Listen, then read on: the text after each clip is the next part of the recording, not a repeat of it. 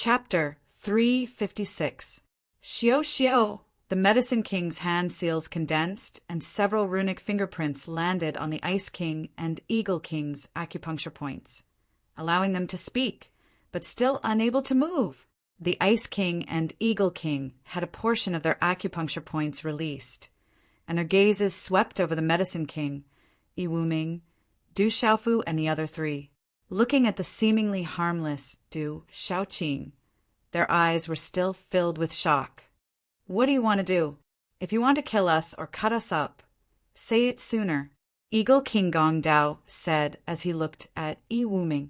Of the four of them, he naturally saw the Medicine King as the leader. Du Xiaofu looked at Eagle King Gong Dao and Ice King Qin Hingshan, saying, "Now you have two paths. If you want to die, it's easy. I can destroy you at any time. If you want to live, it's also very simple. Swear your loyalty to me, and you can live." "Brat, did I hear wrongly? You mean you want us to swear our loyalty to you?" Ice King Qin Hingshan looked at Du Xiaofu and asked seriously. "That's right. Swear your loyalty to me. Swear your unconditional loyalty to me," Du Xiaofu said with certainty, without any intention of joking. "Ha ha!" Ice King Qin Hingshan laughed loudly, his eyes looking at Du Xiaofu with contempt, saying, "Brat, you'd better go home and drink milk for a few more years before coming out. Who do you think you are? You're still wet behind the ears. And you want us to swear our loyalty to you? Don't you know who I am?" Humph! Hearing this old guy talk about her brother, how could Du Xiaoqing hold back? She snorted coldly and was about to stand up, but Du Xiaofu gestured for Du Xiaoqing to sit down. His clear eyes looked at Ice King Qin Hingshan, and he said calmly, "I know who you are. You're just a fugitive from the Tianhu Empire, hiding in the dark forest for decades. If you had the ability, you wouldn't have to hide here and there. In front of me, it's better for you to hide your martial king status a little. Actually, everything is very simple. If you don't swear your loyalty, then die." Hearing Du Xiaofu's words, Qin Hingshan stared straight at Du Xiaofu's clear eyes. His expression grew darker and darker. The corners of his eyes twitched a few times. Then he revealed a sinister, cold smile, saying, "Hee hee, you really are still wet behind the ears. This king roamed for half my life. How would I be scared by a little brat like you? Go home and drink 2 more years. When this king roamed the world, Do one. You're too noisy." As soon as Du Xiaofu finished speaking, a fierce aura suddenly exploded out from within his body, and light, golden, profound energy surged. His fingers clenched into a fist that was covered in golden light, and all of a sudden, it was like a bolt of lightning as it directly smashed onto the head of the Ice King, Qin Hingshan.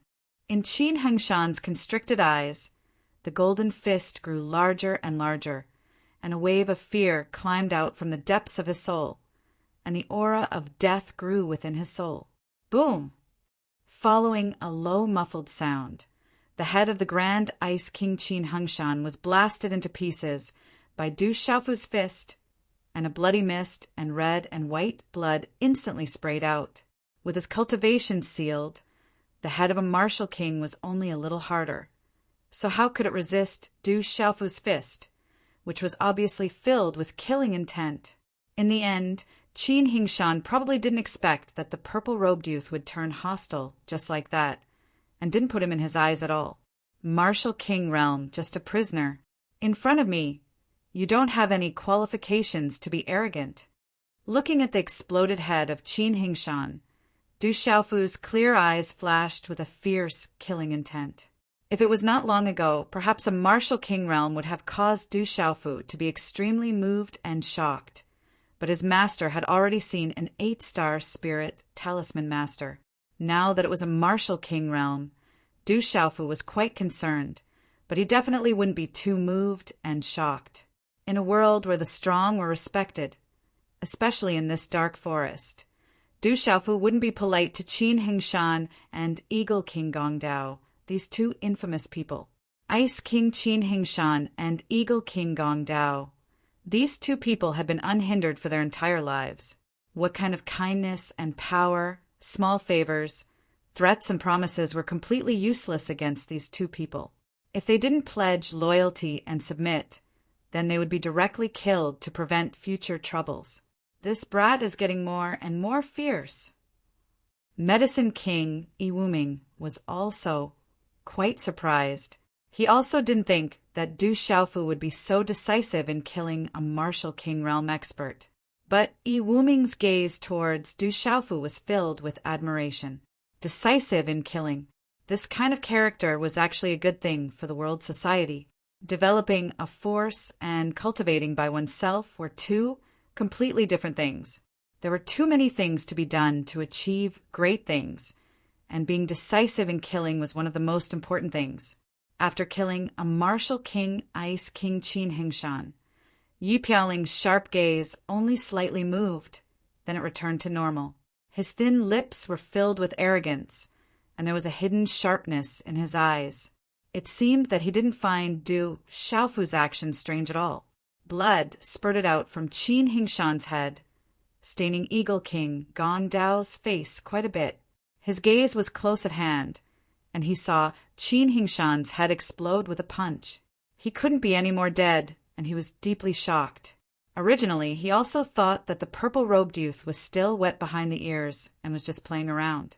Although the purple-robed youth's talent was extraordinary, in the end, he was still wet behind the ears. Only now did Gong Dao realize that in his heart he seemed to have underestimated the purple-robed youth. That decisive character of killing, that demeanor of looking down on martial kings, how could it be possessed by an ordinary person? In the original exchange, Eagle King Gong Dao could also clearly feel that the purple-robed youth's aura was like that of a peerless, fierce beast, suppressing the vast sky. It was extraordinary and extraordinary. It seems that you also won't pledge loyalty. Du Xiaofu cast a glance at Eagle King Gong Dao, killing intent surging in his eyes, and a golden light exploded. I pledge my loyalty! I pledge my loyalty! Eagle King Gong Dao's voice suddenly rang out, afraid that he would be a bit too slow. He personally saw Ice King Qin Hingshan being shattered in front of his eyes, and he absolutely believed that this purple-robed youth would not hesitate to kill him. Under the true threat of death, martial kings were also afraid of death. The pride of a martial king in the face of true death was nothing. Chi! Du Xiaofu's fist, wrapped in light, golden, profound energy, suddenly stopped in front of Eagle King Gong Dao's nose. The sharp wind caused the surrounding air to tremble, and it swept Eagle King Gong Dao's eyes, making it difficult for him to look straight at it. Remember, you chose to pledge your loyalty. If you betray me, I will make you beg for death in the future.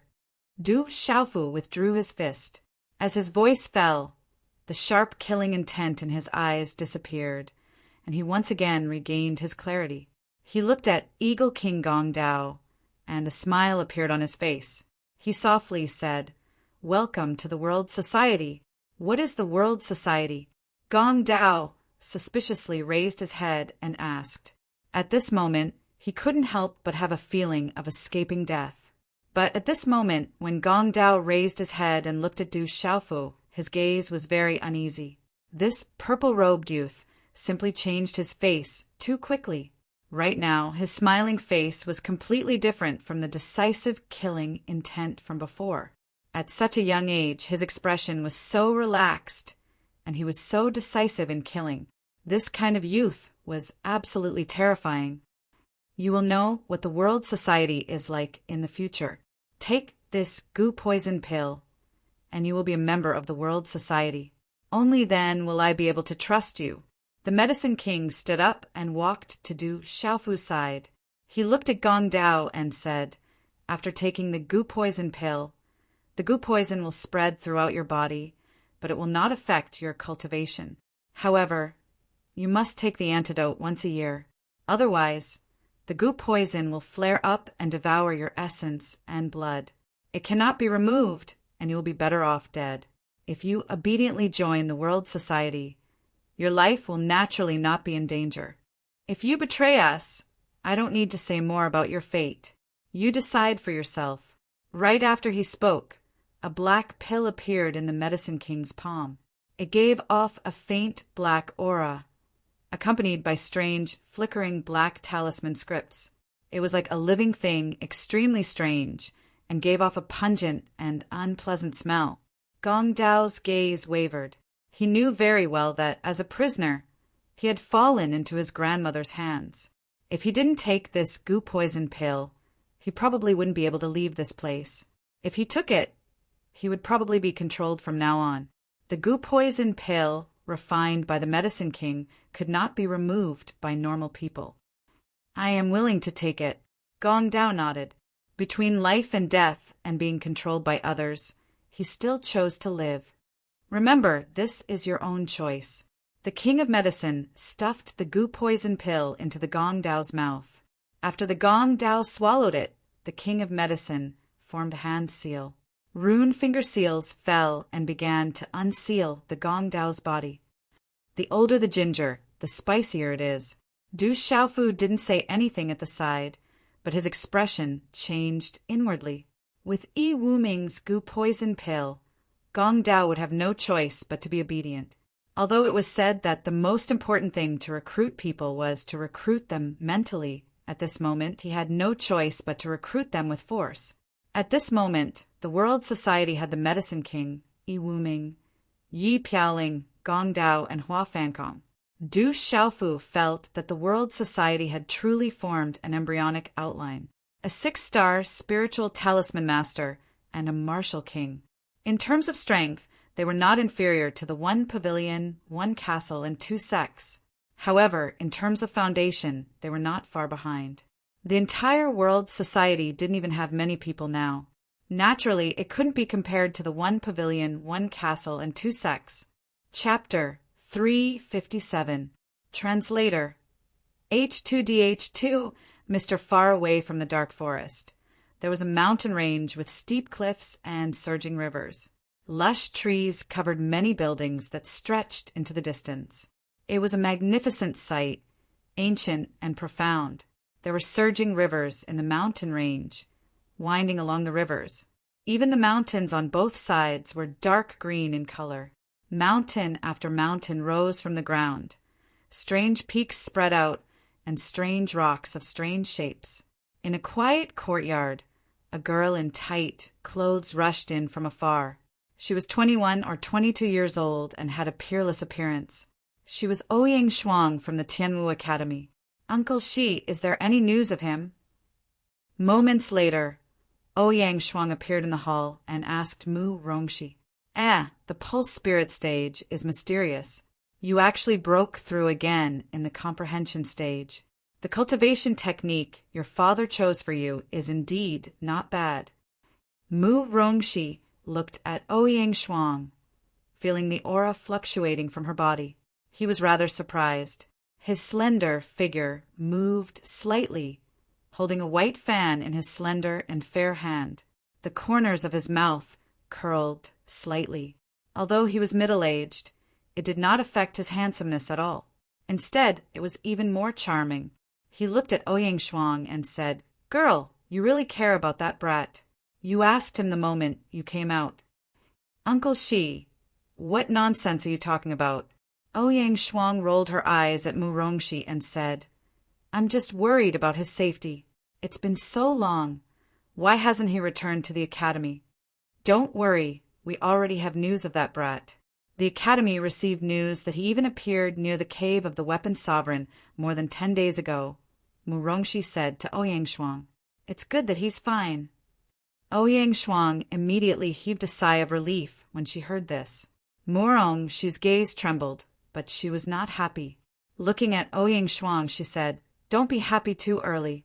That kid is fine now, but he doesn't know how to withdraw the mysterious spirit, Heavenly Vine. Instead, he has caused a great disaster. He killed several martial marquis experts of the Black Fiend sect. Even the only son of the Black Fiend sect's master, Xue Tianqiu, was killed by that kid. It is said that Xue Tianqiu is furious. The entire Black Fiend sect is looking for that kid everywhere." Ouyang Shuang's eyes widened when she heard this. She only recovered after a long time and said, Uncle Shi, what should we do? Will he be in danger? According to what I know, there are already experts in the academy who have already gone out to look for him. The rest is up to him to fend for himself. Morongshi sighed.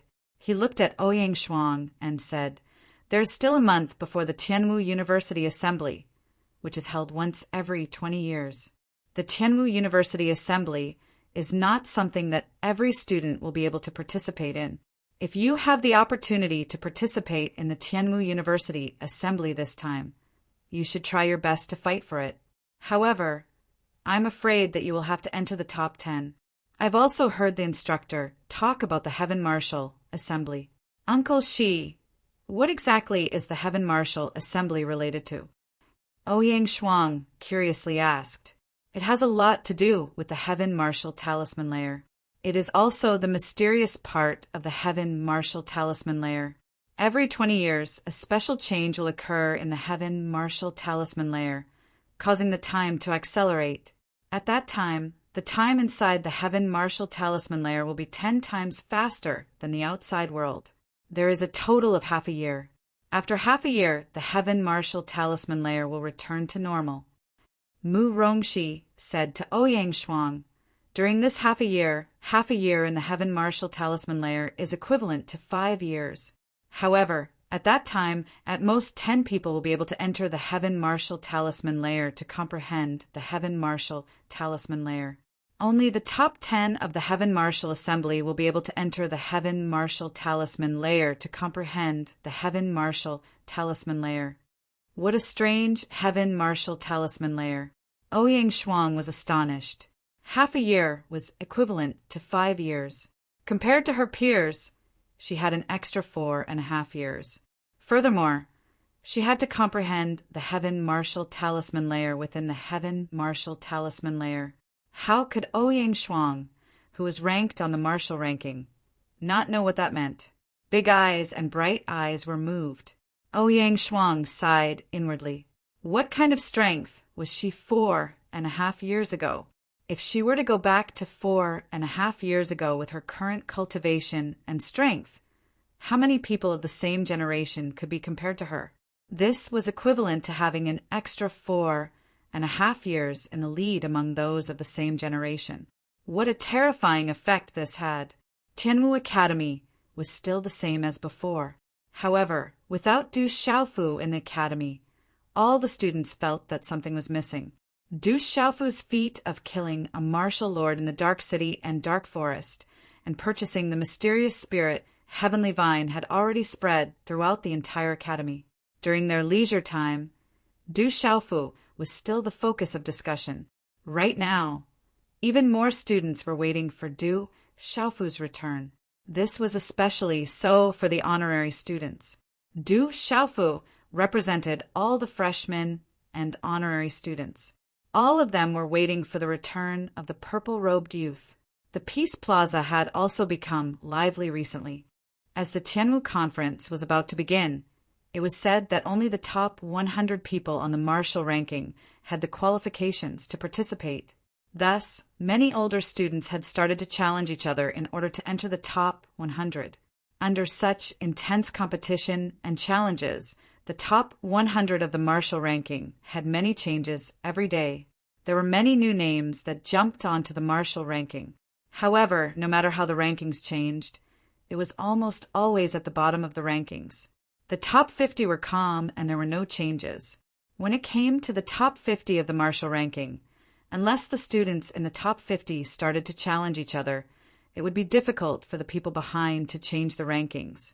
In the valley, in the mountains, there was a simple wooden house. It was peaceful. Brat, are you saying that you want me to go to the Chaos Demon City and fight for you? That's right. You want me to leave everything to you? In the small hall, Yi Wuming was glaring at Du Xiaofu. This was because Du Xiaofu had just told him to bring Yi Piaoling and the Medicine King's Gong Blade to the chaotic demon city to settle down. However, Du Xiaofu wanted to return to the Tianwu Academy first. Old Yi, you've misunderstood. I reckon that I won't be able to leave the chaotic demon city for a while. Thus, I might as well return to the Tianwu Academy first. After that, I'll rush to the chaotic demon city," Du Xiaofu said to Yi Wuming. Originally, Du Xiaofu wanted to go to the chaotic demon city. However, he had been delayed for quite some time, and he still had the mysterious spirit Heaven Vine with him. Furthermore, he was afraid that Ouyang Shuang and the little tiger would be worried. Thus, he decided to make a trip back to the Tianwu Academy first before heading to the chaotic demon city. With the Medicine King Yi Wuming and the Eagle King's Gong Blade overseeing the chaotic demon city, Du Xiaofu was completely at ease. "If you're not going to leave everything to me, then what are you?" Yi Wuming glared at Du Xiaofu. He waved his hand and said, "I can let you return to the Tianwu Academy, but you must return as soon as possible. The World Assembly is yours. It hasn't even started, and you want to leave everything to me. This isn't good." "I understand. I will definitely return as soon as possible," Du Xiaofu said with a smile.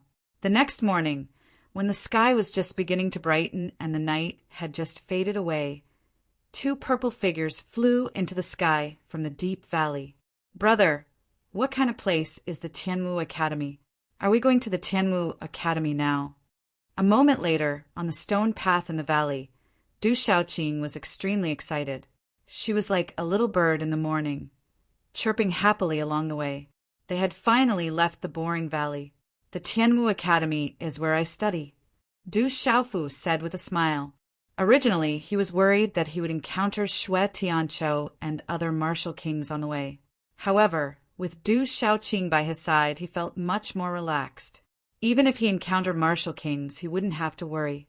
In the dark forest, as time passed, the excitement in the sealed area of the revered weapons cave gradually died down after a month or so. The sealed area was rummaged through multiple layers, but no more treasures appeared. In the end, the densely packed crowd had no choice but to disperse. Many people suspected that the real treasure left behind by the revered weapon might have been obtained by someone else without anyone knowing. Otherwise, the revered weapon wouldn't have only left behind a few ordinary puppets and a few talisman weapons and spiritual weapons. However, no one knew who had obtained the treasure without anyone noticing. Everything was just a guess, and it could only be used as a topic of conversation after a meal. In the vast forest, the sunlight passed through the layers of thick leaves, leaving mottled traces in the dense forest. Whoosh, whoosh! Suddenly, a dozen figures flashed on a towering tree. They were extremely agile and immediately hid in the towering tree. "Be careful, there are more people coming." This time, our Black Scale Gang came late and didn't obtain the treasure of the revered weapon. However, we have a chance to loot everywhere. This trip is not in vain. The leading figure was about 40 years old. He gave off the feeling of a monkey with a pointy mouth and cheeks. He waved his hand and signaled for the crowd to hide. A moment later, a man and a woman walked out from the dense forest. Both of them were quite young and wore purple robes. The man and woman walked over slowly and leisurely. They didn't seem to be on guard at all. "It's two rookies. Attack!" The leader, a large man with a protruding mouth and ape-like cheeks, immediately waved his hand. Suddenly, the sound of rushing wind was emitted from the surrounding towering trees, after which a dozen figures directly descended and tightly surrounded the man and woman. "Brother, who are they?" In the dense forest, suddenly being surrounded by a dozen figures, Du Xiaoqing was not worried at all. Instead, her face was filled with excitement. They should be robbers. Du Xiaofu smiled. Looking at the dozen people, he sensed their auras. Only half of them were at the Pulse Spirit Realm, while the other half were at the Pulse Spirit Realm. The strongest leader was at the peak of the Perfect Pulse Spirit Realm, which was considered a pretty good cultivation strength. Chapter 358. That's right, we're robbers. This little girl isn't bad. However, we're robbing you today, not your body. Hand over your Qingquan bags, and we'll let you go. The monkey-faced man looked at Du Xiaofu and Du Xiaoqing as he licked his lips. When he saw Du Xiaoqing, his eyes were filled with shock and amazement. However, it was rare that he would rob them instead of their body. "Big brother, what's robbing?" It looks so fun. Du Shaoqing became more and more excited. Du Xiaofu smiled bitterly. Then he looked at the leading man and said, "Robbing me instead of my body. You're quite particular. How about this? I won't make things difficult for you. Scram as far as you can. Don't let me see you again." "Yo, brat, you're still wet behind the ears. You're quite blunt with your words. Today I'll teach you a lesson. San Er, Si Xiong, the two of you teach them a lesson. However, don't hurt that delicate little girl. I can't bear to hurt her when I look at her. When she's older, she'll grow up," the leading man said. His mocking gaze fell on Du Xiaofu and Du Shaoqing. He did not place the two youths in his eyes at all. "Yes, sect leader." The two men immediately leapt out when they heard this. They also looked at Du Xiaofu and Du Shaoqing with mocking gazes. Then the profound energy within their bodies surged. They immediately pounced towards Du Xiaofu. Chi! However, before the two men could pounce, a purple-robed figure suddenly appeared in front of them like a ghost. The pupils of the two men immediately contracted. They seemed to want to say something. However, before they could spit out the words from their mouths, a huge force directly landed on their chests. Bang, bang! A muffled sound rang out. The two men's figures were directly sent flying. In the end, they collided with a towering tree not far away. Pucci! The towering tree was directly shaken and cracked, and the two burly men also spat out blood from their mouths. Motherfucker! How can this little demon be so tyrannical? The leader of the monkey-cheeked group was shocked. His expression suddenly changed, and a bad feeling flashed through his mind. Just from the aura of the other party, he knew that the young man was much stronger than them.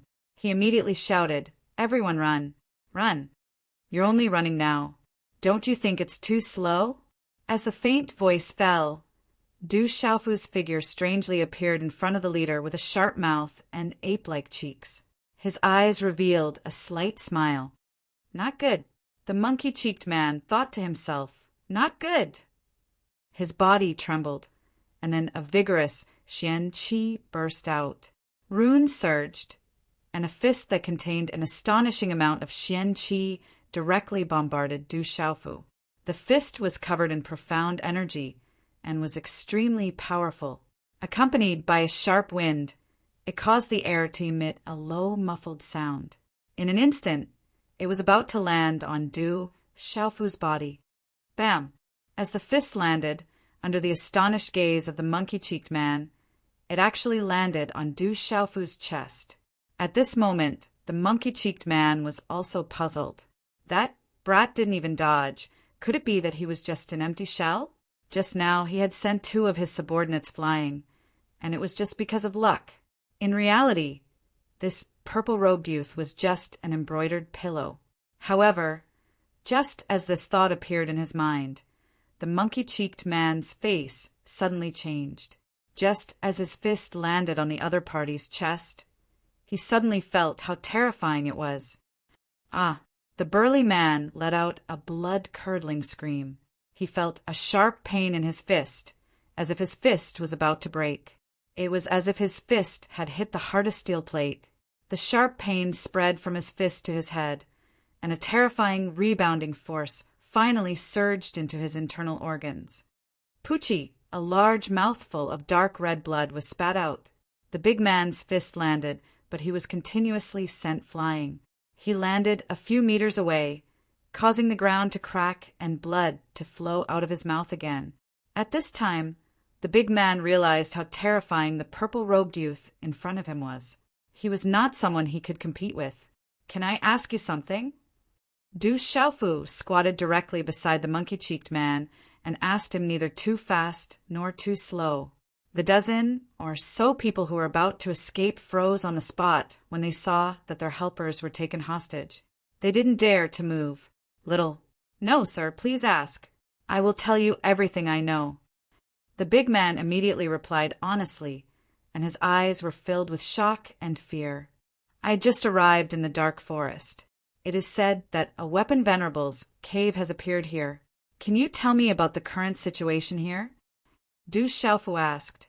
Sir, the weapon Venerable's cave has not appeared for a long time, but it is said that there are many extraordinary spiritual weapons and talisman weapons left behind by the weapon Venerable. There are also people who found many treasures. However, this is something that happened a while ago, and many people have already left. The monkey-cheeked man replied honestly, and he didn't hide anything. He said to Du Xiaofu, no treasures can be found in the sealed land left behind by the weapon Venerable. Now, many people have gathered here to rob. The deeper you go, the stronger the robbers are. There are also robbers everywhere. If you want to go, you have to be careful. What's the situation in the Black Fiend sect? Du Xiaofu continued asking. Black Fiend sect? The burly man immediately became interested and said, Speaking of which, the Black Fiend sect is in a miserable state this time, especially a few elders and young sect Master Shui Yunming. They were all killed by a Tianwu Academy student called Du Xiaofu. They suffered heavy losses. It is said that the experts of the Black Fiend sect are searching for Du Xiaofu with all their might. However, there is news that Du Xiaofu has already been brought back to Tianwu Academy by the experts. The Black Fiend sect can only go crazy, and they don't dare to go to Tianwu Academy to seek revenge on Du Xiaofu. The Black Fiend sect is indeed not idle. Hearing this, Du Xiaofu wasn't too surprised. The Black Fiend sect was indeed searching for him. However, he was no longer the same as before, and there was nothing to worry about. Looking at the burly man on the ground who did not even dare to stand up, Du Xiaofu's gaze flickered as he said, Seeing that you're quite honest, I'll only rob you of your wealth and not your life. Everyone hand over your Qinkuan bags and leave. Otherwise, don't leave. Quick, hand over your Qinkuan bags. The burly man shouted and immediately took out his own Qinkuan bag and handed it to Du Xiaofu respectfully. That's right. Du Xiaofu smiled as he took the Qinkuan bag from the burly man's hands and skillfully stuffed it into his robes. Seeing Du Xiaofu's skillful movements, the burly man realized that this time they had encountered a senior who had robbed them. This purple-robed youth looked young, but based on his skillful movement of putting away the Qinkuan pouch, he was afraid that he had a long lifespan. Therefore, now that they had become the victims, everything was reversed. Quick, hand over your Qinkuan bags. Du Xiaoqing shouted and copied Du Xiaofu's actions, taking away the Qinkuan bags from the dozen or so people around them. It was clearly a robbery, but there was a pure and innocent smile on Du Xiaoqing's enchanting face. When the robbers saw this, they wanted to cry, but no tears came out. They called her a little demon. This girl was definitely a little demon. Run, run. After handing over the Qinkuan bags, the leader immediately ordered people to support the two heavily injured men and hurriedly left. They did not dare to stay any longer, wishing that their parents had given them an extra pair of legs. Big brother, so robbing is actually so fun. Let's go rob some more, okay? Du Xiaoqing excitedly handed over a large number of Qinkuan bags to Du Xiaofu. She raised her head, and a great passion for robbing appeared in her ethereal eyes. What have I taught you? Is this really okay? Du Xiaofu smiled bitterly. He really didn't mean to teach this little girl these things. Who would have thought that this little girl would be so interested in robbery? Moreover, she had a pure and innocent appearance. Big brother, can you please? I want to go rob. Seeing that Du Xiaofu did not reply, Du Xiaoqing pleaded. Her enchanting face looked even more pure and innocent, harmless to humans and animals. Okay, let's go rob. Du Xiaofu nodded. He was also extremely interested in robbing. However, he also made a few rules with Du Xiaoqing. She must listen to him and not rob recklessly. Du Xiaoqing was already very happy to be able to go rob. She immediately nodded her head in agreement. At this moment, no matter what Du Xiaofu said, she would not hesitate to agree. It was fine as long as she could go rob. Go rob, we're going to rob. We're going to rob everyone. Du Xiaoqing was extremely excited. She happily twirled in circles. Her wide purple robe swayed up and down, The curve was instantly graceful and alluring. Du Xiaofu could not help but sigh. This girl's development was really good. Swoosh, swoosh! A moment later, the two figures left their original location and rushed into the boundless dark forest. Then, the entire dark forest suffered a calamity. Along the way, who knew how many people became the targets of the two people's robbery? Along the way, there were many small and large groups and factions that appeared in front of the two people. They wanted to rob the two of them. However, the end result could be imagined. Every single one of them was robbed clean. Those who were unlucky were directly slaughtered. However, the majority of people were only robbed of their belongings and did not lose their lives.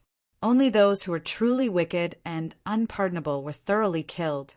Not long after, the news of two fierce male and female bandits appearing in the dark forest quickly spread. The male and female bandits were young, but they were extremely arrogant. Everywhere they went, almost everyone was robbed clean. It was said that those who were encountered by the male and female bandits, regardless of their strength, were robbed clean. Double biting, sneak attacks, tricks, robbing. In short, the male and female bandits were unscrupulous. They only had one goal, which was to rob Qinkuan bags. Chapter 359. It was said that many martial lord realm experts had been easily robbed by the male and female bandits. In order to protect their own faces, those martial lord realm experts did not dare to say anything even though they had been robbed. To those martial lord realm experts, if others were to find out that they, as martial lords, had been robbed, they would lose all face. In the entire dark forest, it was said that at least 1,000 people had been robbed by the male and female bandits. Countless people who had been robbed felt indignant. In the end, they formed a temporary alliance to capture the male and female bandits. They wanted to capture the male and female bandits and take back their Qinkuan bags. According to the descriptions of those who had been robbed, the male and female bandits were both very young. The female was beautiful and pure, while the male had a broadsword on his back. He was dressed in a purple robe and had a sinister smile on his face. With one look, one could tell that he was not a good person. It was likely that the female bandits had been abducted from somewhere. In the end, there were people who were shocked to discover that the male was Tianwu Academy's Du Xiaofu. Especially among those who had been robbed, there were people who had seen Du Xiaofu in Dark City and Dark Forest. With their testimony, they were completely certain that the male was Du Xiaofu, the Du Xiaofu from Tianwu Academy. Suddenly, Du Xiaofu's name became even more resounding. However, many people wanted to spurt out blood after hearing Du Xiaofu's name. This bandit had robbed them clean, and only their pants hadn't been taken off. The blazing sun hung high in the sky. Within the dense forest, a terrifying wave of qi rippled out from the body of a skinny old man. The skinny old man looked to be in his 50s and was all skin and bones. His eyes were sunken deep into his eye sockets, and there was a tinge of red in his pupils. His hands were wrapped in long sleeves and were so withered that they looked like ghost claws. "Quick, run! Jump!" A burly man in his 40s shouted loudly. His face was deathly pale, and there were already a dozen corpses beside him. All of them had been torn into pieces by the claws, and fresh blood dripped from them. It was a tragic sight. A young man in his 30s and a woman in her mid-20s stood behind the burly man. Their faces were pale, and their expressions were panicked. "Big brother, let's go together."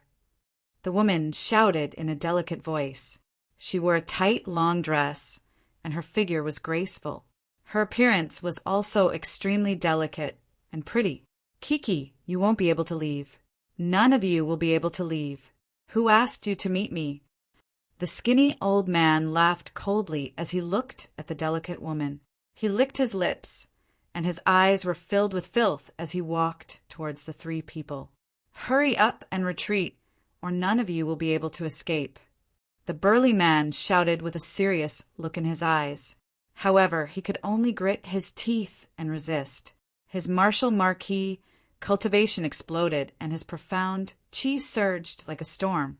Accompanied by runes, a palm print suddenly shot towards the skinny old man. Terrifying, profound energy erupted, causing the surrounding space to tremble violently. "You overestimate yourself," the skinny old man sneered. A pair of withered ghost claws were densely packed with mysterious runes. A claw print landed on the palm print of the burly man, causing the palm print to shatter into pieces and dissipate. "Kiki, you hindrance! I'll kill you first!" The skinny old man glanced at the burly man. His gaze was cold as he stomped his foot on the ground. His figure was like an afterimage as he appeared in front of the burly man like a ghost. The two of them were not on the same level at all. The skinny old man waved his hand and sent out a claw print. The mysterious runes on the talisman surged and landed directly. The burly man's eyes were filled with horror as he quickly retreated. However, it was as if space had been sealed for no reason, making it difficult for him to dodge. Roar! In a panic, the burly man condensed his meridian spirit and fused with it. A phantom of a ferocious beast, covered in dense scales and a pair of wings, appeared. Chi-la-la! The claw print swept down, and the phantom of the ferocious beast was directly torn apart, turning into dazzling, broken runes. Accompanied by the collapse of the terrifying energy, several claw cracks spread on the ground and collapsed. The surrounding towering trees were directly shattered and collapsed. Uffed! The burly man's body was blasted backward as dark red blood spurted out of his mouth. His meridian spirit was torn apart. Although he escaped the disaster, he was also severely injured. Big brother. The woman and the young man's faces changed as they rushed to the burly man's side. The young man's back was facing the woman and the burly man. He looked vigilantly at the skinny old man who continued to walk forward step by step. However, there was obvious shock and fear in his eyes. After hiding for so long, this old man did not dare to appear even when the weapon-revered cave mansion appeared. "Humph! Today I'll take this woman as an appetizer." The skinny old man sneered. His face was filled with malice as he walked toward the three people step by step. Suddenly, the skinny old man stopped in his tracks and raised his head to look ahead. Just as the skinny old man's gaze fluctuated, he saw a man and a woman slowly walking out of the dense forest in front of him. The woman looked to be about 15 or 16 years old. She was bouncing as she walked. Her face was beautiful and her eyes were clear and ethereal. The skinny old man's gaze trembled as he looked at her. The man looked to be a young man. He carried a broad sword wrapped in purple cloth on his back. His face was resolute and his body was thin. However, he looked extremely sturdy and tall. "Big brother, someone is robbing us again." The young woman walked closer step by step. Her eyes were filled with excitement. This time, it's not just a simple robbery. The young man walked closer and appeared in front of the three people. He looked at the skinny old man in front of him. There was a faint chill in his clear eyes. This man and woman were Du Xiaofu and Du Xiaoqing, who had robbed the heroes in the dark forest.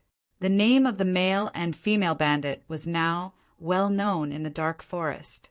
"Kid, it's you." When the skinny old man stared at Du Xiaofu, his shriveled and deep blood-red eyes shrunk. He recognized Du Xiaofu. He still remembered that Du Xiaofu was taken away by Grandma Silverflower back then. "That's right, it's me," Du Xiaofu coldly said as a smile surfaced on his face. Originally, he thought that he could only bring the mysterious spirit Heavenly Vine back to Tianwu Academy. However, he did not expect to encounter Ghost Claw on the way back. Du Xiaofu remembered the condition of the elders. Not only did he have to bring the profound spirit Heaven Vine back, he also had to bring Ghost Claw back. Only then would he be able to write off the debt. "Just the two of you." Ghost Claw scanned the surroundings with his consciousness. He wanted to see if there were any other experts from Tianwu Academy. "There's no need to look. It's just the two of us." Du Xiaofu looked at Ghost Claw. His face gradually darkened, and a cold glint flashed across his eyes. "Ghost Claw, it's time to settle the debt between you and Tianwu Academy." From the start, Du Xiaofu didn't care much about Tianwu Academy. Perhaps it was because he wanted to find the traces of his alcoholic father that he decided to enter Tianwu Academy. In fact, Du Xiaofu had caused a lot of trouble in Tianwu Academy. However, as time passed, Tianwu Academy's weight in Du Xiaofu's heart grew heavier. In Tianwu Academy, there were Wu Qingfeng, Zhang Wei, Sun Ji, Liu Xiao, Guo Xiaofeng, Ghost Child, General, Gu Xinyan, Wu Kei, Bai Mingfeng, and the others. Each and every one of them left a mark in his heart. Fire Blade Bai Mingfeng's death made Du Xiaofu remember the Dark Nether sect. Now that he saw Ghost Claw, his heart turned cold. Kiki, brat, you think you can do it? Ghost Claw sneered. During this period of time, he had been hiding in the dark forest. Back then, the Dark Nether sex member was killed by Grandma Silverflower. Since he was a member of the Dark Forest, Grandma Silverflower wouldn't care about the matters in the Dark Forest. Therefore, she didn't kill him. Fortunately, he escaped quickly. Otherwise, the people from the two sects wouldn't have let him off. As for Ghost Claw, he didn't dare to go to the Dark Nether sect. All the experts from the Dark Nether sect had died in the Dark Forest. However, he was still alive. If he went to the Dark Nether sect, he would suffer the same fate. Therefore, Ghost Claw had been hiding in the Dark Forest. He didn't even dare to go to the revered Weapons Cave abode. He was afraid of meeting the experts from the two sections. At that time, he would suffer a miserable fate. I'm enough. You killed the Tianwu Academy's elder, stole the profound spirit heavenly vine, and killed the students of Tianwu Academy. A debt of blood must be paid with blood. You must pay the price. Du Xiaofu said with a cold glint in his eyes. Back then, he had asked him to deal with Ghost Claw for the points on the bounty board. Now that he was facing Ghost Claw, it had nothing to do with the points. Unknowingly, Du Xiaofu treated himself as a member of Tianwu Academy. Since Ghost Claw dared to touch Tianwu Academy, he had to pay the price with blood. Profound spirit, heavenly vine. How dare you mention the profound spirit, heavenly vine to me? Ghost Claw snorted. Just the mention of the profound spirit, heavenly vine was enough to drive him crazy. After he auctioned the profound spirit, heavenly vine, he received a magnetite card from the Mu clan fort. That was a shocking amount of wealth. However, when Ghost Claw took the magnetite card to exchange for the magnetite card, he realized that the card was empty. There wasn't a single magnetite in it. At that moment, Ghost Claw finally understood. He thought that he was the biggest winner after scheming against Tianwu Academy and toying with countless people. Later on, Ghost Claw realized that the Mu clan fort was the biggest winner. Mu Mingqing was the biggest winner. Tens of millions of magnetite stones had been swallowed by the Mu clan fort. He did not even have a place to reason with them, nor could he find anyone to reason with. Even if he told others about it, no one would believe him.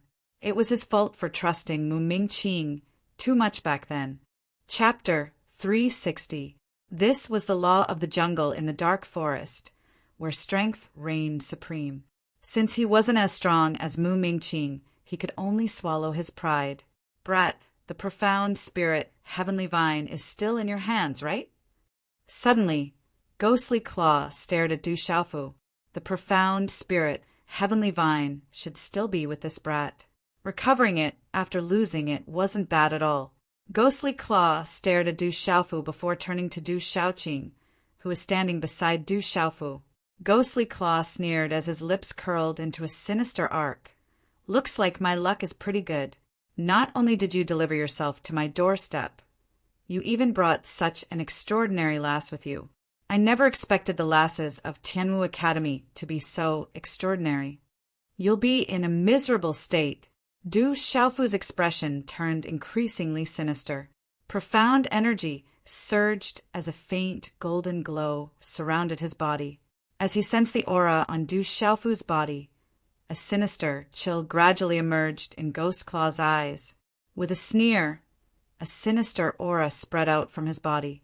Under the sinister aura that surged out from Ghost Claw's body, It caused the profound energy in the bodies of the burly man, the young man, and the woman behind Du Xiaofu and Du Xiaoqing to stagnate.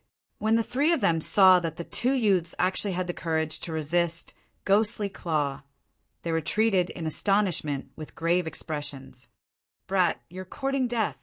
As soon as he said those words, a sinister smile crept onto Ghost Claw's skinny face. It was just two brats, and there were no other experts from Tianwu Academy around. What did he have to fear? Stomping his foot on the ground, he dashed towards Du Xiaofu. The talisman inscriptions on his claw moved, threatening to tear space apart. Chi, Ghost Claw's figure, turned into an afterimage. Just like a ghost, he appeared in front of Du Xiaofu in the blink of an eye. A dark and cold claw that could tear apart space instantly enveloped Du Xiaofu. Looking at the sinister claw that was crushing towards him, Du Xiaofu's eyes, which were flickering with a faint golden glow, narrowed. Suddenly, the golden runes in his eyes surged and two rays of golden light shot out from his eyes. Humph! Du Xiaoqing couldn't help but want to make a move. She couldn't bear to see someone bully her brother. "Xiaoqing, this is a matter of Tianwu Academy. I have to deal with it personally." As his voice sounded, Du Xiaofu's figure did not move. However, a terrifying and overbearing aura suddenly spread out. It was as if a peerless, ferocious beast had suddenly awakened. A dazzling golden light erupted from his entire body, causing the surroundings to tremble. His aura was fierce and ferocious, revealing a suppressive and murderous aura. Humph! Du Xiaofu coldly snorted, facing Ghost Claw's claw imprint. He shook his arm and swung out a fist wrapped in golden, profound qi. It directly and fiercely collided with Ghost Claw's claw imprint. Boom! The collision caused a sonic boom to resound through the sky. Terrifying energy, accompanied by runes, shattered the ground and uprooted many towering trees. The thunderous boom resounded in the dark forest and attracted the attention of countless people, following which a large number of figures soared into the sky. At this moment, Du Xiaofu was facing Ghostly Claw head-on. Even though his cultivation couldn't be compared to Ghostly Claw's, his powerful physical body and outstanding strength gave him the qualifications to face Ghostly Claw head-on. Thus, Du Xiaofu wished to deal with Ghostly Claw personally. It would be better for him to settle the score with Tianwu Academy personally.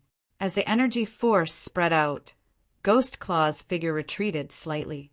His blood-red eyes were filled with shock, as if he had never imagined that the brat in front of him would actually have the strength to directly contend against him. In fact, he was unable to gain the slightest bit of advantage. He's even stronger than the general, Gu Xinyan and Ghost Child. Ghostly Claw was astonished. Judging from their exchange, the brat before him was definitely stronger than the general, Gu Xinyan and Ghost Child. Didn't the general, Gu Xinyan, and the others rank at the top of Tianwu Academy's martial ranking? Despite his young age, this brat seemed to be even stronger than the general and the others. Where in the world did he come from? Stormy Wave's palm. Du Xiaofu moved swiftly and took the initiative to attack. A palm imprint swept across Ghostly Claw, bringing with it a shockwave that enveloped him. Ghostly Claw's expression changed as he countered with a palm imprint. The two of them clashed once more. TSSSSSS. Energy erupted as the two palm imprints collided, causing the surrounding space to tremble violently. Both of them staggered several steps back. The youth from Tianwu Academy is so powerful. Are all the students of Tianwu Academy this powerful? The three retreating fellows were shocked. They didn't expect that the purple-robed youth would be able to contend against Ghostly Claw. How powerful was he to possess such strength at such a young age? This brat is so powerful. In the future, he will definitely become a terrifying existence. Ghostly Claw steadied himself as his heart trembled. Du Xiaofu was too terrifying. He was already so powerful at such a young age. It wouldn't be long before he would be helpless against Du Xiaofu. If he didn't kill this brat today, he he would be the one suffering in the future. With such thoughts in mind, killing intent surged out from Ghostly Claw's heart. A cold glint shot out from his eyes as the profound chi runes in his body surged out, causing the surrounding space to distort. Kill! A powerful, chilling aura spread out. Ghostly Claw immediately urged the Baron to launch a series of fierce attacks at Du Xiaofu. His killing intent soared to the heavens as he wanted to kill Du Xiaofu. Oscillating fist. Sky-shaking wings. Facing Ghostly Claw's fierce attacks, Du Xiaofu didn't retreat in the slightest. Instead, their attacks collided. At this moment, Du Xiaofu's powerful physical body was the best thing he could rely on to contend against Ghostly Claw. Even in terms of speed, Du Xiaofu wasn't at a disadvantage. There was no doubt about the speed of a golden-winged great rock. With the assistance of the wave-treading, unfettered steps, his speed was like adding wings to a tiger. It could be said that just in terms of speed, Du Xiaofu could kill anyone in the same cultivation realm as him. Bang! Bang! Bang! Muffled sounds rang out continuously as the two figures flickered. Every time they collided, there would be a muffled explosion. Runes filled the sky as waves of berserk energy spread out. The chilling aura of Ghostly Claw was supposed to affect the opponent's mind and soul, causing them to feel uncomfortable. However, the chilling aura of Ghostly Claw was completely ineffective against Du Xiaofu. Under the domineering aura of Du Xiaofu, the chilling aura was easily destroyed. That seems to be Ghostly Claw. That young man is Tianwu Academy's Du Xiaofu. That's the guy. Du Xiaofu and Ghostly Claw are fighting. I didn't expect Du Xiaofu to be so powerful. Following the intense battle between the two, the surrounding mountain range immediately attracted many spectators. Looking at the two fighting intensely, there were people who immediately recognized them. Bang! Bang! Bang!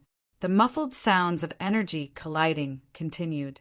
Du Xiaofu seemed to be getting more and more courageous as the battle progressed. Although Du Xiaofu had yet to gain the upper hand in this intense battle, Du Xiaofu was able to integrate the mysterious move that he had recently comprehended into his every move, causing his attacks to become more and more powerful. At this moment, Du Xiaofu felt extremely satisfied as he fought against a martial lord who was in the Nirvana realm. His entire body felt more and more comfortable, but the purple gold heavenly tower on his back was a little too heavy. However, Ghostly Claw, who was the opposite of Du Xiaofu, was completely different from what Du Xiaofu had expected. As a person who had been famous for a long time, he was well known in the dark forest.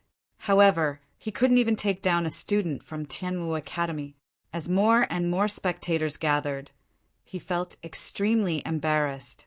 Sensing that Du Xiaofu was getting more and more courageous and powerful as the battle progressed, it was as though he would never be exhausted. This made Ghostly Claw feel even more uneasy as the battle progressed. Brat, I'm not going to play with you anymore. I'll show you the true strength of a martial lord who is in the Nirvana realm.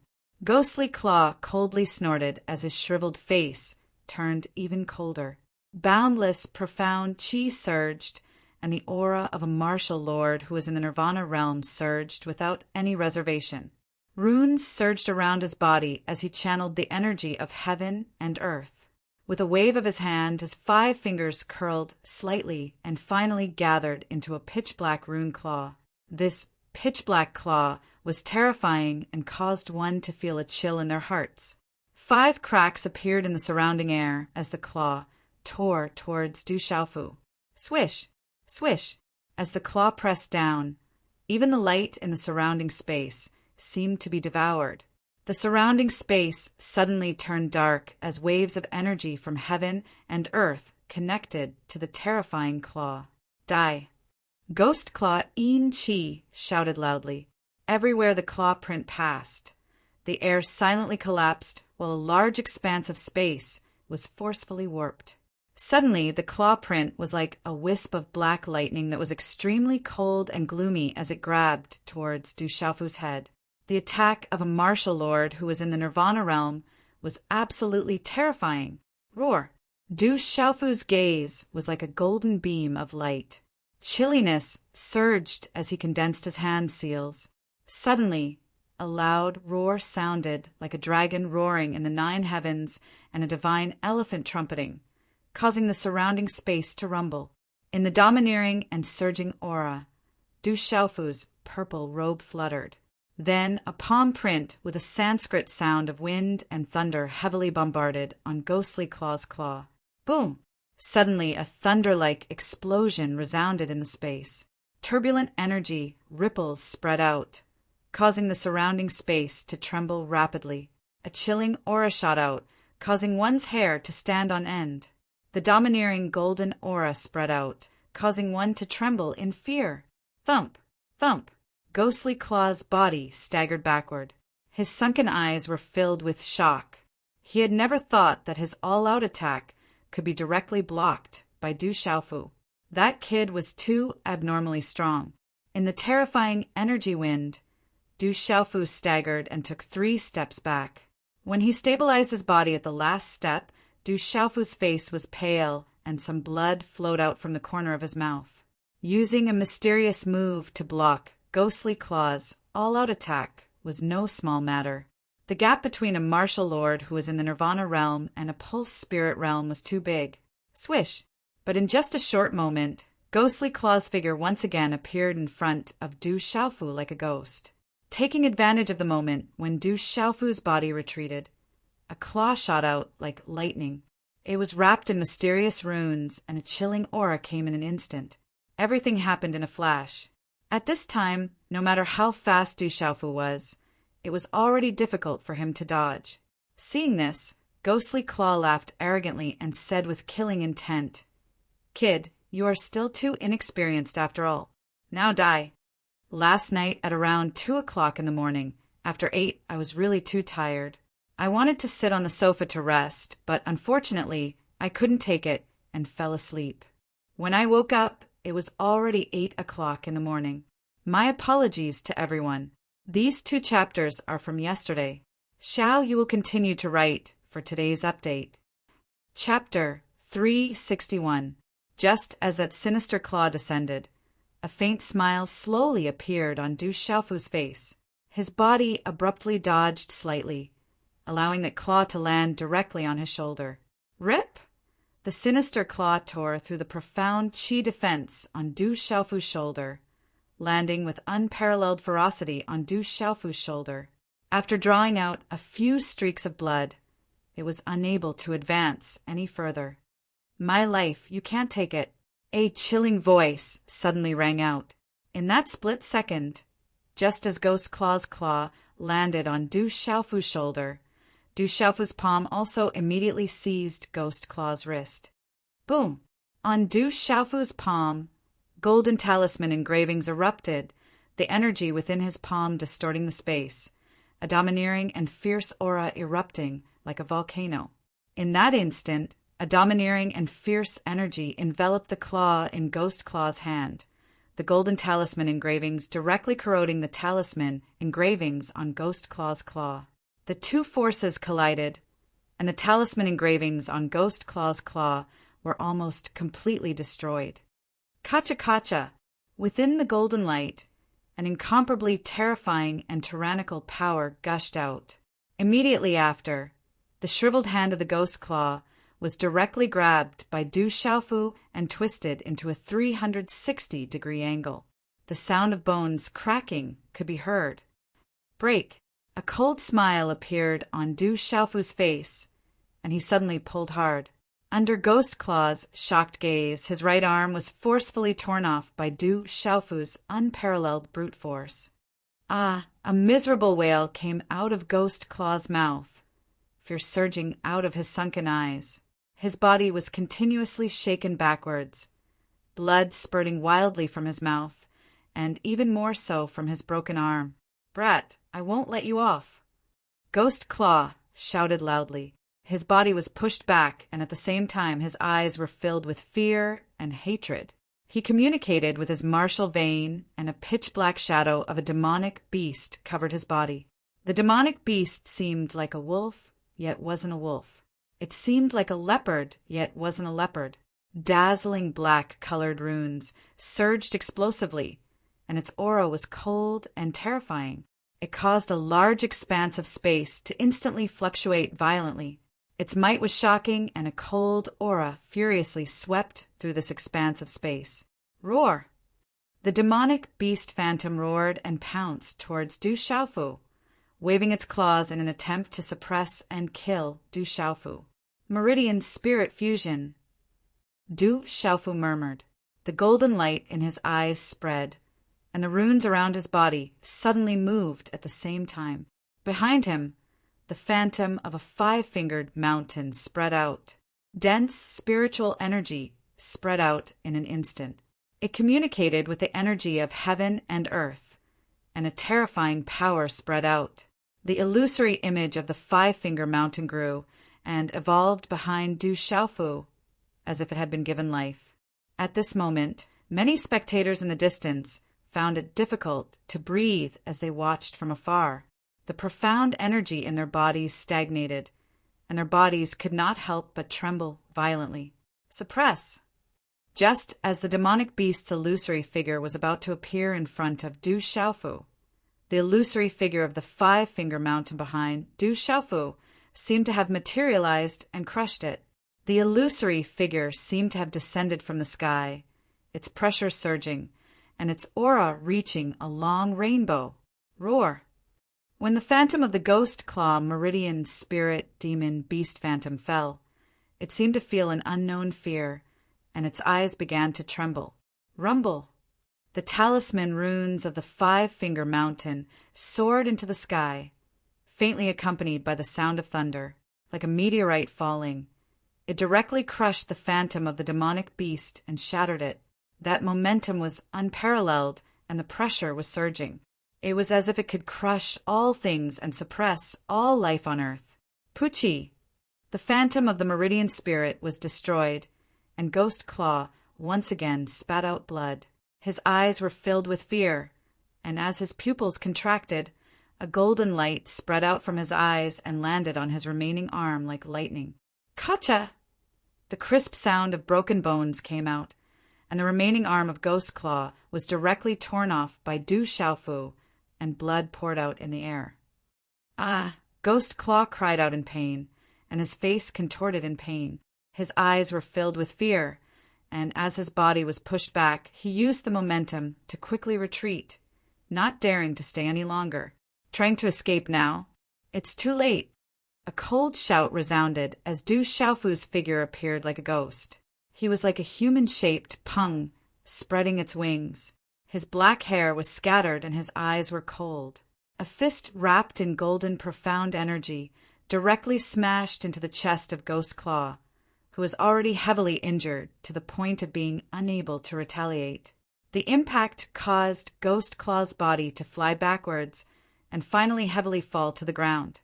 Pucci! Ghost Claw spat out large mouthfuls of blood, and his eyes were filled with disbelief and fear. Both of his arms had been torn off at the shoulders, and he couldn't even move. He struggled to stand up and escape. I'll take your claws and legs as interest for the debt of Tianwu Academy. Du Xiaofu's figure landed in front of Ghost Claw, and his aura was overbearing. His eyes were cold, and he stomped heavily on Ghost Claw's knees. Ka! Ghost Claw's kneecaps were shattered, and fresh blood spurted out. His broken legs were nearly sunk into the ground from Du Xiaofu's stomps. Ah! Ghost Claw screamed in pain. His bloody face was distorted beyond recognition, and his whole body was twitching in pain. With both of his arms and legs broken, Ghost Claw couldn't escape at all. His eyes were filled with hatred and despair. Perhaps not long ago, even if Ghost Claw was beaten to death, he would never have thought that he would end up in such a state. That Du Xiaofu's ferocity and cruelty far exceeded his imagination.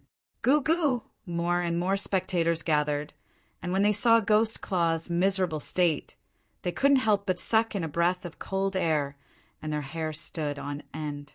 That purple-robed young man was so vicious, tyrannical, and domineering. Tianwu Academy's Du Xiaofu is too terrifying. Don't provoke that Du Xiaofu, or else it'll be a tragic sight." The spectators stared at one another in astonishment. The fate of Ghost Claw lying on the ground was enough to intimidate everyone. How many of them wouldn't be afraid of that viciousness and cruelty? "Thank you for your help." The burly man who was injured by Ghost Claw stepped forward and expressed his gratitude to Du Xiaofu. "This is a robbery. Don't move. Hand over your Qingquan pouches." Du Xiaoqing bellowed. She glared at the burly man, the young man beside him, and the lady beside him. Her innocent gaze was filled with seriousness. "Du Xiaofu is here. It's the male and female bandits. Let's escape. The male and female bandits have started their robbery. Let's escape." Upon seeing the situation, the spectators scattered in all directions, not daring to stay any longer. The burly man and the other two were dumbfounded. At this moment, there was a figure standing in the air. No one seemed to be able to discover him. The figure was faintly discernible in the sky. He seemed to be in his 60s or 70s, with thick eyebrows and big eyes. His messy hair was like dry grass, and his eyes were bright but somewhat lifeless. There was no aura fluctuation on his body, but he seemed to have merged with the space. He looked down and muttered, "This kid, compared to his father, is more ferocious and cunning." As his voice sounded out, the old man's figure disappeared into thin air. At this moment, if Du Xiaofu was able to see him, he would definitely be able to recognize that the old man that had appeared earlier was surprisingly the old man he'd met at the back of the mountain. The old man had once guided Du Xiaofu to enter the Heaven Marshal Talisman to avoid the pursuit of the law enforcement squadron.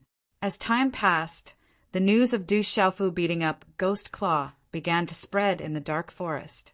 Many experts came to capture the male and female bandits, but Du Xiaofu's figure had long disappeared. Even more people left silently. After hearing about Ghost Claw's miserable ending, not many people were willing to provoke that vicious youth. Du Xiaofu's name became more and more famous in the dark forest, causing countless people to be shocked and avoid him.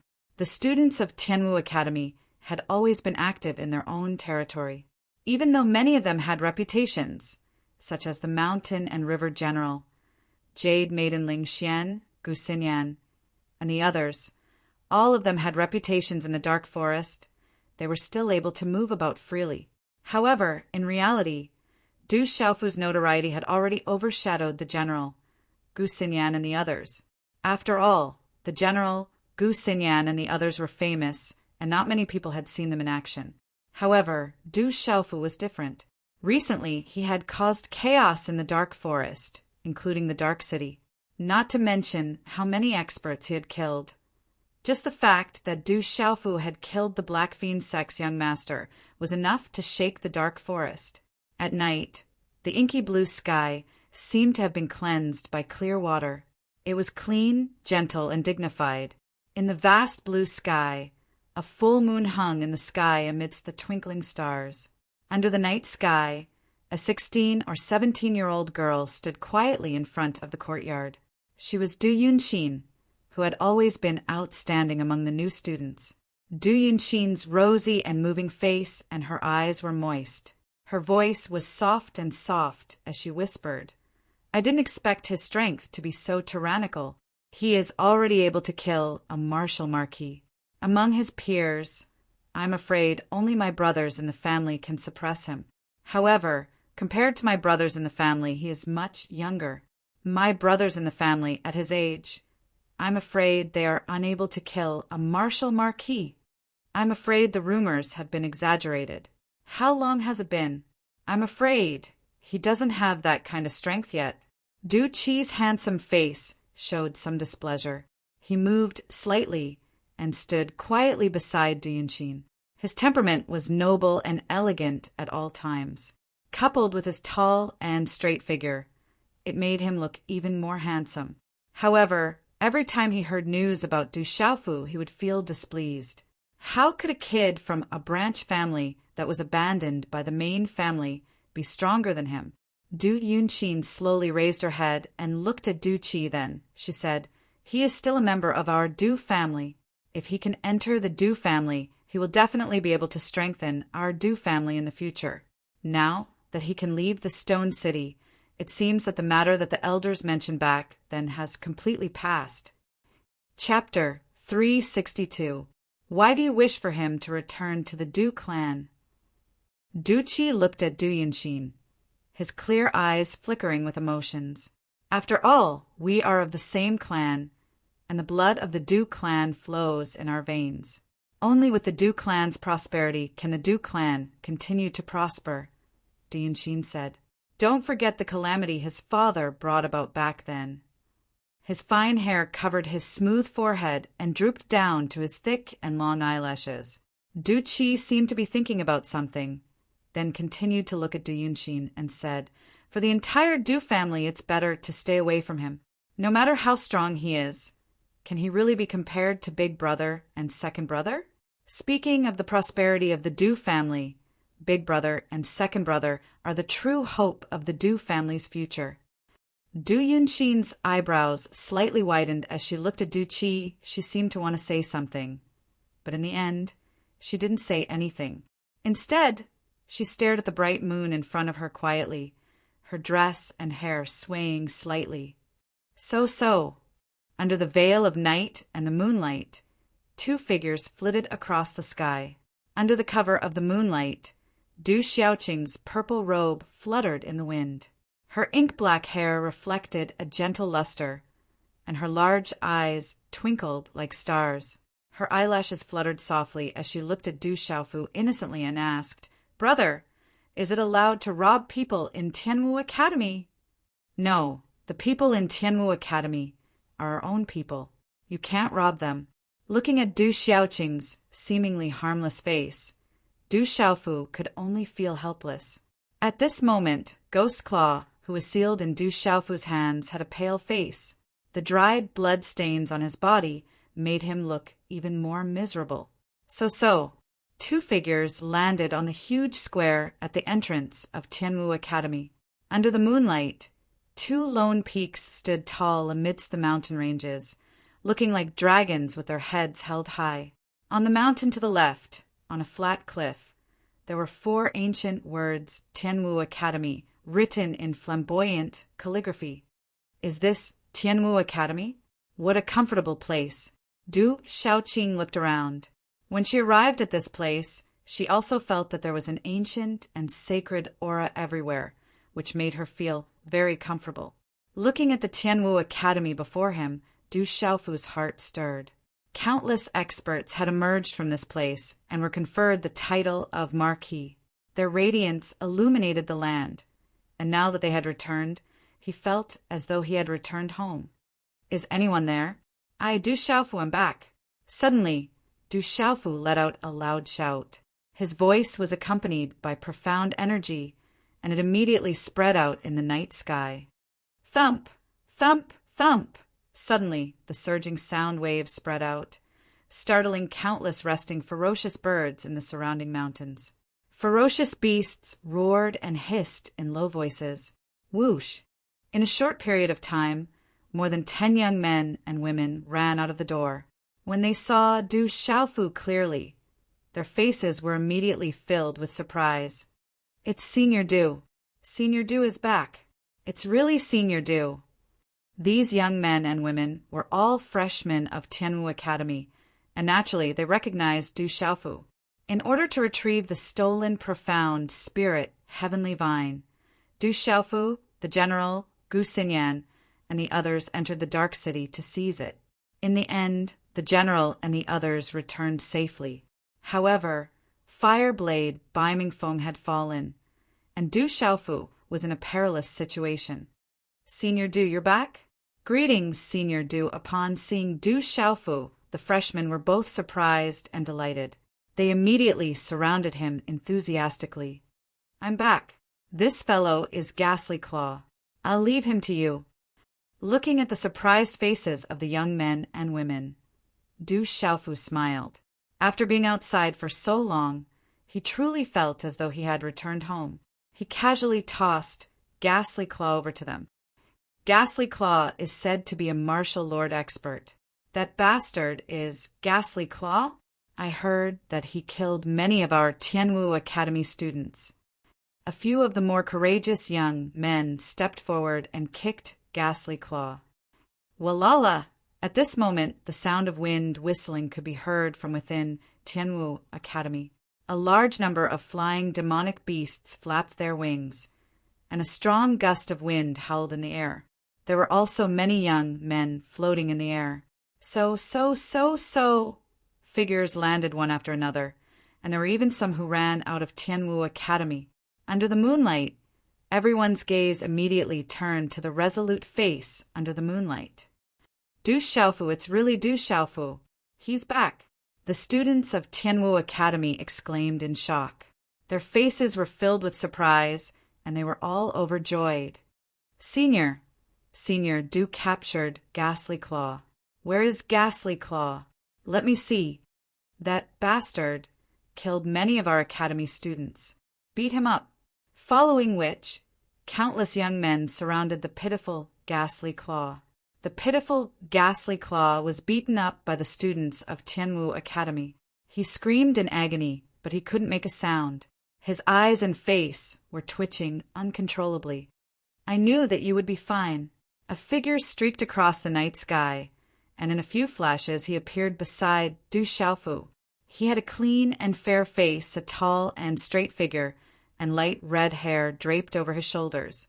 His dark red eyes rippled, and he exuded an indescribable aura of authority and devilish evilness. How did you know that I would be fine? Du Xiaofu lifted his head to look the young man before him. Who else could this fellow be other than the demon exterminating sword Liu Xiao? Because good people don't live long, while scourges live for 1,000 years. Thus, it shouldn't be a problem for you to live for a few hundred or 1,000 years. How could anything happen to you? Amidst the night sky, a series of whooshing sounds could be heard. A figure was the first to arrive before Du Xiaofu. Then, a muscular young man with a faint bronze complexion appeared before him. His facial features were distinct and deep, and he exuded an extraordinary aura.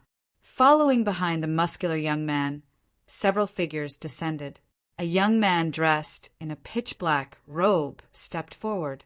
His handsome face was as though a sculpture, and the sharp glint in his eyes made one not dare to underestimate him. Looking at the muscular young man and Du Xiaofu, he said, "Good people don't live long, while scourges live for 1,000 years. If that's the case, this fellow should be able to live for at least 10,000 years. 1,000-year-old tortoise? How can you say such things about Junior Du?" A woman in red smiled faintly. She was dressed gorgeously. Half of her soft breasts were covered, and her armor-like short skirt was wrapped around her perky buttocks. Her long and slender legs were exposed all the way down to her fair thighs. Her eyes were charming and seductive, but her face was plain and elegant. Her entire person exuded a kind of soft and tender feeling.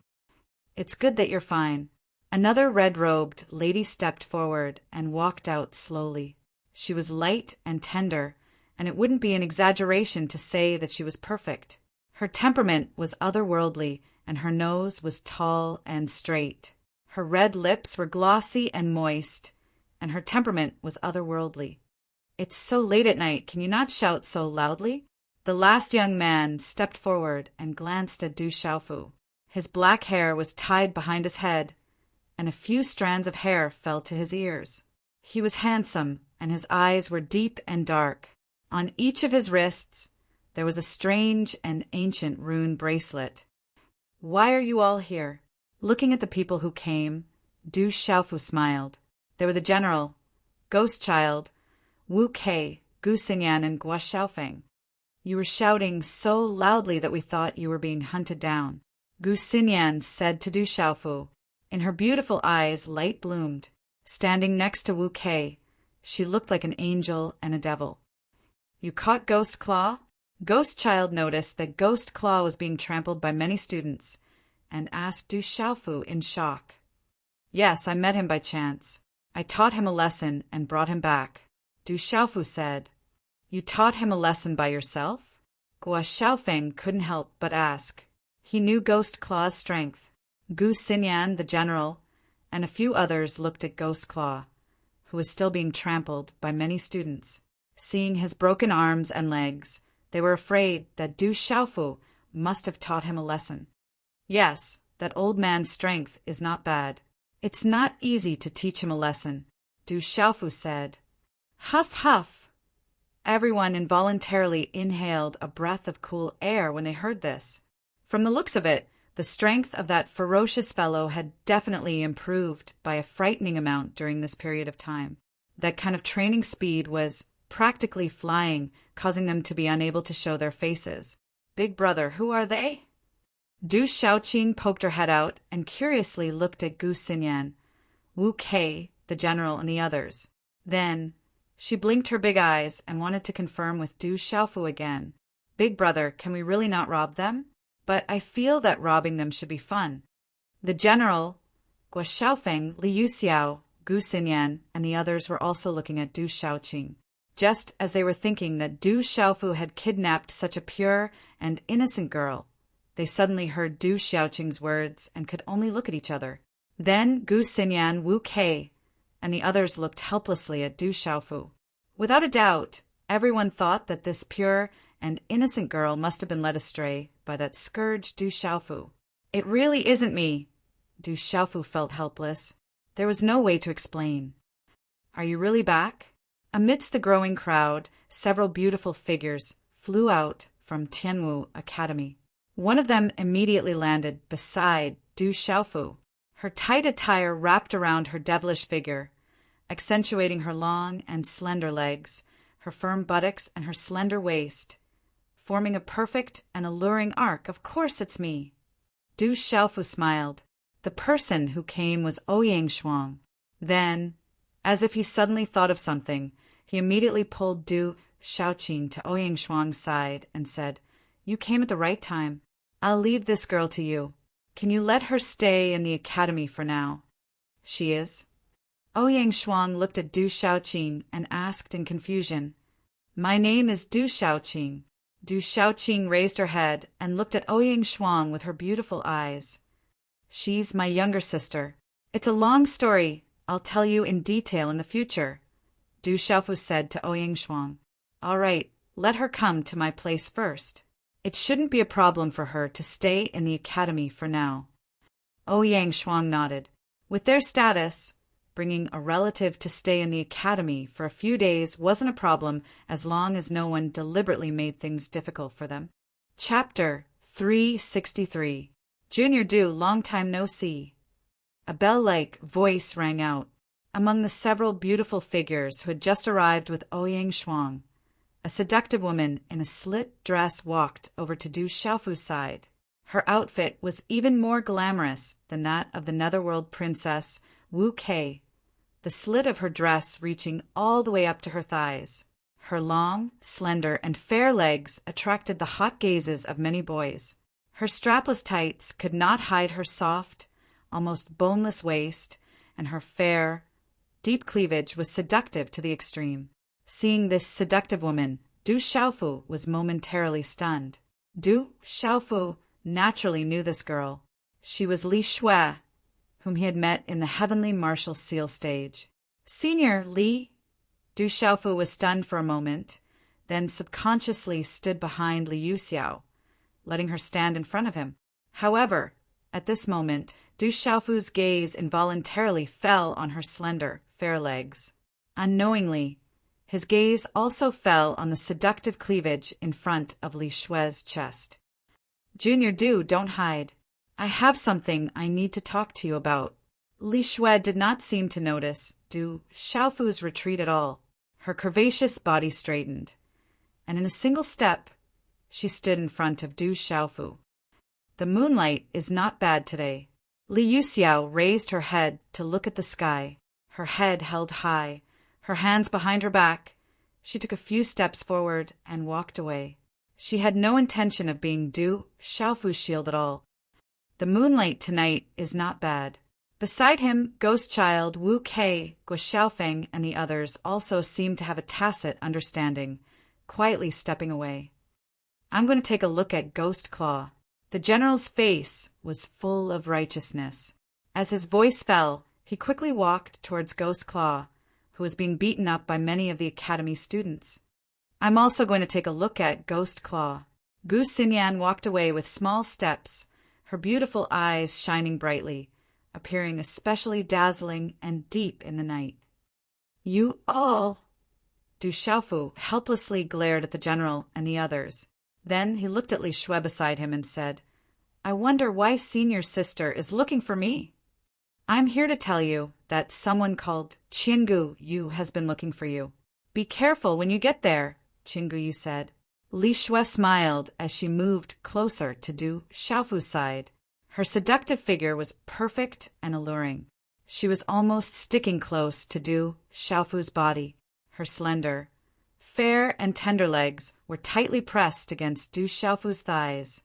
At this moment, Li Shui did not seem to care about how many young men around her were already bleeding from their noses. Her pink and tender red lips were slightly pouted, as if she was trying to entice them to kiss her. She moved closer to Du Xiaofu's ear and said, That fellow is very powerful. However, if you can teach him a lesson, don't hold back when the time comes. This concerns my lifetime happiness. Okay, I got it. Du Xiaofu immediately nodded, smelling the seductive fragrance coming from her body. He immediately took a step back to get as far away from her as possible. However, Du Xiaofu immediately thought that the fragrance was very pleasant. Moreover, those slender and fair legs seemed to stimulate the blood circulation of people who looked at them. He could not help but take another look. Haha. Li Shui saw this and smiled, the corners of her mouth forming an extremely charming arc. She did not know if it was intentional or not, but her eyes moved slightly. Suddenly, she became shy and charming. She leaned forward and gently whispered in Du Xiaofu's ear, Junior brother, you have been staring at my legs and chest. There are so many people here, you will make me embarrassed. How about this? You come to my place, and I'll let you have a good look. If you want to touch them, it's okay. Senior sister, I'll go take a look at Ghost Claw. Du Xiaofu was stunned when he heard these words. His face immediately flushed red, and he hurriedly left, as if he was running for his life. He hurriedly rushed towards the general. PFFF, PFFF. Li Shui looked at the departing Du Xiaofu, and suddenly burst into laughter. Li Shui, do you want me to cut ties with you?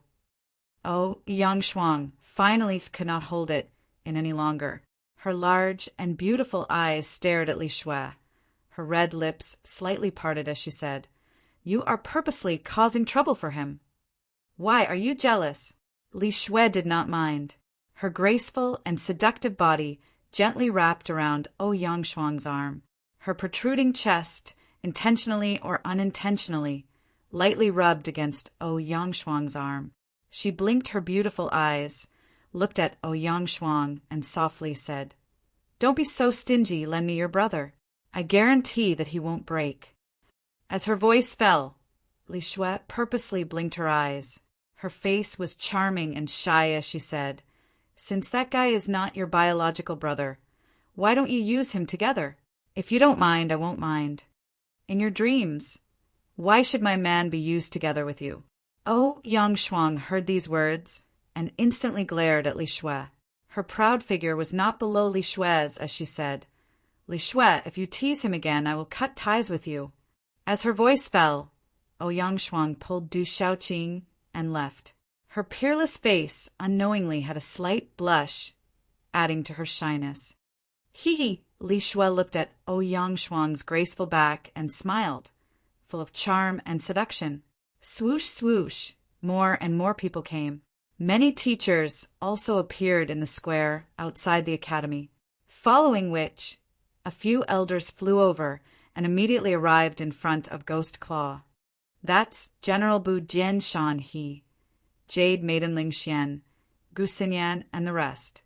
9 Nether Young Master, Ghost Child, and Netherworld Princess Wu Kei are also here. Outside the academy, the number of students was still increasing. Seeing the general, Gu Xinyan, Ghost Child and the rest, who were rarely seen, caused a great commotion. After several elders came and handed Ghost Claw over to the elders, the general, Gu Xinyan, Du Xiaofu and the rest also hurriedly left. After handing Du Xiaoqing over to Ouyang Shuang, Du Xiaofu had just arrived at the school's chore area and was about to return to the dormitory when he saw many registered students rushing out of the chore area. One by one, the registered students were discussing the news that Du Xiaofu had captured Ghost Claw and returned to the academy. They planned to go and watch the show. Among the crowd were Wu Qingfeng, Zhang Wei, Sun Ji, and the rest.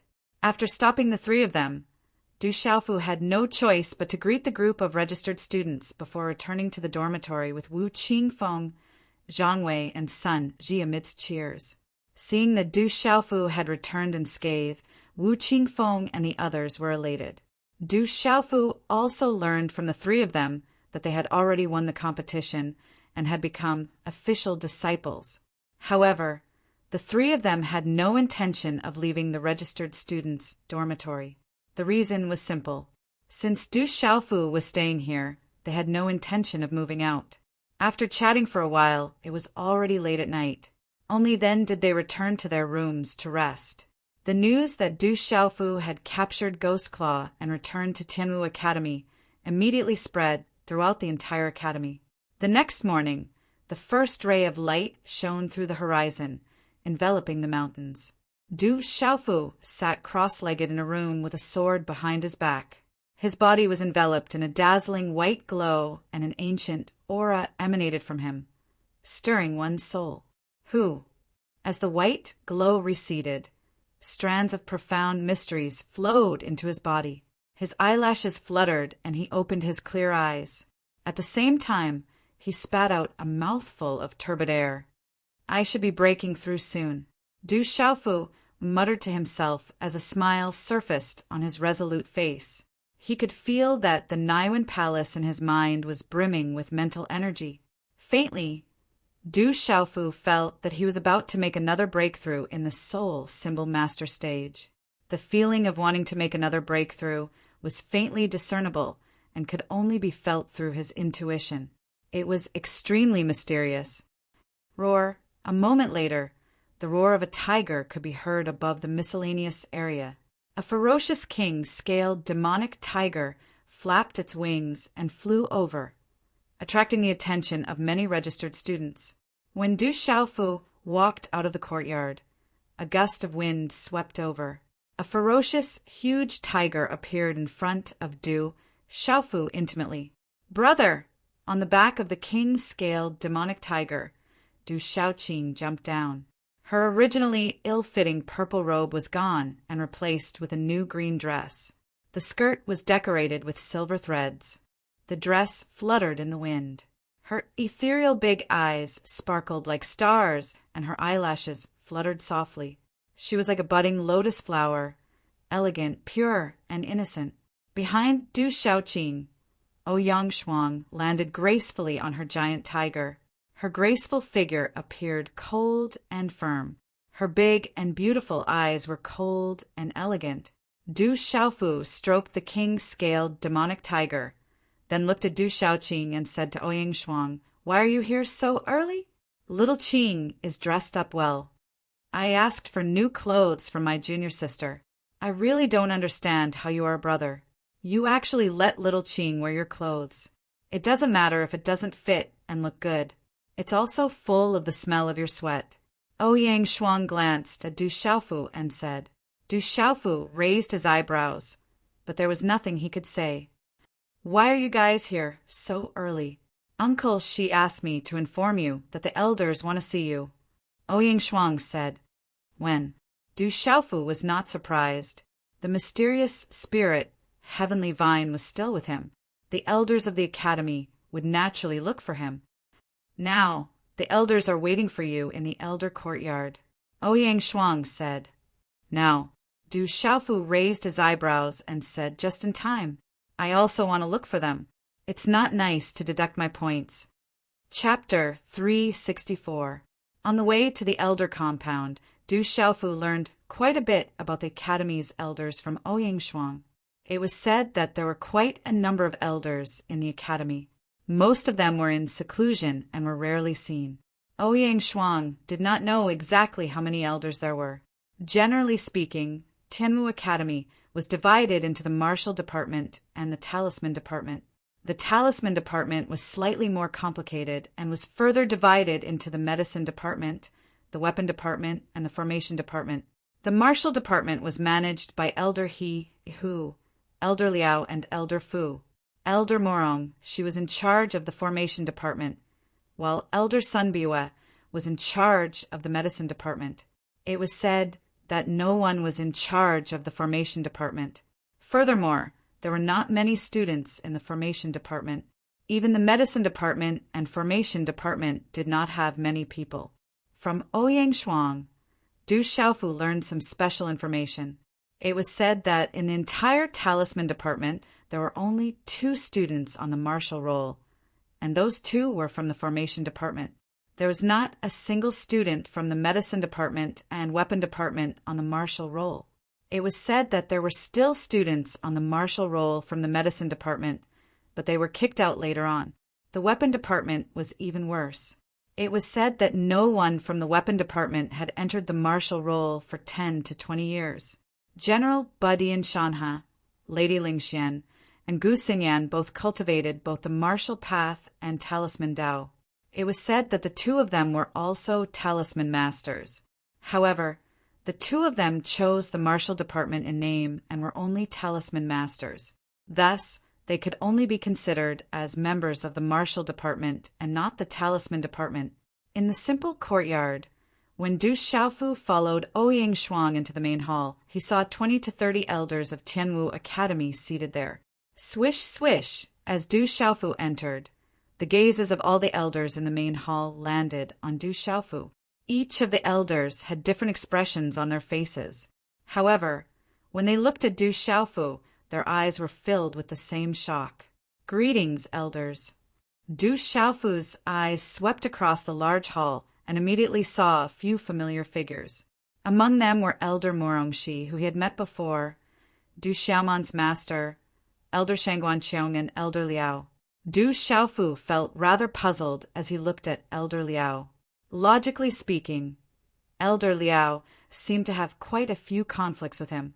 However, Elder Liao had disregarded his own safety to save Du Xiaofu when he was being chased by the mysterious spirit Heaven Vine in the dark forest. This was something that Du Xiaofu could not explain. Du Xiaofu, did you personally capture Ghost Claw? In the main hall, an old man in his 60s with an extremely ruddy face looked at Du Xiaofu and asked. There was some doubt in his eyes, and his figure was strong and powerful. Du Xiaofu looked at the old man. From the description that Ouyang Shuang had specially given to them, Du Xiaofu guessed that this person was probably the talisman Array Martial Institution's Elder He Hu. Elder, I personally captured him. Du Xiaofu secretly spied on Elder He Hu's concealed aura. Even if he was not at the Martial King realm, he was not far from it. Du Xiaofu, Ghost Claw has reached the Nirvana realm of the Martial Marquis realm. He wasn't severely injured when you captured him, right? A middle-aged man asked Du Xiaofu. His gaze fluctuated, and there was some doubt in his shock. Is this very important? Anyway, I have captured Ghost Claw and brought back the mysterious spirit Heaven Vine. The Academy's punishment on me can be written off. Du Xiaofu looked at the many elders in the main hall. After he finished speaking, he immediately took out the brocade box that contained the mysterious spirit Heaven Vine from his chinkuan bag. Walala! As Du Xiaofu opened the brocade box, a dazzling light instantly soared into the sky from within the brocade box. An energy fluctuation rippled in the surrounding air. A completely sparkling and translucent green vine was slightly curled up within the brocade box, and when it stretched out, it was probably around 3 meters long. Its surface was wrapped in talisman markings, and it slowly wriggled like a living being, as if it possessed intelligence. However, at this moment, there was obviously some kind of restriction set up in the brocade box. The green vine was unable to break the restriction. It's the mysterious spirit Heaven Vine. As the mysterious spirit Heaven Vine appeared in Du Xiaofu's hand, all the elders instantly exclaimed in surprise. From the fluctuation of the aura, it was obvious that it was the mysterious spirit Heaven Vine. The brocade box was only opened by Du Xiaofu for a brief moment before it was closed again, after which he held the brocade box in his hands as he looked at all the elders and said, "Elders, I have retrieved the mysterious spirit, Heavenly Vine, and Ghost Claw. Shouldn't you return the points that you have deducted from my points card?" Well, the eyes of a woman around the age of 50 in a long dress at the seat of honor moved instantly when she heard this, and then she smiled at Du Xiaofu and said, "Your points were deducted because you've ruined the medicinal field and destroyed countless spirit herbs. The 8 million points deducted from you are far from being enough to make up for it. However, you've recovered the Spirit Skyvine and made up for the Academy's losses, and you've captured Ghost Claw and restored the Academy's reputation. So, all the debts you owe the Academy in the past will be written off." "That's too unfair. You are bullying me." Du Xiaofu curled his lips and refused to accept this. These elders were definitely bullying him. He had risked his life to obtain the mysterious spirit Heaven Vine and had even lost his life several times. However, these elders were all apprehensive about this and that. They really knew how to take advantage of him. "All right, enough. All right, stop messing around. You've destroyed quite a few medicinal fields. This time, we've captured Ghost Claw and brought back the mysterious spirit, Heavenly Vine. Your contribution is the greatest. The Academy will remember this great merit.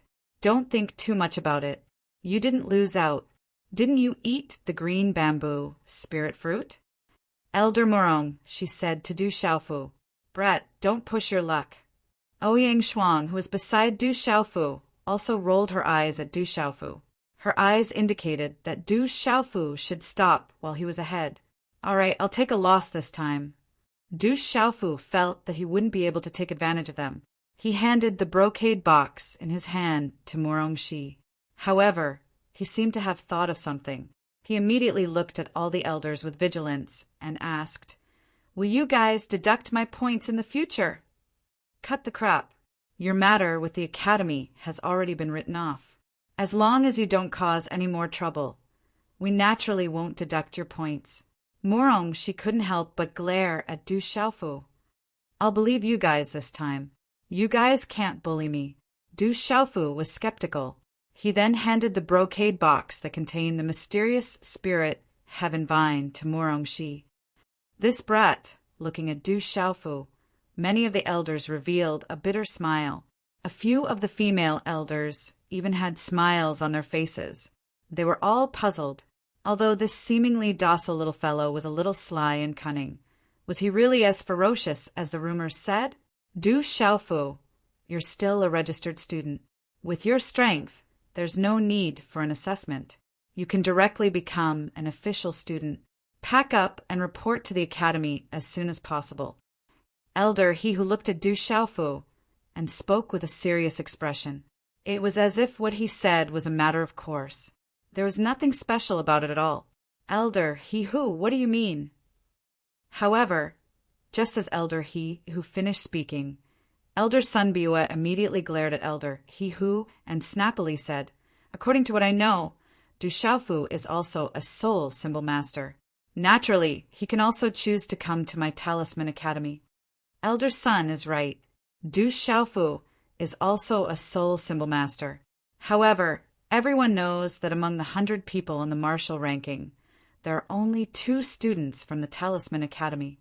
Letting Du Xiaofu go to the Talisman Academy is like using a sledgehammer to crack a nut. Moreover, if he enters the Martial Academy, he can still cultivate as a soul symbol master. There's no delay. Elder, he who smiled. The meaning behind his words was to suppress the Talisman Academy in front of Du Xiaofu. "You!" Hearing Elder he who's words, Elder Sun immediately glared fiercely at Elder he who. When the surrounding elders heard the competition between Elder he who and Elder Sun Biwa, they didn't know what to say. Everyone knew that with Du Xiaofu's talent, whether it was the Martial Academy or the Talisman Academy. They naturally hoped to compete for him. Between the Talisman Academy and the Martial Academy, there had always been a tradition of secret competition. However, for an unknown period of time, the Talisman Academy couldn't compare to the Martial Academy and had always been suppressed by the Martial Academy. Du Xiaofu, do you want to enter the Martial Academy or the Talisman Academy? Choose for yourself. Elder Morong, she looked at Du Xiaofu and said, To Du Xiaofu, there was nothing special about being an in-name student and an official student. However, it was more convenient for official students to cultivate in the academy. At the same time, his drunkard father also hoped that he could enter the Talisman Academy. After pondering for a while, Du Xiaofu said, I will enter the Talisman Academy. As Du Xiaofu's voice fell, many elders were rather surprised. It was also somewhat beyond Ouyang Shuang's imagination. Elder, he who was even more astonished. Then he immediately said to Du Xiaofu, Kid, you have to think clearly. If you enter the Talisman Academy, you won't have any future prospects. Entering the Martial Academy is the way to go. I will give you another chance to choose. As long as you enter the Martial Academy, I will personally teach you. No, I will take you as my personal disciple. How about it? I remember that your cultivation method seems to belong to the tyrannical type. I just happen to have a tyrannical fist technique at the marquis level. It should be extremely suitable for you. He-hoo! What do you mean by if you enter the Talisman Academy, you won't have any future prospects? Do you want to compete? Elder Sun Biue couldn't bear it anymore and almost attacked Elder He-hoo. This was simply too much. Not only was he trying to snatch a student who was about to enter the Talisman Academy, but he was also using all kinds of methods to entice him. A marquis-level martial skill and an elder taking him as a personal disciple was definitely an irresistible temptation for all students. Elder Sun, that's not what I meant. I just wanted Du Xiaofu to think about it a little more. Elder He who seemed to know that he was a little too enthusiastic.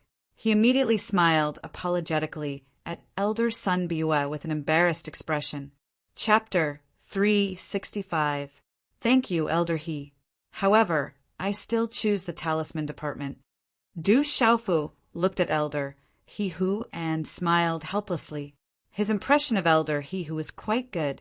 Some people just like to do useless things. Talisman masters are not something that cultivators everywhere can compare to. Hearing Du Xiaofu's words, Elder Sun Biue immediately smiled.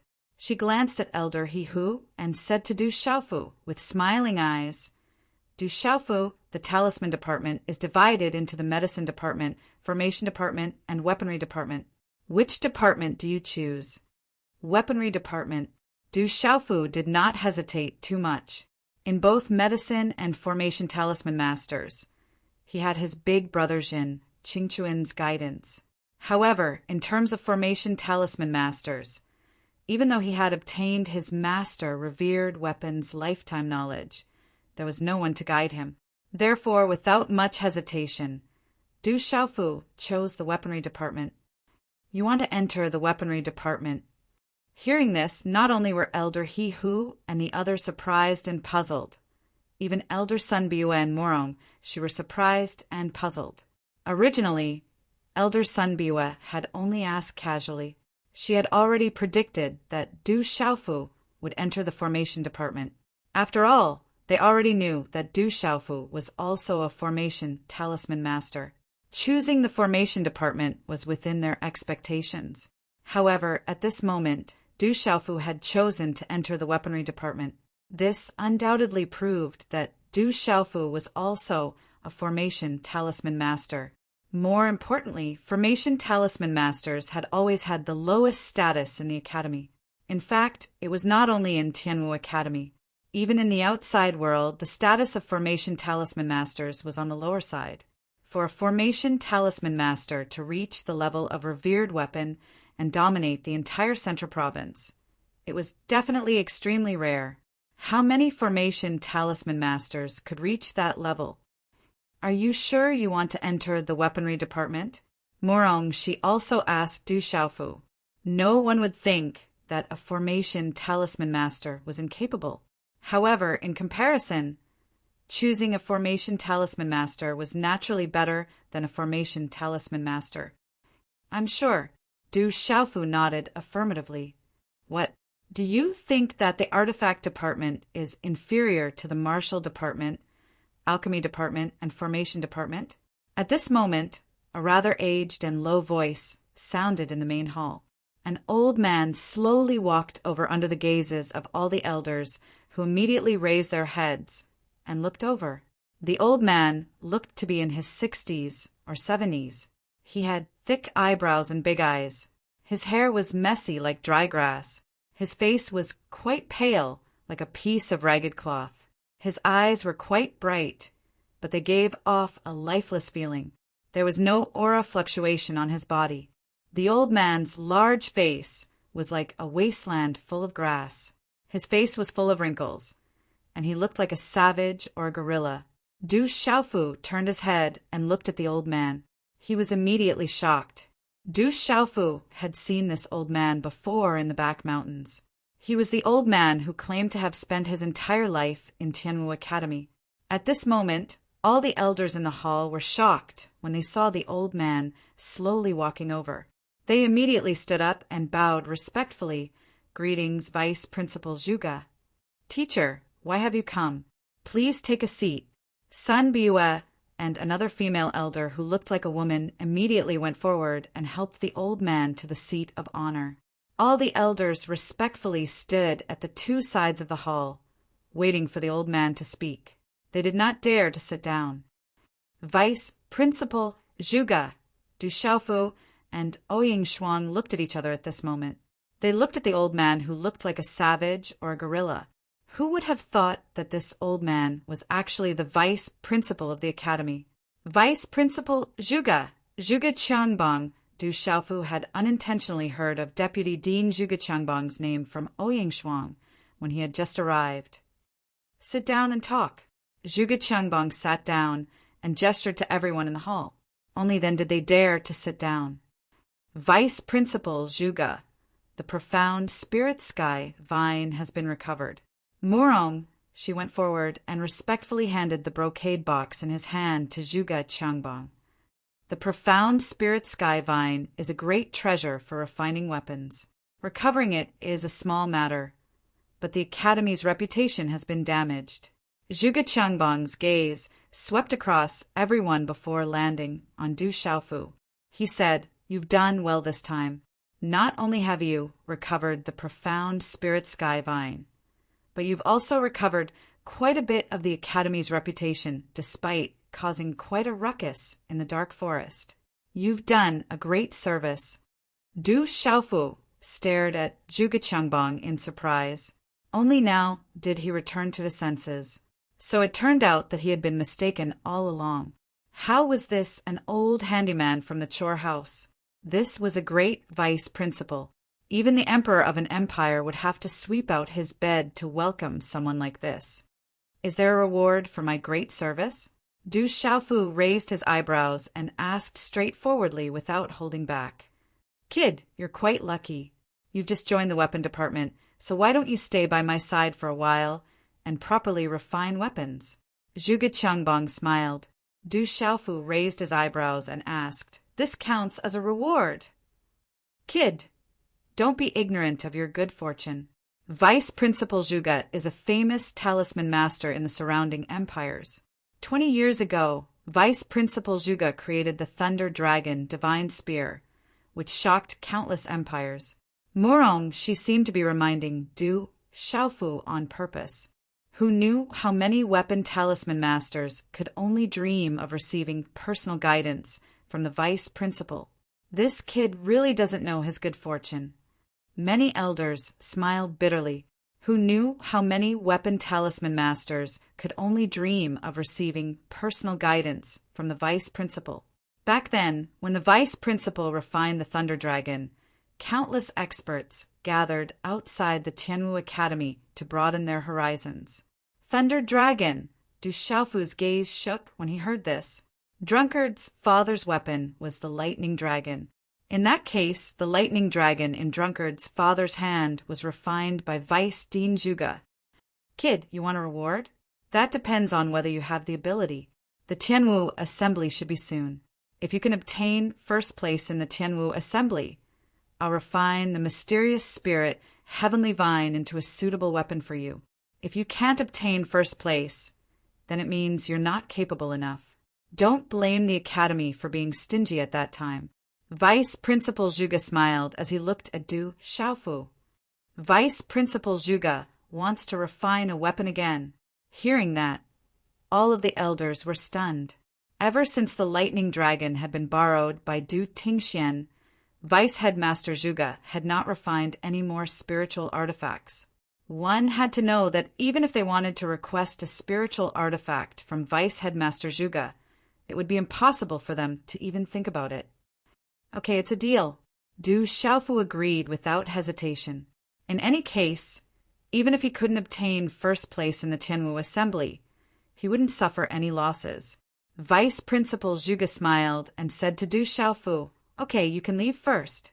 Come find me tomorrow and let me see how far you've come in refining weapons." Du Xiaofu nodded and left the hall with Ouyang Shuang. Phew! Ouyang Shuang's chest rose and fell the moment she exited the large hall. She inhaled a deep breath of air.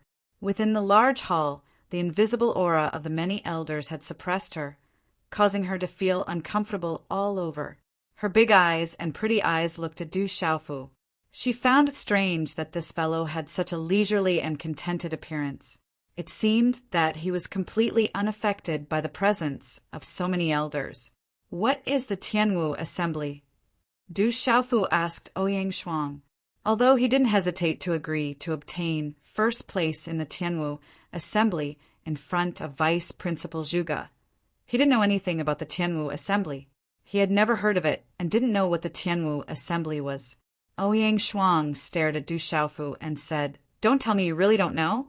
Then why did you agree to it in front of Vice Principal?" "I really don't know about the Tianwu assembly."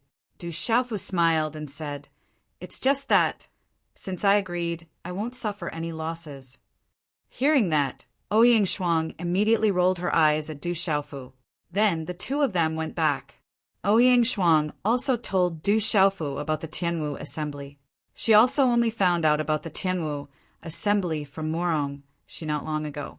After knowing everything about the Tianwu assembly, Du Xiaofu was also quite shocked. Du Xiaofu didn't think that the Tianwu talisman realm would have such a terrifying effect. Every 20 years, it would form a space where time was accelerated. Compared to the outside world, the time inside would be 10 times faster. Cultivating inside for half a year was equivalent to cultivating for an entire 5 years in the outside world. Every cultivator was clear about the various benefits within, and those benefits might not be of much use to super experts who didn't lack time to cultivate.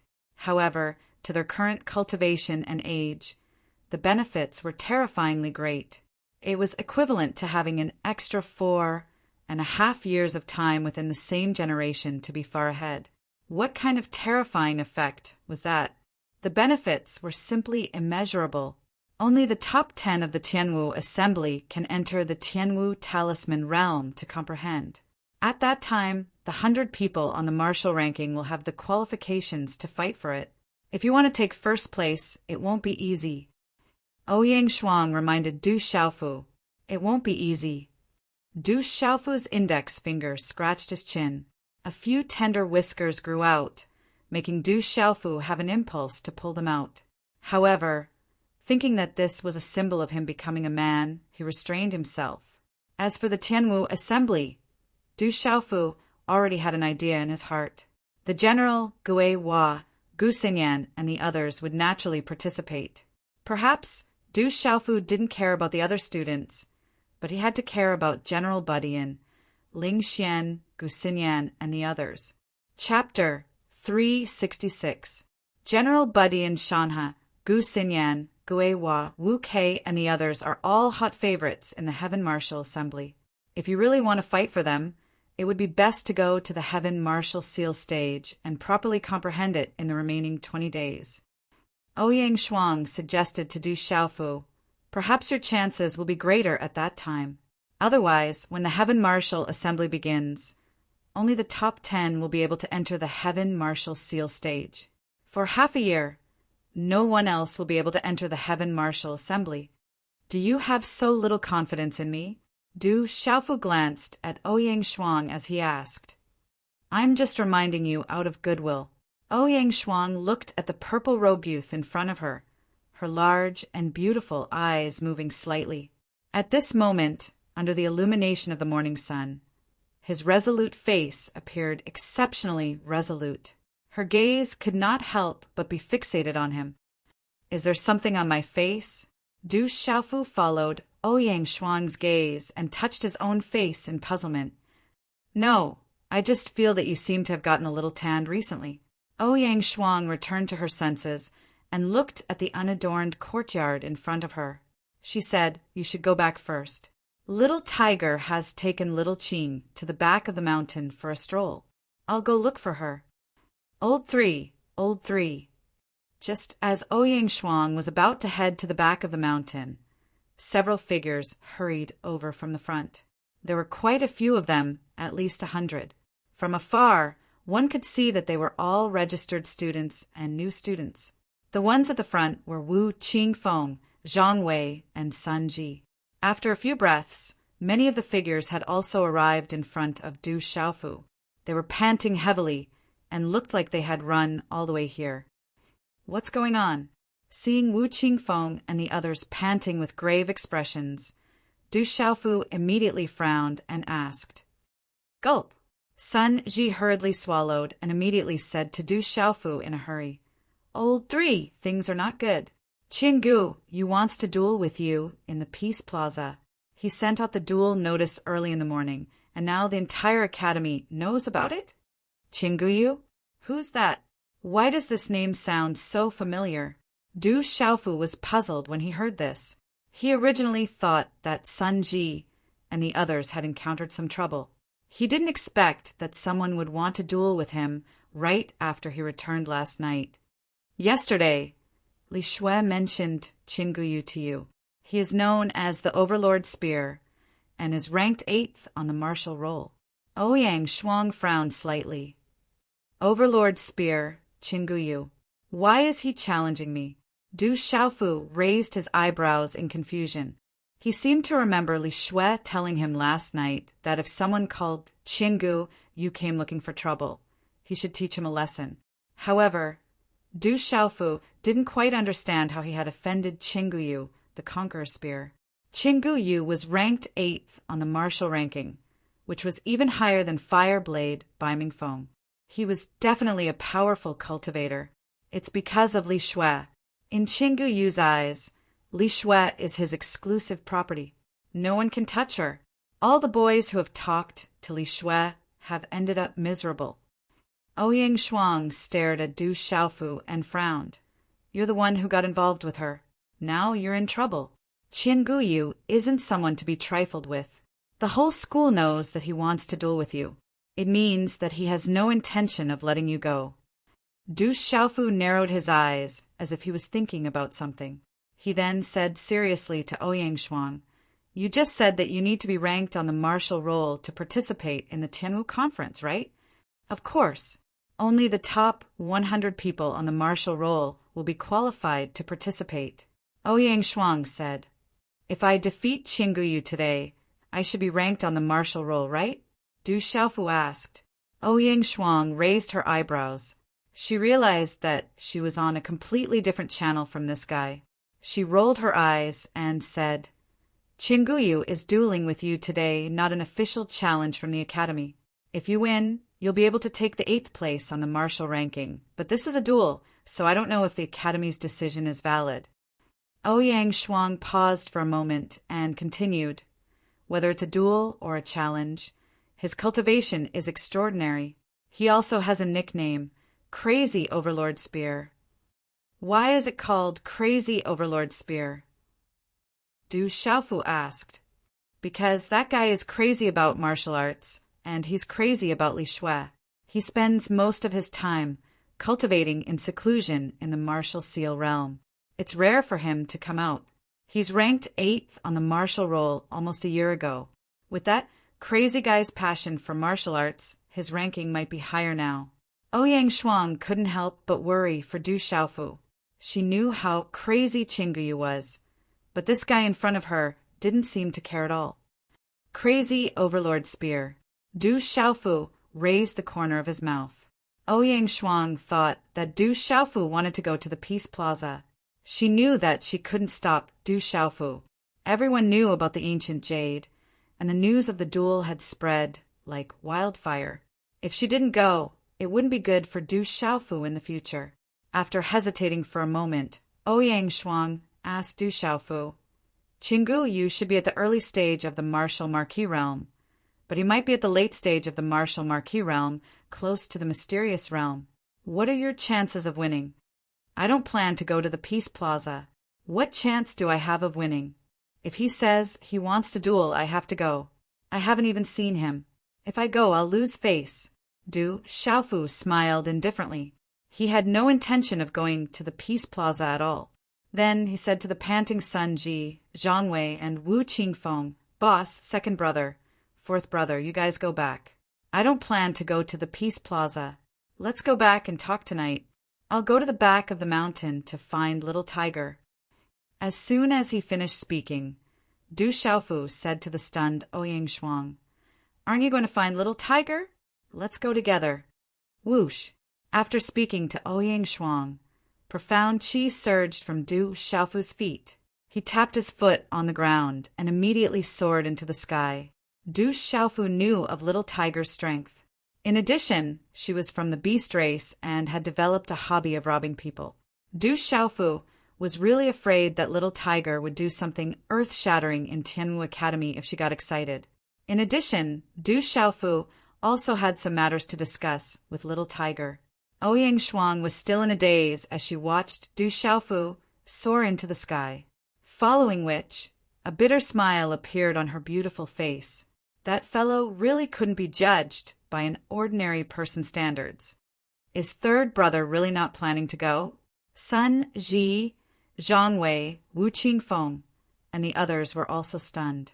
They probably didn't expect that Du Xiaofu wouldn't be bothered by the ancient jade's challenge. He also didn't have any intention of going. A moment later, the mountain range at the back of the mountain range was filled with a dense forest. Compared to the dense forest in the dark forest, this place lacked the baleful aura, but it had an ancient aura.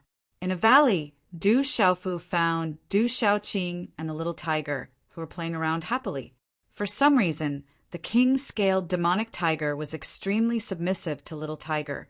That kind of subservience was like a subject to an emperor, respectful and fearful. Upon seeing Du Xiaofu and Ouyang Shuang, Du Xiaoqing immediately rushed over happily. Her green dress was adorned with silver strands that fluttered in the wind. Her ethereal eyes blinked, elegant, pure and innocent. Roar! The king-scaled demonic tiger also immediately leaped to Du Xiaofu's side. Its tiger posture was vigorous, and its might was extraordinary.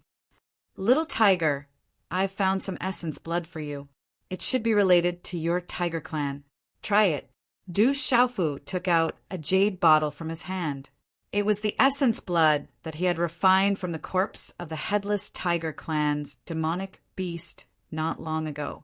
Du Xiaofu had used his own blood to place a seal on the jade bottle. However, the aura that faintly spread from it was still extremely berserk. Just the aura that faintly spread from it was enough to make one's heart tremble. Roar!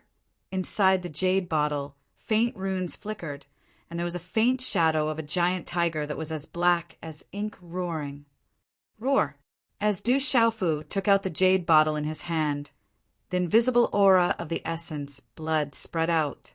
The king-scaled demonic tiger's eyes suddenly trembled, and its tiger body trembled. It almost wanted to crawl. This aura seems to make me very uncomfortable. Suddenly, Du Xiaoqing said to Du Xiaofu with a serious face, Her ethereal eyes stared at the jade bottle in Du Xiaofu's hand. Even some faint aura fluctuations appeared around her beautiful figure. It was the first time that she had been so prepared, and the fluctuations were so intense. Little Qing, do you know what kind of demonic beast's essence blood this is? Du Xiaofu asked Du Xiaoqing. This girl was refined from the corpse of the headless tiger clan's demonic beast. Perhaps she knew the origin of the tiger clan's demonic beast expert. I don't know, I forgot. However, although this aura makes me very uncomfortable, it can't do anything to me. Du Xiaoqing's ethereal eyes only became serious for a moment. Immediately, she became relaxed again, and the aura around her body also quietly dissipated. Seeing this, Du Xiaofu's eyes suddenly lit up. He said to Du Xiaoqing, "Little Qing, Big Brother should be busy recently. The little tiger needs to consume the essence blood. Can you help to keep an eye on the little tiger? When the time comes, don't let anyone disturb the little tiger." Okay. Du Xiaoqing nodded her head. She didn't seem too unwilling. She would naturally do what Big Brother asked her to do. Little Yu forgot a serious matter. He thought that he had finished updating today and forgot that he still owed a chapter yesterday. He actually forgot to update today. He slept until 12 o'clock and suddenly remembered. He immediately got up and started to write. At 2 o'clock in the morning, Little Yu went back to sleep. Chapter 367. Under the scorching sun, the Peace Square was bustling with people. There were many discussions going on around the square, all about who was stronger between Du Xiaofu and the Conqueror Spear Qinguyu. Some people thought that Du Xiaofu was strong enough to capture even Ghost Claw, so he should have no problem dealing with Qinguyu. Others thought that Qinguyu was a veteran expert on the martial ranking, ranked 8th, and was not someone Du Xiaofu could deal with. The spectators were divided into two camps, unable to come to a conclusion. However, they were famous for their performance, so at most they argued loudly.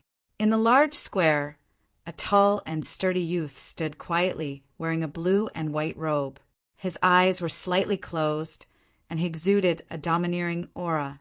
However, the crowd waited from dawn to sunset. For an entire day, Du Xiaofu did not show up in the face of Qinguyu's duel. Since noon, the spectators had been in an uproar. Because Du Xiaofu did not show up, many students thought that Du Xiaofu did not dare to show up because he knew he was no match for Qinguyu. In the end, everyone who had gone to the bustling Peace Square in high spirits returned in disappointment. At dusk, the sun set in the west, and the red clouds rolled in the sky. On a mountain not far from the Peace Square, many figures stood. They were General Budian, Jade Maiden Lingxian, Gu Xinyan, Gui Hua, Wu Kei, Guo Xiaofeng, Liu Xiao, and the others. "Looks like that guy doesn't plan on paying any attention to Qinguyu," General said. "I wanted to see how strong that guy has become recently, but it looks like I won't be able to see it today," Liu Xiao said softly. Liu Xiao said softly. His dark red robe was particularly eye-catching under the glow of the sunset. "The Tianwu conference is about to begin. We should prepare well during this time," Gu Xinyan said, her beautiful eyes shining brightly. As night fell, the distant mountains and nearby trees, forests and hills all became hazy, as if covered by a veil. In a valley, the faint roar of a tiger could be heard. "Who?" Du Xiaofu's face was pale. It took a lot of effort to undo the seal. Only then was the king-scaled demonic tiger able to swallow the blood essence and refine it. However, the king-scaled demonic tiger found it difficult to withstand the impact of the demonic tiger's blood essence. It was constantly struggling and roaring. What kind of demonic beast's blood essence is this? The energy is so violent and the pressure is so shocking. On a huge rock, Ouyang Shuang asked Du Xiaofu. Just the energy of the demonic tiger's blood essence alone was enough to make her tremble with fear.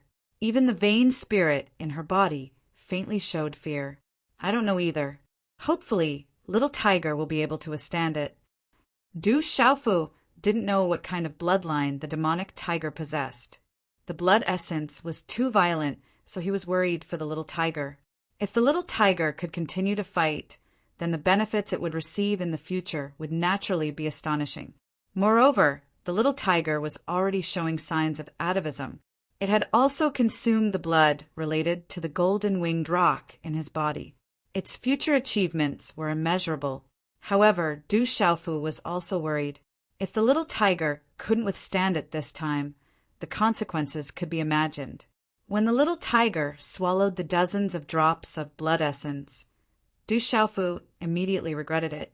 He should have let the little tiger swallow half of the violent blood essence first. However, it was too late to regret it. Moreover, the dozens of drops of blood essence turned into a ferocious, demonic tiger shadow with black runes.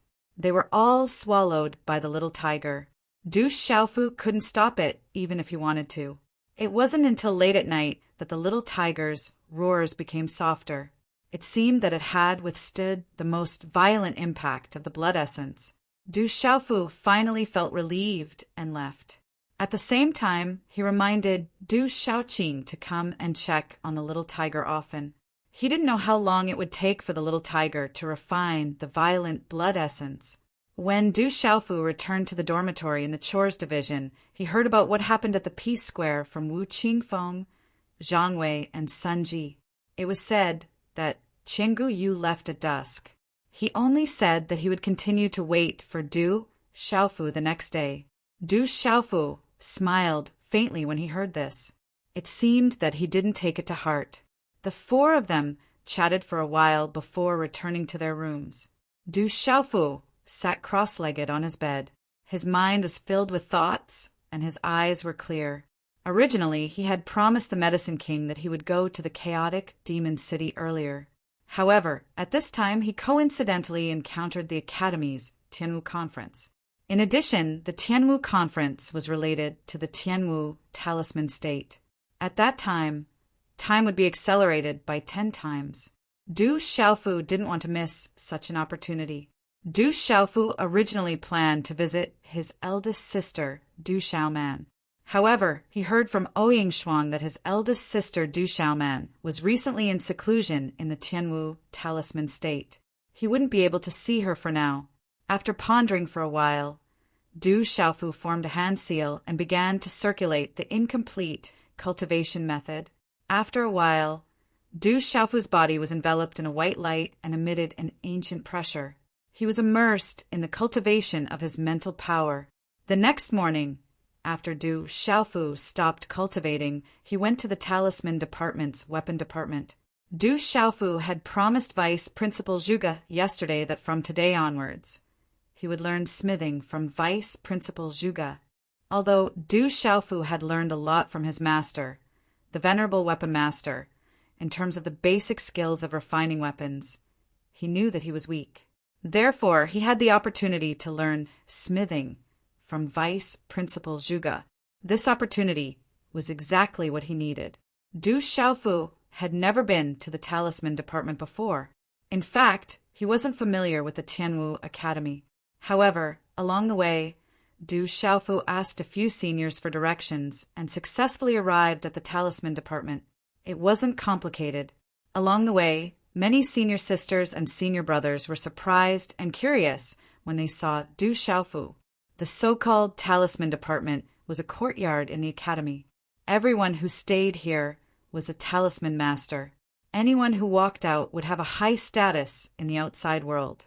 Du Xiaofu entered the Talisman Department. Under many curious gazes, he asked a few seniors from the medicine department and successfully found his way to the weapon department. When he arrived at the entrance of the weapon department, Du Xiaofu was speechless.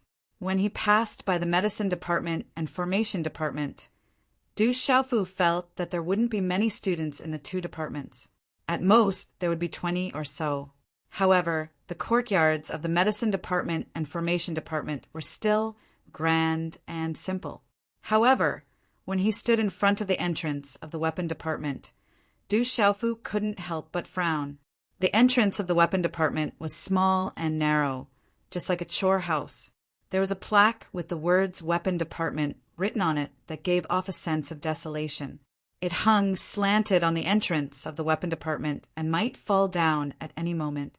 The entrance of the weapon department was even more deserted. Du Xiaofu stood there for a long time, but no one came out.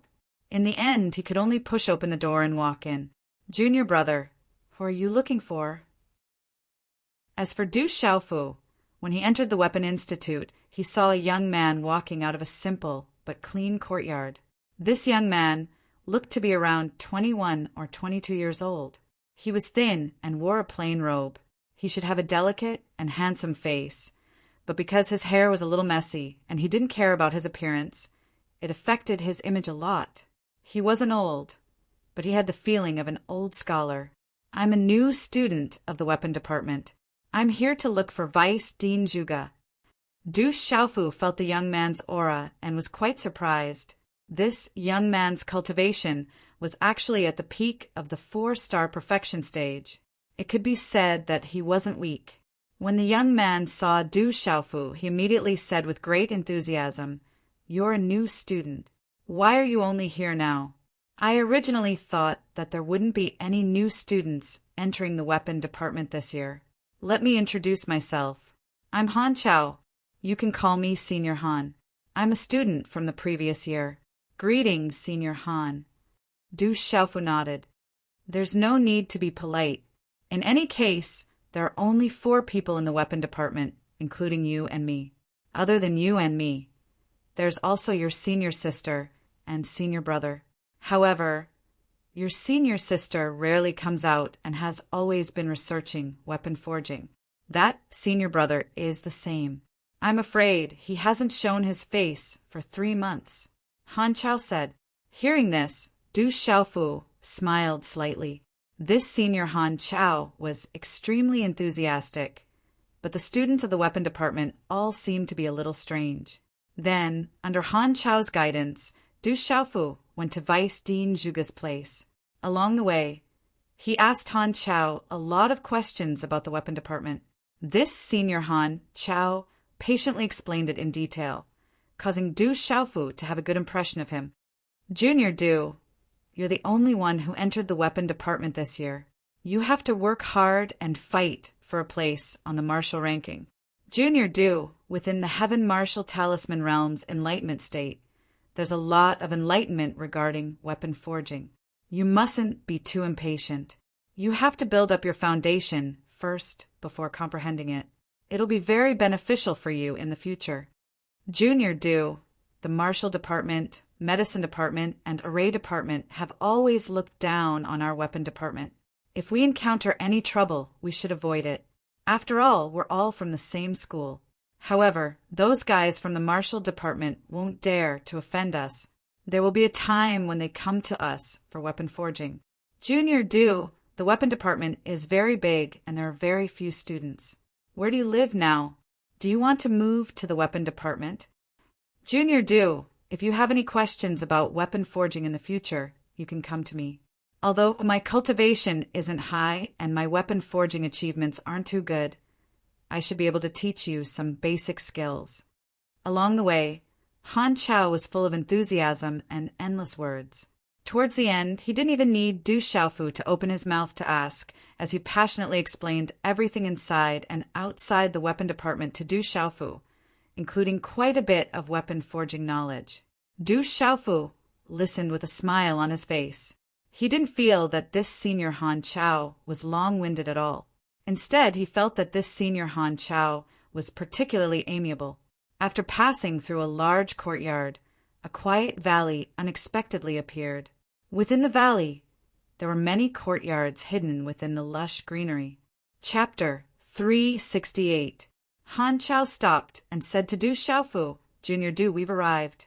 Up ahead is Vice Principal Zhuge's courtyard. However, we are not allowed to enter as we please, or we will be punished. You were sent here by Vice Principal Zhuge, so of course it's fine. Go in." "Thank you, Senior." Du Xiaofu thanked him and then walked towards the valley. Han Chao really did not seem to dare to approach. After bidding farewell to Du Xiaofu, he turned and left. In a rather ancient-looking courtyard, There was a bit of a scorching aura in the air. "Come in." Just as Du Xiaofu arrived in front of the valley and raised his head to look around, Zhuge Qiangbang's voice also reached Du Xiaofu's ears. A moment later, in a place that should be a forging room, Du Xiaofu saw Zhuge Qiangbang sitting cross-legged. Vice Principal Zhuge Qiangbang still had that thatched face, looking like a savage. There was no aura rippling from his body. "Greetings, Vice Principal Zhuge." Du Xiaofu bowed and stood to the side in a rather well-behaved manner. The thunder dragon that his drunkard father had used back then was refined by this Vice Headmaster Zhuge in front of him. This made Du Xiaofu feel a bit closer to him. No need to be so polite. Vice Principal Zhuge smiled slightly and then looked at Du Xiaofu, saying, "You are also an artifact seal master. Are you interested in forging artifacts?" "Yes, so I joined the artifact department." Du Xiaofu nodded. "How much do you know about forging artifacts?" Zhuge Qiangbang raised his gaze slightly, and there was some curiosity in his seemingly lifeless gaze. "I know a bit, but I've never personally forged one before." Du Xiaofu was rather embarrassed. Although his master, the revered artifact master, had left behind all his life's comprehensions and knowledge, he had never had the chance to personally forge an artifact. In particular, his basic skills were rather weak. "I have nothing to do anyway, so I'll talk to you about refining. When the time comes, you can try it out yourself." The expression on Zhuge Qiangbang's face didn't change much. He directly began to explain refining to Du Xiaofu, starting from refining materials, refining experience, and other aspects, including many aspects. It was just that Du Xiaofu knew quite a lot about these things, and he could even supplement them with Zhuge Qiangbang's explanations. Every time Du Xiaofu added something, especially in the aspect of refining, Zhuge Qiangbang carefully pondered over it and immediately felt enlightened. He immediately looked at Du Xiaofu in doubt and surprise. Originally, it was Zhuge Qiangbang's explanation to Du Xiaofu.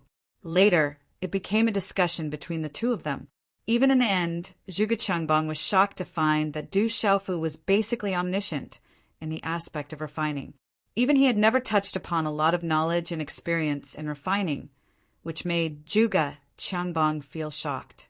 Du Xiaofu was also rather surprised.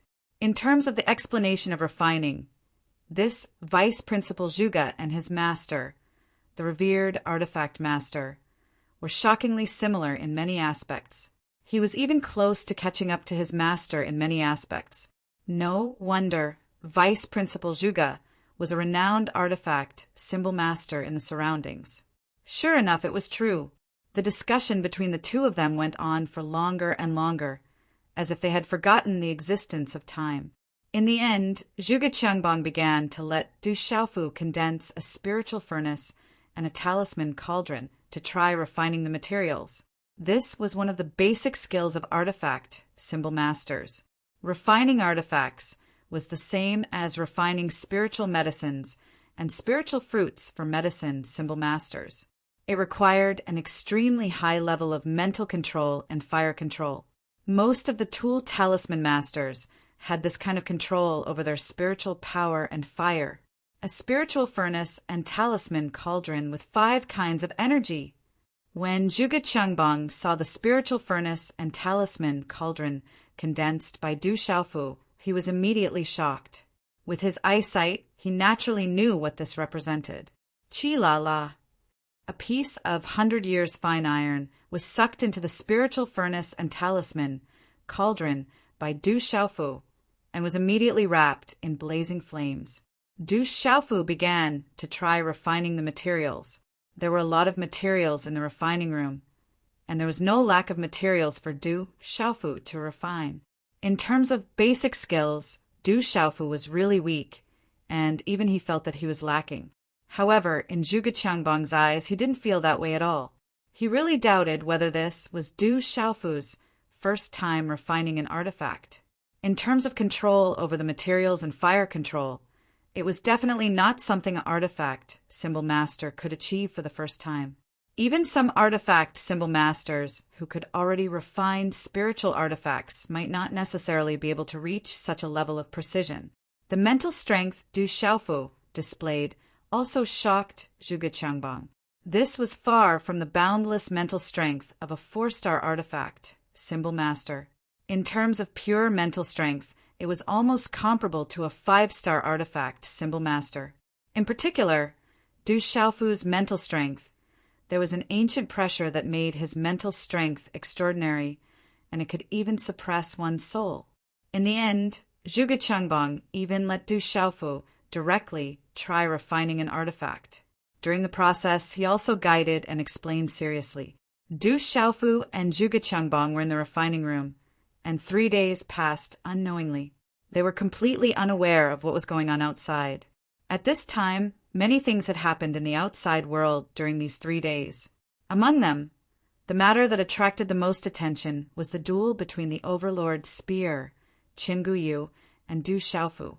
In addition to the previous day, Qin Guyu had announced that he wanted to duel with Du Xiaofu over the past 4 days and had been waiting in the Peace Plaza for 4 days. However, Du Xiaofu didn't appear during these 4 days, causing Qin Guyu to wait for 4 days. The number of spectators in the Peace Plaza decreased day by day. Because Du Xiaofu didn't appear for so long, many people who supported Du Xiaofu couldn't help but waver in their hearts. They reckoned that Du Xiaofu knew that he was lacking in manners and didn't dare to accept the duel because he wasn't as good as Qin Guyu. The sun was setting in the west, and the setting sun was as red as blood. On the Peace Plaza, a tall and sturdy young man's eyes flashed coldly as he muttered, Du Xiaofu, since you don't want to give me face, don't blame me for being impolite. You will definitely appear obediently. Pay attention to the temperature. Temper the materials into steel and remove all impurities. Only then can the materials be refined to their strongest state. If you want to refine a spiritual weapon, you must know the difference between a spiritual weapon and an ordinary ice blade. A spiritual weapon isn't an inanimate object. A spiritual weapon is sentient. A good spiritual weapon definitely can't be forcefully refined. Let the remaining pure materials fuse together. Use your mental energy to control how you want them to fuse. Whether it's a blade or a sword, an arrow or a mace or a spear, it's all up to the artifact talisman master. Zhuge Qiangbang's voice constantly rang out from the artifact refining room. His voice was filled with excitement. Zhuge Qiangbang couldn't help but feel excited as he looked at Du Xiaofu, who was sitting cross-legged in front of him and controlling the blazing lava in the cauldron. Perhaps today would be the first artifact talisman master in the history of Tianwu Academy to be able to refine a spiritual weapon on his first attempt. This was definitely a miracle. No one had ever heard of an artifact talisman master being able to refine a spiritual weapon on his first attempt. Bang! In the artifact refining room, the energy of the world suddenly fluctuated and converged like a whirlpool. Finally, it poured into the cauldron in front of Du Xiaofu. You have to stabilize it. Arrange the runes and start condensing the spiritual weapon. Zhuge Qiangbang stood up excitedly and stared at Du Xiaofu's every movement in the cauldron. Suddenly, his expression changed greatly as he said, Kid, what are you doing? Quickly condense the spiritual weapon. I'm going to try another refining method. Du Xiaofu's eyes flickered as he condensed one hand seal after another. His whole body was surrounded by a white radiance that seemed like a divine radiance, emitting an ancient pressure. Under Zhuge Qiangbang's shocked gaze, Du Xiaofu condensed one hand seal after another. In the end, it started to reveal mysterious green-red runes. Aoho! Faintly, the mysterious runes on Du Xiaofu's palm resounded with the cries of beasts, as if a flood dragon was soaring in the sky. Finally, a large amount of mysterious green-red runes converged in front of Du Xiaofu. The mysterious runes arranged themselves, condensed, evolved, and derived before faintly transforming into a faintly discernible flood dragon phantom. Elo! The flood dragon phantom was ferocious, overflowing with radiance and dazzling runes. It stirred up waves of air in the surrounding space. Ripples spread out, and its aura was like that of the king of all beasts. Profound cloud scarlet, flood dragon. Zhuge was astonished. That flood dragon phantom was actually a profound cloud, scarlet, flood dragon on the heavenly beast ranking. Profound cloud scarlet flood dragons with the bloodline of dragons were not ranked low on the heavenly beast ranking. At this moment, Du Xiaofu was condensing the mysterious runes of the profound cloud scarlet flood dragon. After Du Xiaofu killed Guyu's mount, the profound cloud scarlet flood dragon, its bones also fell into Du Xiaofu's hands.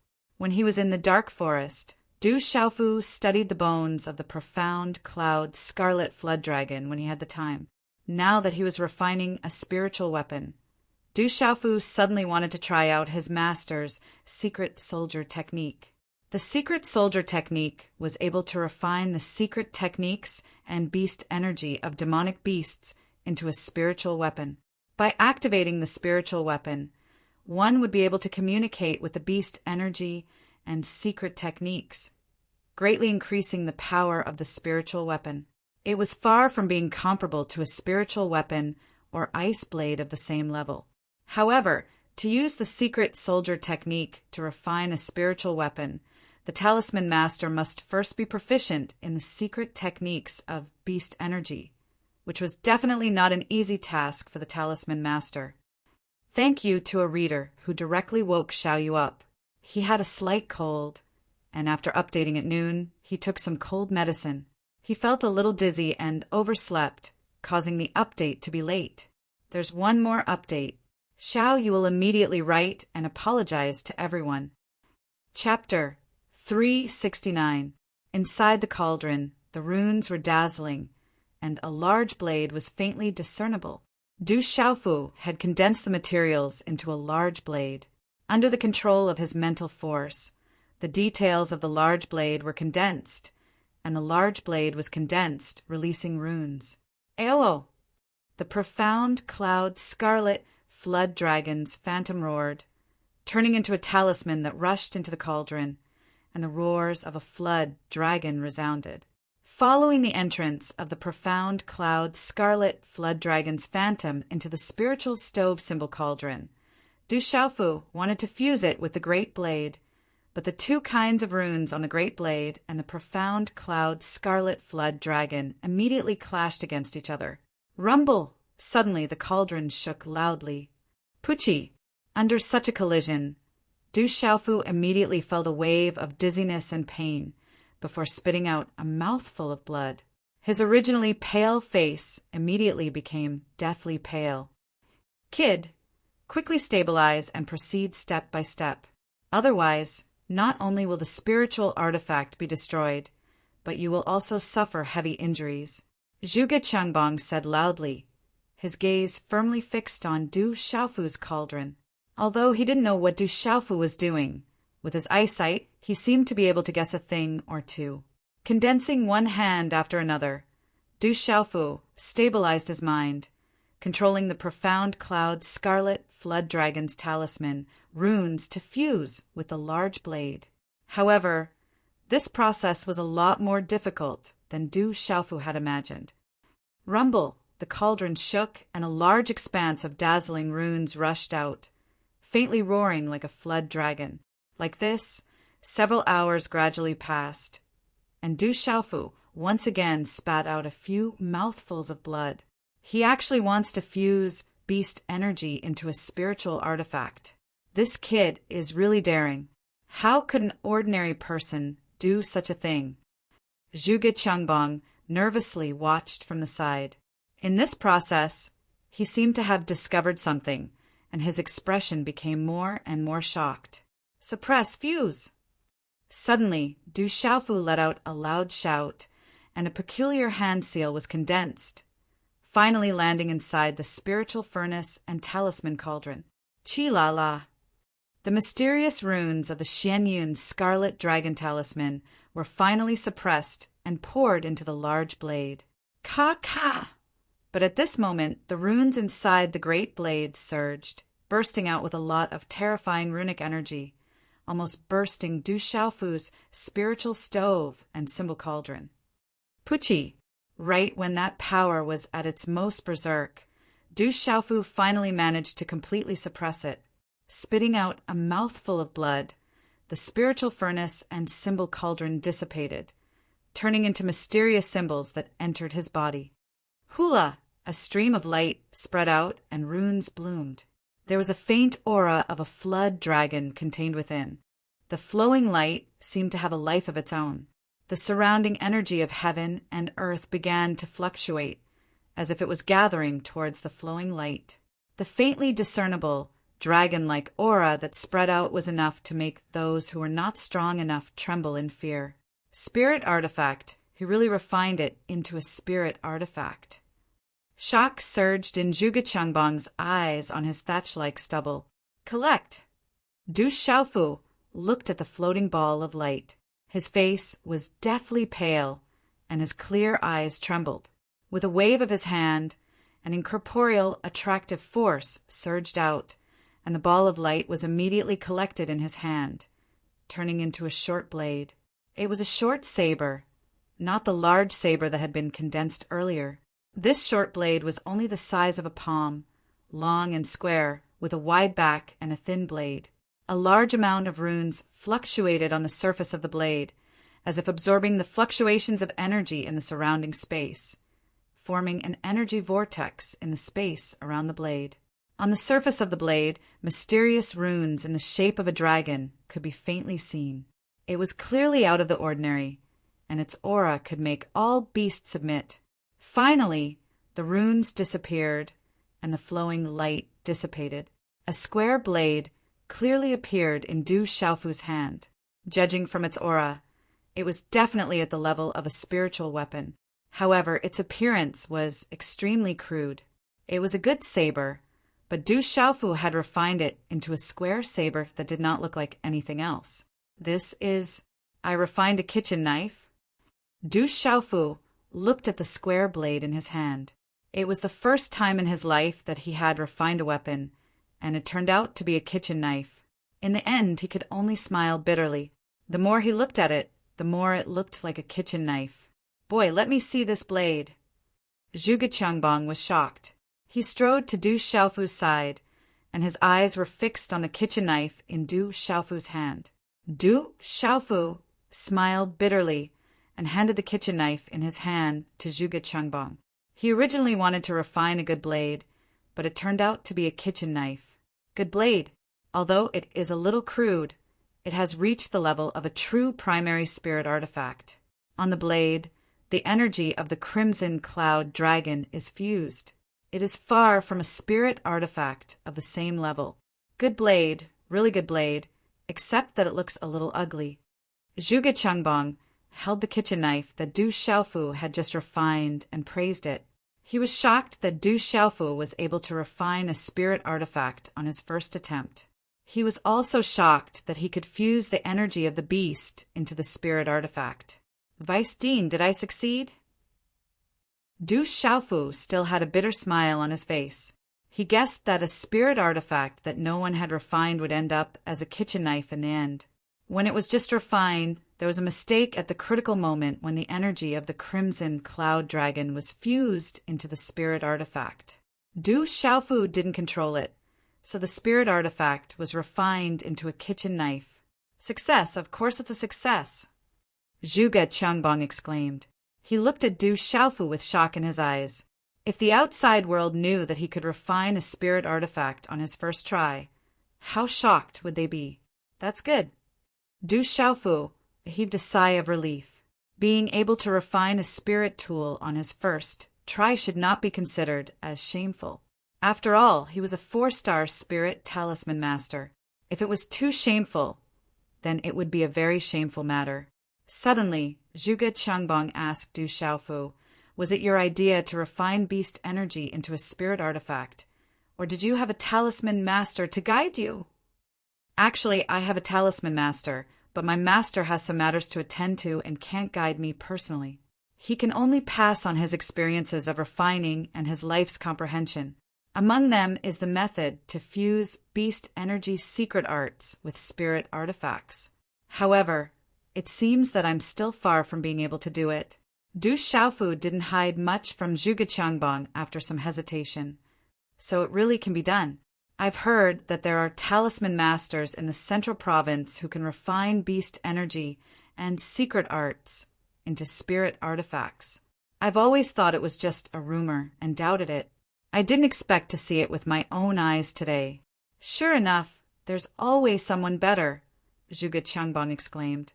Vice Principal, if you're interested, I can study the refining method passed down by my master together with you.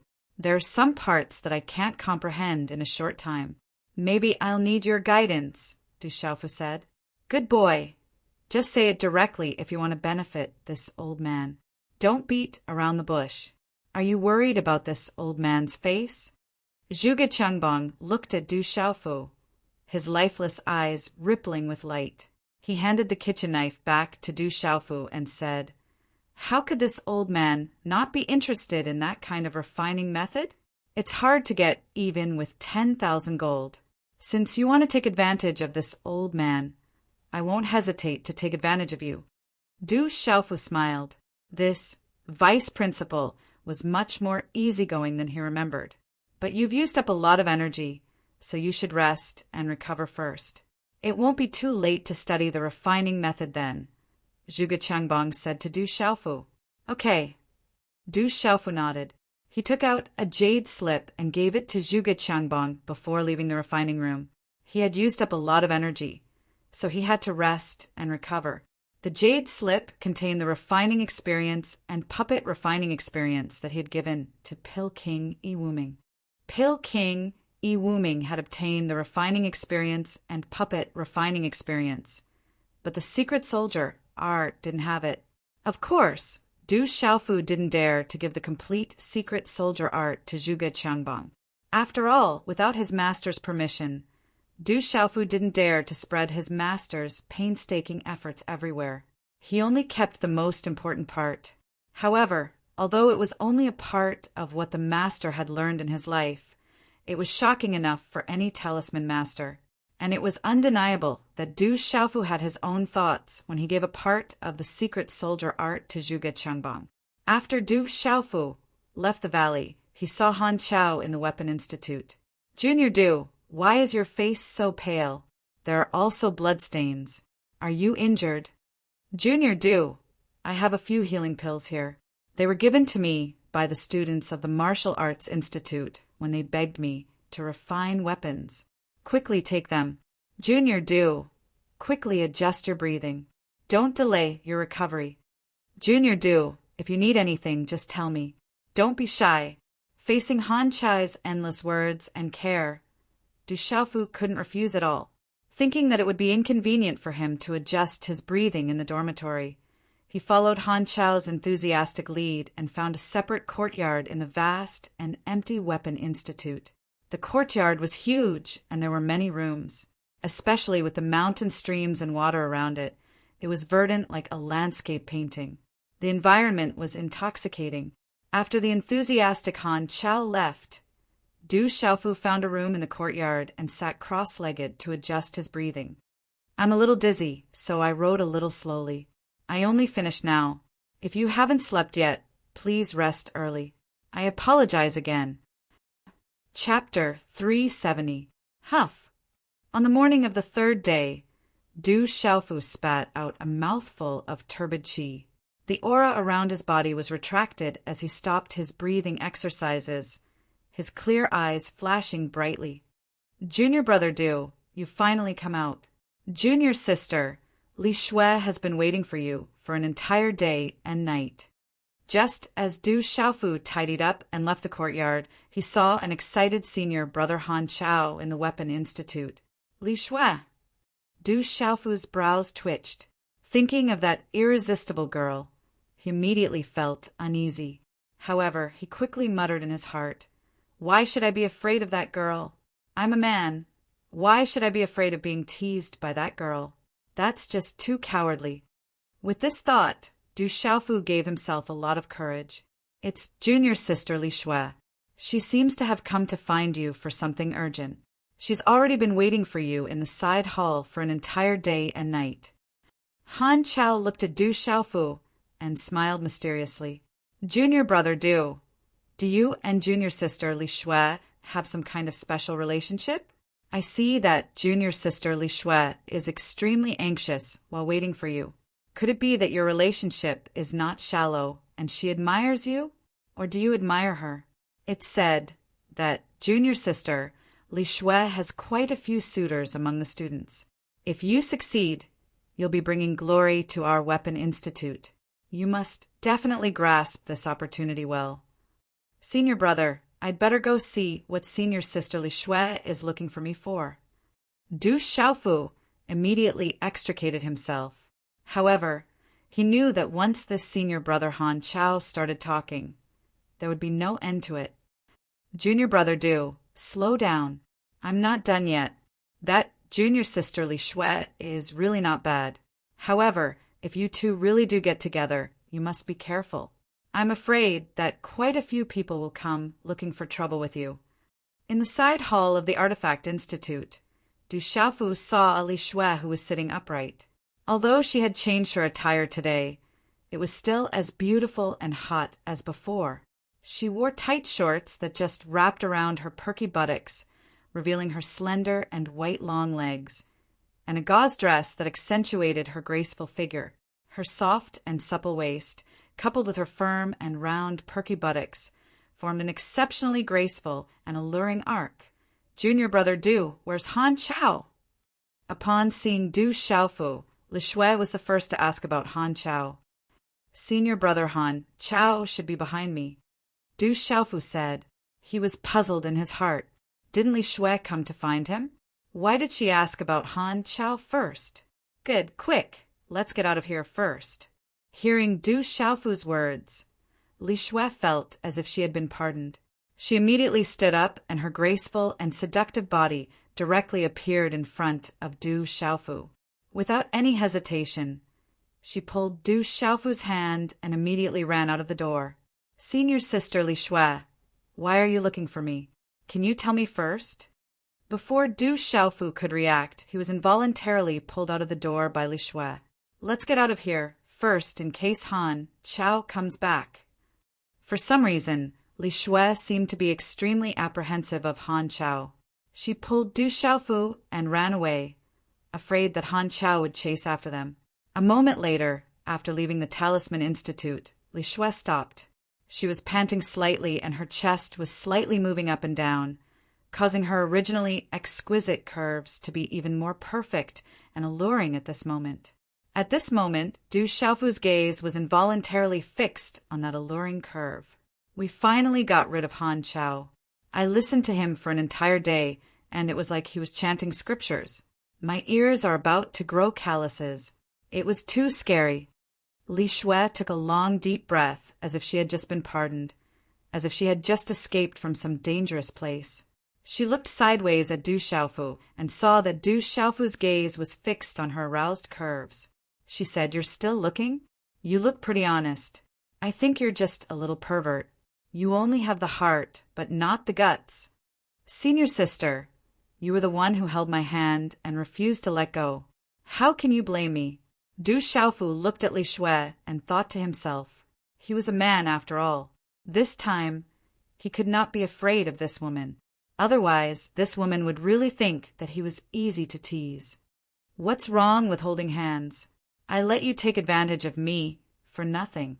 What else do you have to say? Li Shui glared at Du Xiaofu as a trace of embarrassment flashed across her eyes.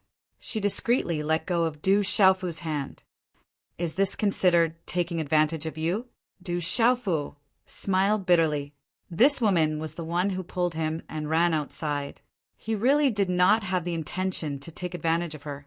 When Li Shui heard this, she could feel that Du Xiaofu was somewhat different today.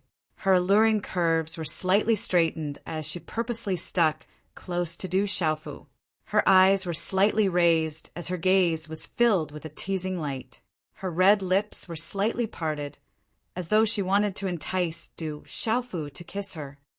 Then what do you think would be considered as taking advantage? Looking at Li Shui in front of him, this woman was really too much of a bully. Du Xiaofu steeled his heart and clenched his teeth. He did not know where the courage came from, but he immediately waved his hand and slapped Li Shui's firm and round buttocks. His hand held her buttocks. They were firm and soft, with some elasticity. Du Xiaofu could not help but pinch them a few times. He thought to himself, "At least this is considered taking advantage of me." Silence. The surrounding space suddenly became silent. Li Shui's attractive face suddenly froze. Her beautiful eyes were dazed, and then, in an instant, a rosy color climbed up. Her delicate face turned red with a schwa-schwa sound. As if he felt the change in Li Shui, Du Xiaofu was also stunned. However, his hand was still tightly pinching Li Shui's firm buttocks. He seemed to have forgotten to let go and subconsciously pinched twice more. "Lecher, little pervert, let go of me." After a few breaths, Li Shui seemed to have reacted. She suddenly shouted. Her beautiful face turned pale and immediately retreated. "You were the one who asked me what is considered taking advantage of you. I was just demonstrating. How am I a lecher?" Du Xiaofu thought in his heart. His face was smeared with a trace of grievance. Li Shui retreated a few steps. Her beautiful face turned pale and flushed. Although she was dressed a little brighter in the academy and had a more cheerful personality, she had never really gotten close to any boy. She did not know why, but she liked to tease this young man in front of her, who originally looked a little dull, and was even a little afraid of her. Who would have thought that today this young man would suddenly be so bold and actually put his hand on her buttocks that had never been touched by anyone before? That was a private place. This brat must have been pretending in the past. When there are many people, he pretends to be a pure man. When there is no one, he reveals the true face of a pervert. Li Shui stared closely at Du Xiaofu, looking at the face that was deliberately pretending to be wronged and innocent. She felt more and more that this young man must be faking it. Looking at Li Shui, Du Xiaofu slightly clenched his 5 fingers. Feeling the touch just now was really not bad. It seemed to be comparable to the touch of the woman in the dark forest in tight clothes. "Du Xiaofu, what are you thinking? Are you really a lecher?" Du Xiaofu stopped thinking and secretly scolded himself. Then he looked at Li Shui, who did not dare to come closer, and said, "Senior Li Shui, why are you looking for me?" "Oh, no." Hearing this, Li Shui remembered the important matter. Suddenly, her beautiful face turned serious. Looking at Du Xiaofu, she said, "Actually, I am here to apologize. If it were not for me, this would not have happened. You must go to the Peace Square immediately. If you are late, I am afraid that something unexpected will happen." What exactly happened? Looking at Li Shui's serious expression, Du Xiaofu also became serious. "You should know that Qin Guyu challenged you to a duel, right?" Li Shui raised her head and asked. "I know, but I did not go." Du Xiaofu nodded. Looking at Li Shui, he said, "This matter seems to have something to do with you, right?" "That's right. This matter started because of me, but I did not expect it to develop like this. This matter was originally between me and Qin Guyu, but it implicated you and Junior Ouyang Shuang." Li Shui looked at Du Xiaofu apologetically and said, "My family and Qin Guyu's family have been friends for generations. Therefore, both families have always hoped that I can be together with Qin Guyu. This is something that both families believe to be natural. Qin Guyu also believes this. Therefore, in the past few years in Tianwu Academy, whenever a male approached me, the consequences would be dire. However, I do not feel anything for Qin Guyu. I have told Qin Guyu before, but Qin Guyu is unusually persistent. Not long ago, I told him that I—" Li Shui paused for a moment, and her beautiful face turned slightly red. She then said to Du Xiaofu, "Not long ago, I told Qin Guyu that I like you and told him to stop bothering me. I thought that he would at most cause trouble for you once, and with your strength, you should not be afraid of him. However, I did not expect that he would challenge you to a duel. After waiting for 4 days, you still did not go. And then? What happened? Du Xiaofu immediately asked. Since this matter was related to Ouyang Shuang, Du Xiaofu could not help but worry. Chang Guyu knows that you have a special relationship with Junior Ouyang, so he sent someone to challenge Junior Ouyang. Junior Ouyang couldn't refuse, or her name would be removed from the martial ranking. Li Shuai looked at Du Xiaofu and said, "That guy is called Guoming. Originally, his cultivation was ordinary, and it was difficult for him to even enter the martial ranking. However, I heard that a year and a half ago he accidentally obtained the inheritance of an expert and obtained great benefits. Now he is already at the peak of the perfection of the pulse spirit stage. 3 days ago, he heavily injured the 93rd ranked cold blade Li Ji with a single move, and then issued a challenge to Junior Ouyang Shuang. Junior Ouyang Shuang's ranking has now risen to 92nd. Facing Guo Ming's challenge, according to the Academy's rules, she cannot refuse, or else she will be removed from the martial ranking. They have already said that if you don't hide, Guoming will heavily injure Junior Ouyang Shuang until you come out." "When is Guoming's challenge?" Du Xiaofu's expression had long since turned gloomy. A wave of coldness fluctuated within his clear eyes, causing the surrounding space to tremble for no reason. Chapter 371. Translator.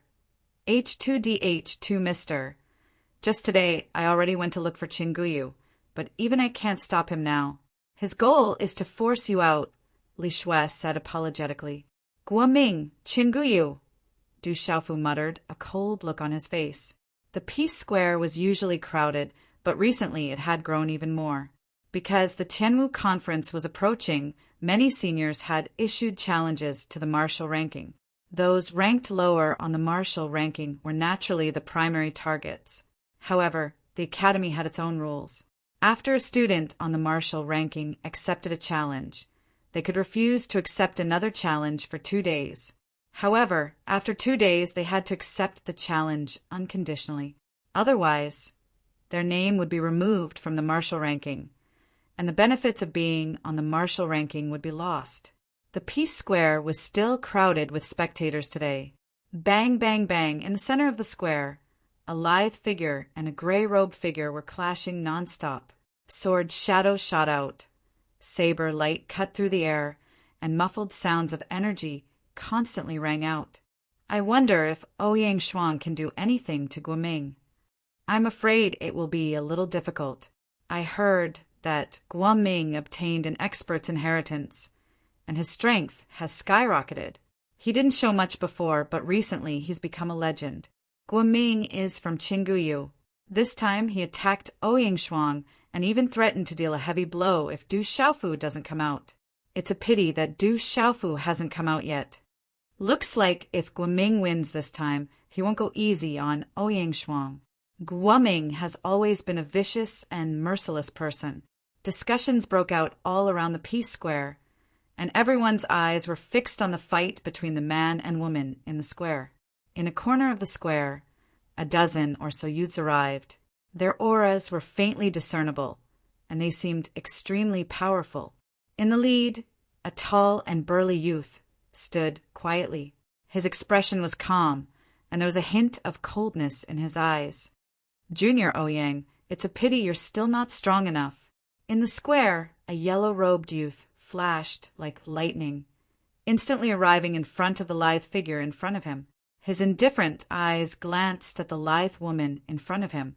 The large saber spirit weapon in his hand drew the energy of heaven and earth, and a sharp saber light slashed out. Walala! The blade light descended, and a swift and fierce aura engulfed the vast sky. Dazzling symbols flashed, and a strong wind wrapped around Ouyang Shuang's graceful figure. Ouyang Shuang raised her eyebrows with a serious look in her eyes. The long sword in her hand shot out, and runes surged out of the sword light, forming a spatial arc in the air. Before the tip of the sword, the sharp rune sword light swept out, passing through the obstruction of the air and directly touching the blade of the yellow-clothed youth. Ding! After the crisp sound, a fierce gust of wind swept out. The blade and the tip of the sword collided. The force of the blade was obviously much stronger, and the runes corroded the sword light. Ka-ka!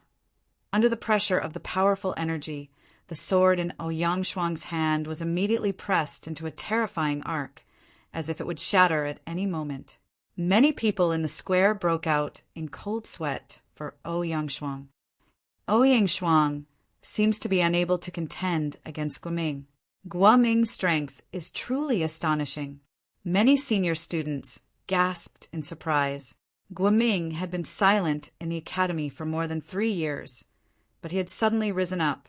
His strength was extraordinary. He was able to bend the long sword in Ouyang Shuang's hand with the strength of his blade. It was clear how terrifying his strength was. Chi, chi, chi, chi. Just as many gazes were filled with surprise, Ouyang Shuang did not panic in the face of danger. She gently tapped her feet on the ground, and the green runes on her long sword surged. Profound chi poured into the long sword, and suddenly her strength soared. The runes were dazzling and repelled the yellow-clothed youth's blade. With the help of the rebound, Ouyang Shuang's beautiful figure immediately soared into the air. At the same time, the long sword in her hand trembled, and in an instant, a total of 7 sword beams shot out. Swish, swish!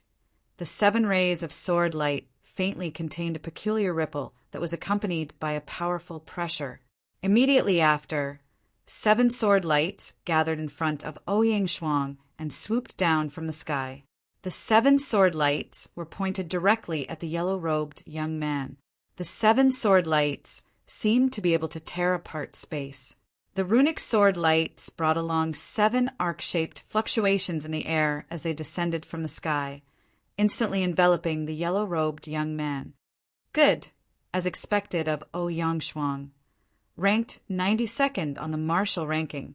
Following Ouyang Shuang's series of reactions from being suppressed to borrowing the momentum to instantly counterattack and the might of her sword technique, many of the surrounding senior students couldn't help but burst into cheers.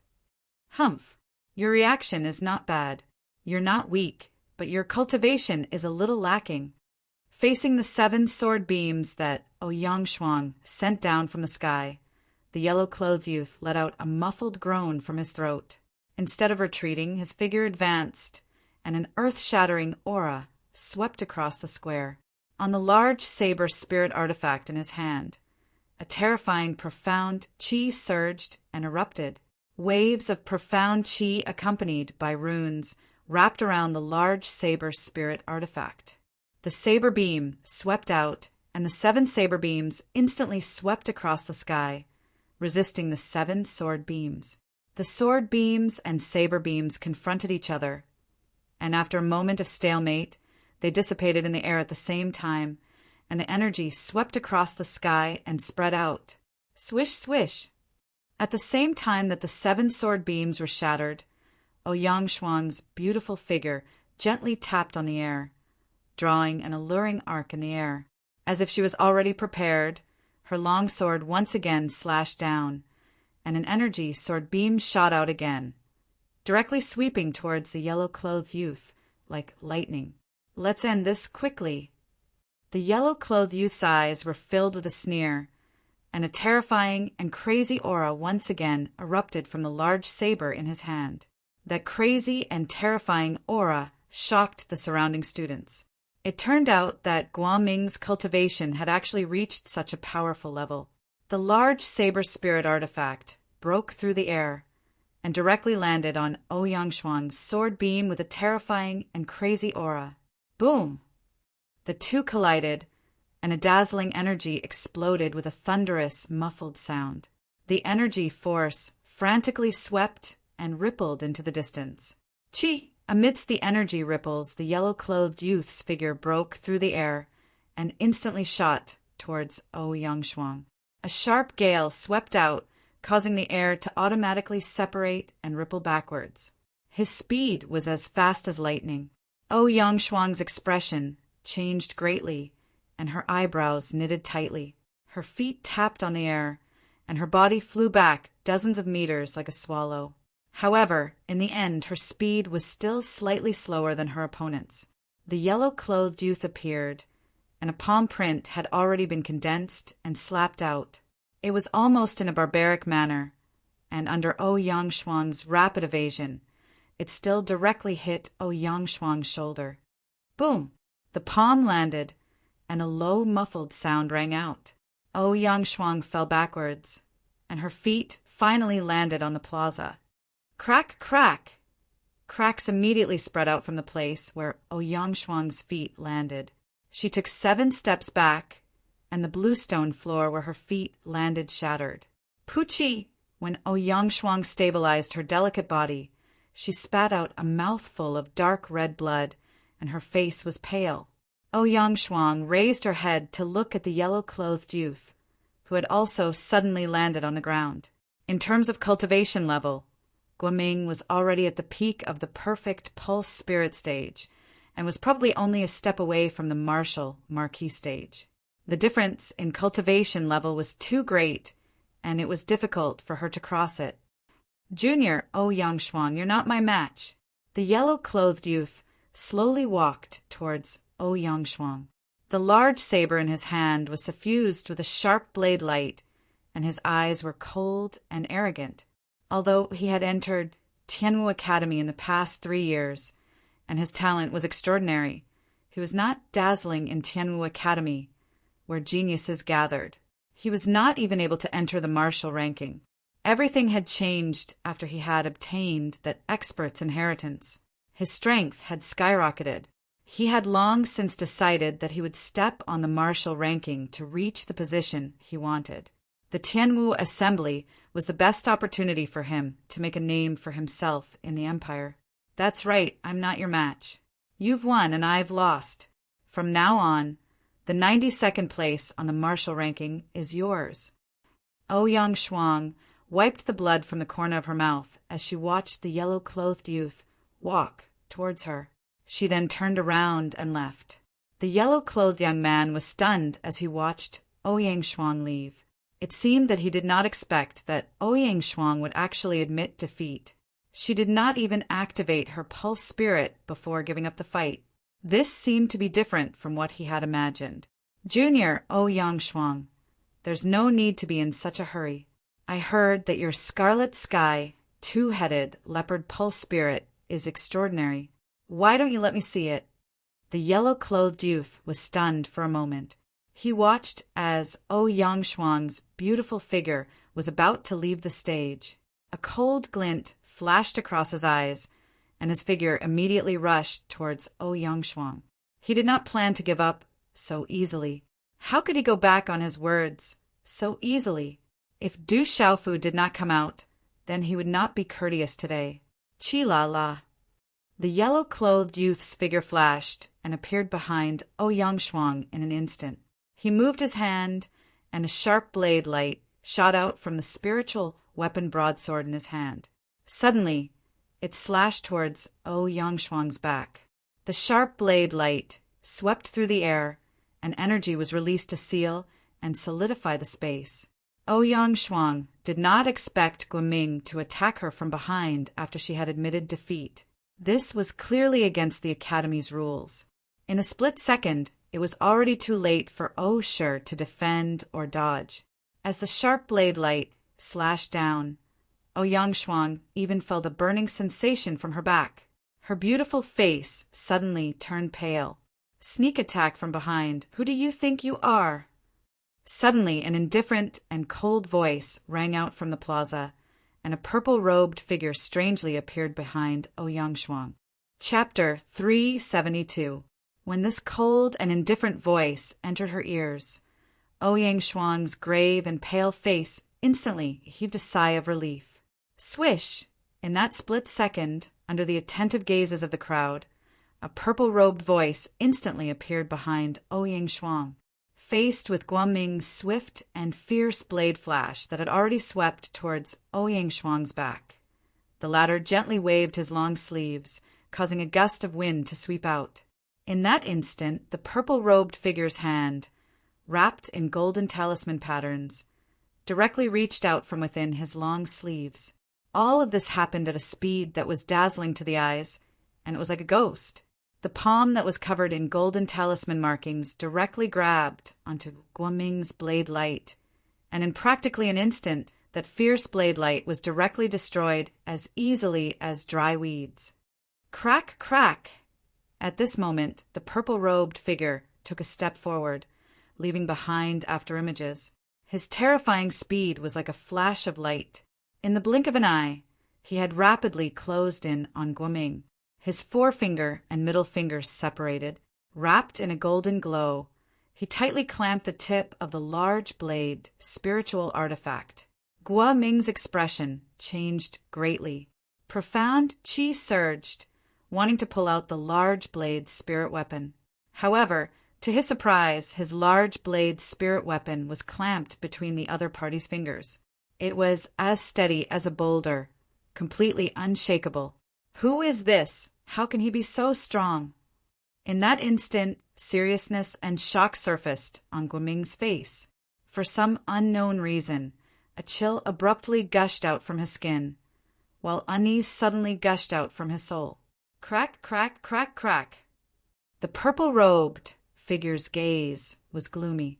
A terrifying power suddenly erupted from his two fingers, and the large blade spirit weapon in Guoming's hand directly started to crack.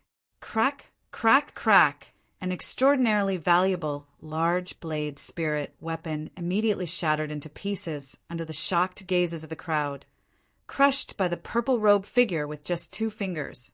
Just how powerful and terrifying was this kind of strength? Crack!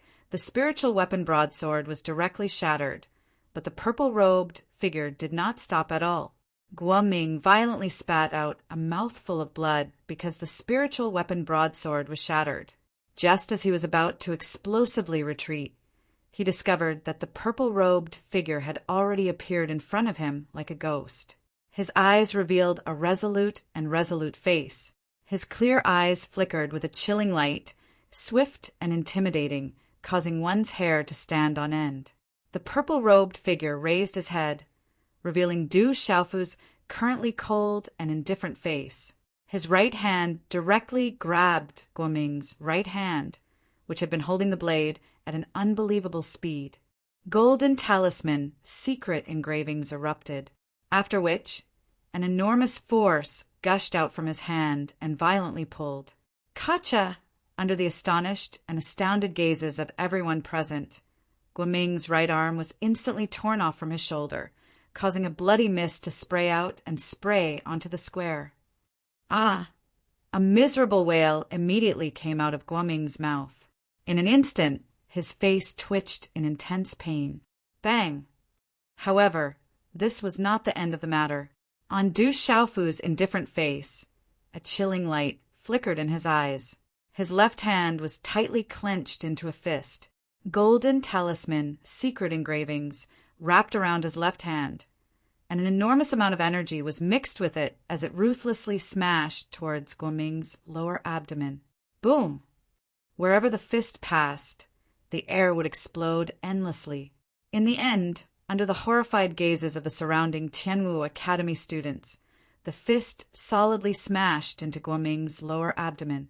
Chi, chi, chi, chi! The terrifying energy contained a tyrannical force, causing Guoming's body to be thrown into the air. His body was like a fragile kite as he was sent flying. Boom! In the end, Guoming's body landed on the square far away, causing the ground to tremble. Cracks continuously appeared on the surface of the ground. Poochie! Poochie! Guoming landed on the ground with blood dripping from his body. His mouth was filled with foam, and his face twitched malevolently like a dying beast. His eyes were lifeless and lifeless. The surrounding space suddenly turned silent. It wasn't difficult for everyone to understand that even if Guoming didn't die, he was already crippled. His god watchtower was definitely shattered. Even if he managed to survive, he would suffer a fate worse than death. Goo goo! It took a long time for the crowd to regain their senses. Everyone sucked in a breath of cold air. When they saw the purple-robed figure clearly, their gazes changed greatly. Du Xiaofu, it's Du Xiaofu. He finally appeared. He crippled Guoming the moment he made his move. A commotion broke out among the crowd. Only then did Li Shui rush to the square. When she saw Guoming on the square, who was already doomed, her face turned pale. At a corner of the square, a dozen or so youths stood together. Their eyes were also filled with astonishment. The leader of the dozen or so youths was a tall and sturdy youth. At this moment, he was staring intently at the purple-robed youth who had suddenly appeared on the square. His eyes suddenly began to emit a sharp fluctuation. "Are you all right?" "On the square." Du Xiaofu did not even spare a glance at Guoming. He immediately strode to the side of Ouyang Shuang, who was also rather shocked at this moment, and asked, "I'm fine." Ouyang Shuang regained her senses. Her big eyes looked at the twitching Guoming in the distance, then looked at Du Xiaofu and said worriedly, "You seem to have caused trouble again. It's good that you're fine." Du Xiaofu did not mind and said to Ouyang Shuang, "Don't worry, that guy won't die, but he can forget about touching you in the future. He broke the Academy's rules first.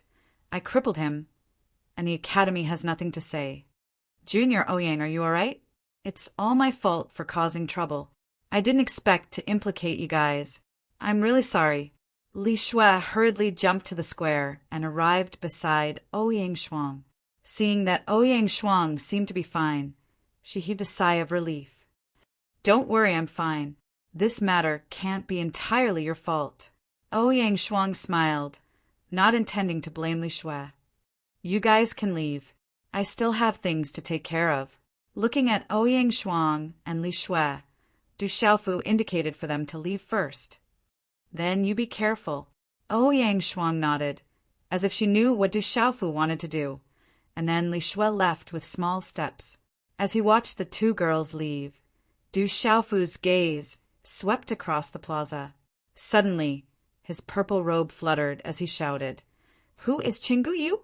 Get the hell up here." The sound waves rippled out along with the surging profound energy, reverberating in the surroundings of the plaza. It was enough for everyone in the huge plaza to hear it clearly. Is Du Xiaofu finally going to make a move? As Du Xiaofu's voice spread out, the surrounding onlookers were in an uproar. Numerous gazes immediately looked towards the corner of the square in unison, towards the tall and sturdy young man who was surrounded by over 10 young men. Under the gazes of the crowd, the gazes of the dozen youths behind the tall and sturdy youth fluctuated as they all looked at the tall and sturdy youth. At this moment, under the gazes of the surrounding academy students, the tall and sturdy youth raised his head and looked at the purple-robed youth in the plaza. Suddenly, the profound energy beneath his feet erupted, and his figure immediately swept through the air like lightning. In a flash, he suddenly landed on the plaza less than a few meters in front of Du Xiaofu. Boom! As the youth landed, the entire ground trembled as cracks spread out from his feet. His originally handsome face was now slightly cold as he stared coldly at Du Xiaofu. He sneered, "You're Du Xiaofu? Looks like you're the so-called Overlord Spear, Chinguyu." Du Xiaofu looked at Chinguyu before him. His invisible aura fluctuated as though it was capable of affecting the surrounding space. Chinguyu was ranked 8th on the martial ranking, and his reputation wasn't undeserved. Just as Ouyang Shuang had mentioned, he had reached the late stage of the martial marquee stage. Don't think that you can act arrogantly in Tianwu Academy just because you killed some random people in the dark forest. You finally have the guts to show yourself today. Chingu coldly stared at Du Xiaofu and said, "Let's duel. If you win, Li Shui will be yours. If you lose, I'll teach you a lesson that you'll never forget. I'm not interested in your so-called duel, and this matter has nothing to do with anyone.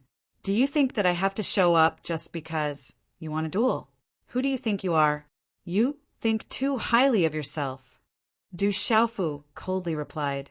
His gaze gradually turned cold as he continued, "I originally wanted to ignore you, but you shouldn't have touched my bottom line. Since you dared to touch the people around me, prepare to pay the price today. Since you want to play, I'll play with you today." Hearing this, Qingguyu's gaze gradually turned even colder, and his expression turned even uglier. Du Xiaofu didn't place him in his eyes at all.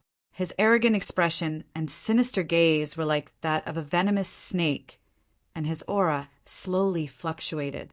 Suddenly, a powerful aura burst out from his tall and sturdy body. Walala! The aura burst out like a storm, sweeping across the square in an instant.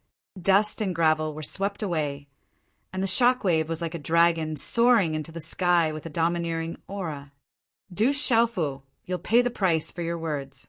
Believe me, I, Qingguyu, will definitely make you pay the price. Chang Guyu's gloomy voice reverberated throughout the square. His voice was so cold and sinister that even the students in the square felt a chill run down their spines. Everyone could tell that Du Xiaofu had completely angered Overlord Spear Qingguyu. Today's update is complete. Chapter 373. The gazes of all the academy students in the square fell on the purple-robed youth with a broadsword on his back. That Du Xiaofu could easily cripple Guoming, who had almost stepped into the martial lord realm. But could he really do anything to the overlord Spear Qingguyu? After all, Qingguyu was ranked 8th on the martial ranking, stronger than Fireblade, Bai Mingfeng, and the others. Stop being noisy, make your move! A cold smile also appeared on Du Xiaofu's face.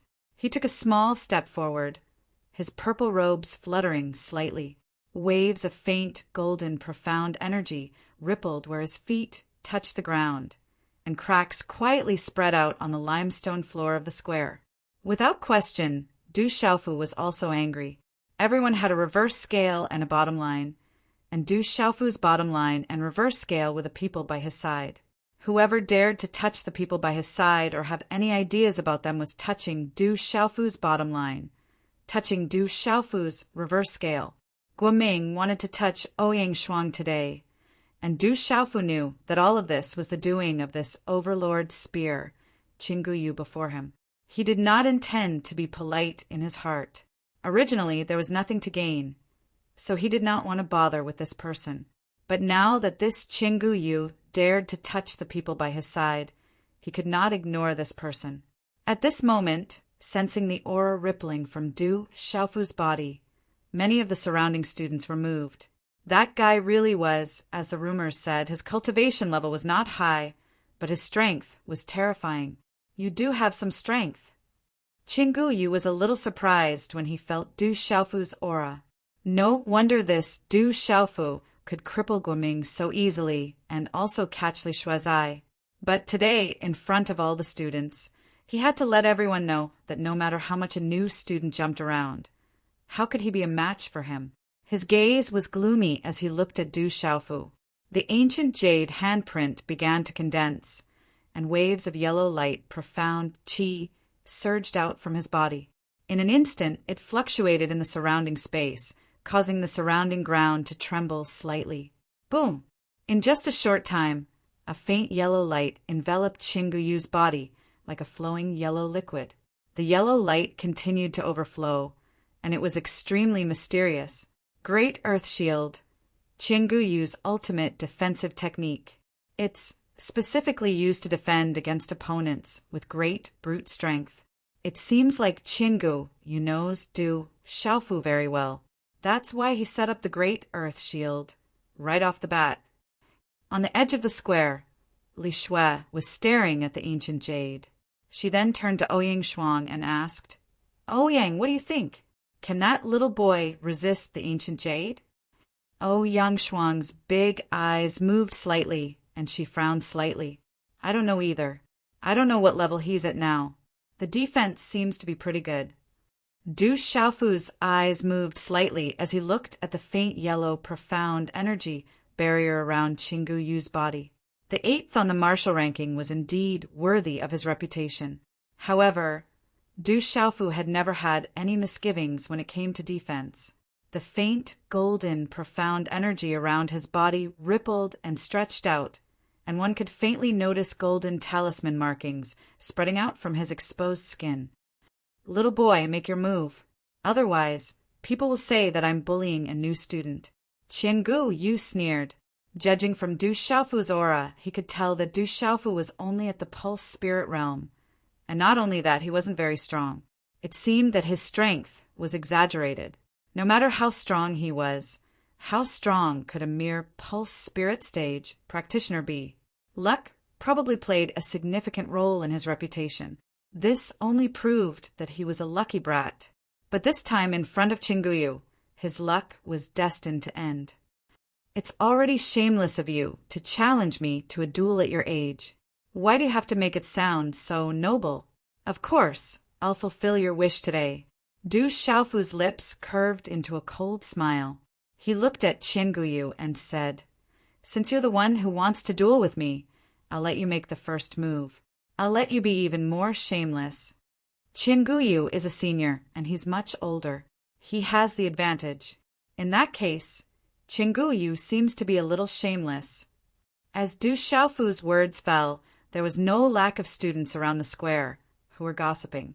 "Little boy, you're still boasting shamelessly when disaster is about to befall you. You're asking for it." Hearing the discussions around him, Qianguyu's face darkened to the extreme. Light yellow profound energy surged from the soles of his feet, and a powerful energy muffled sound came from the soles of his feet. Then, under the shocked gazes of the surrounding people, his tall and sturdy figure turned into an afterimage and shot towards Du Xiaofu like a bolt of lightning. A billowing aura and pressure crossed the short distance of a few meters and suddenly pressed down on Du Xiaofu. Looking at the figure that flashed over in an instant, Du Xiaofu's eyes narrowed. The surrounding light, golden, profound energy was unobstructed and swept out with a loud bang. It was like a fierce beast that had awakened, and its aura erupted. Boom! Both of them were extremely powerful auras. Before they even exchanged blows, their auras had already collided with each other. The collision of the two auras seemed to be invisible, but it was exceptionally ferocious. A muffled sound of energy, like a thunderclap, suddenly resounded throughout the square. Walala! Terrifying waves of air rapidly shot out from the collision of the two auras. Chi! The short distance of a few meters was almost instantaneous for a martial Lord Realm cultivator. Like a bolt of lightning, Chingu Yu's figure appeared, and a hint of viciousness appeared on his rather heroic face. The fist in his hand was wrapped in yellow talisman, mysterious runes, and it was dazzling like a sun. In an instant, a vortex of energy surged around him, forming a huge energy storm that suddenly exploded towards Du Xiaofu. Rumble! This punch caused the surrounding space to tremble violently. Wherever the fist passed, the runes dazzled, and the deafening, muffled sound of energy resounded through the square. Suddenly, the cracks on the ground of the square suddenly spread out in all directions like a spider web. The terrifying pressure and ferocious aura on the fist suppressed the sky, and in an instant Du Xiaofu, who was close by, was directly frozen in space and swept into it. Violent Earth Fist, Chingu Yu's ultimate move. Chingu Yu used all of his strength in this one move to defeat Du Xiaofu in one move. Violent Earth Fist, that's a martial technique at the marquis level. I didn't expect Chingu Yu to have mastered it. He used his ultimate move right off the bat. Chingu Yu doesn't want to defeat Du Xiaofu in one move. He wants to cripple Du Xiaofu in one move. The instant Chingu Yu made his move, the faces of the surrounding students turned pale. Chingu Yu had used his ultimate move right off the bat, and he had no intention of letting Du Xiaofu go so easily. Everyone was worried. Although Du Xiaofu was extraordinary, could he really contend with Chingu Yu, a veteran in the top 10 of the martial ranking? At this moment, all eyes fell on the purple-robed figure with a broadsword on his back. A terrifying gale swept out, and the purple-robed youth with the broadsword on his back and long black hair behind his back fluttered in the wind. Under everyone's watchful eyes, Du Xiaofu made his move. His hand seals changed rapidly, and then he opened his palm. Golden light surged out like a fan, and mysterious runes flickered on his palm. In the blink of an eye, his hand viciously slammed toward Chingu Yu's fist. Crackle! Wherever his hand passed, it was as if an arc-shaped golden space was condensed around his palm. In the space around his palm, golden runes were densely packed, layer upon layer, like the wings of a rock. Boom! A domineering aura erupted from Du Xiaofu's body like a volcanic eruption, causing the space around him to tremble. Then his hand viciously slammed into Chingu Yu's fist. As the hand seal slammed into Chingu Yu's storm-like fist, a terrifying wave of energy rippled out from the point of contact. There was no deafening explosion, only the two terrifying waves of energy that bloomed like fireworks in the square. Crackle! The energy storm around Chingu Yu's terrifying fist was instantly destroyed. Du Xiaofu's hand landed on Chingu Yu's fist. Chingu Yu's fist was destroyed by Du Xiaofu's fist, and Du Xiaofu's fist collided with it. Chingu Yu's brows furrowed, and the terrifying power in his fist was completely destroyed by the golden hand seal. The terrifying energy rippled out, and Chingu Yu's clothes were torn apart. His hair was disheveled, and his fist began to tremble. Intense pain surged through his body, and it felt like his fist was about to shatter. Crackle! Chingu Yu's face was filled with shock, and his disheveled body immediately retreated. Humph! Du Xiaofu snorted coldly, and his figure flickered like a god. The golden hand seal followed closely behind him, and with the force of a bolt of lightning, it viciously slammed into Chingu Yu's yellow defensive light barrier. Crack, crack! Under such a heavy blow, the stalemate lasted for a moment before the yellow light barrier around Chingu Yu crumbled and shattered into runes. Bam, bam!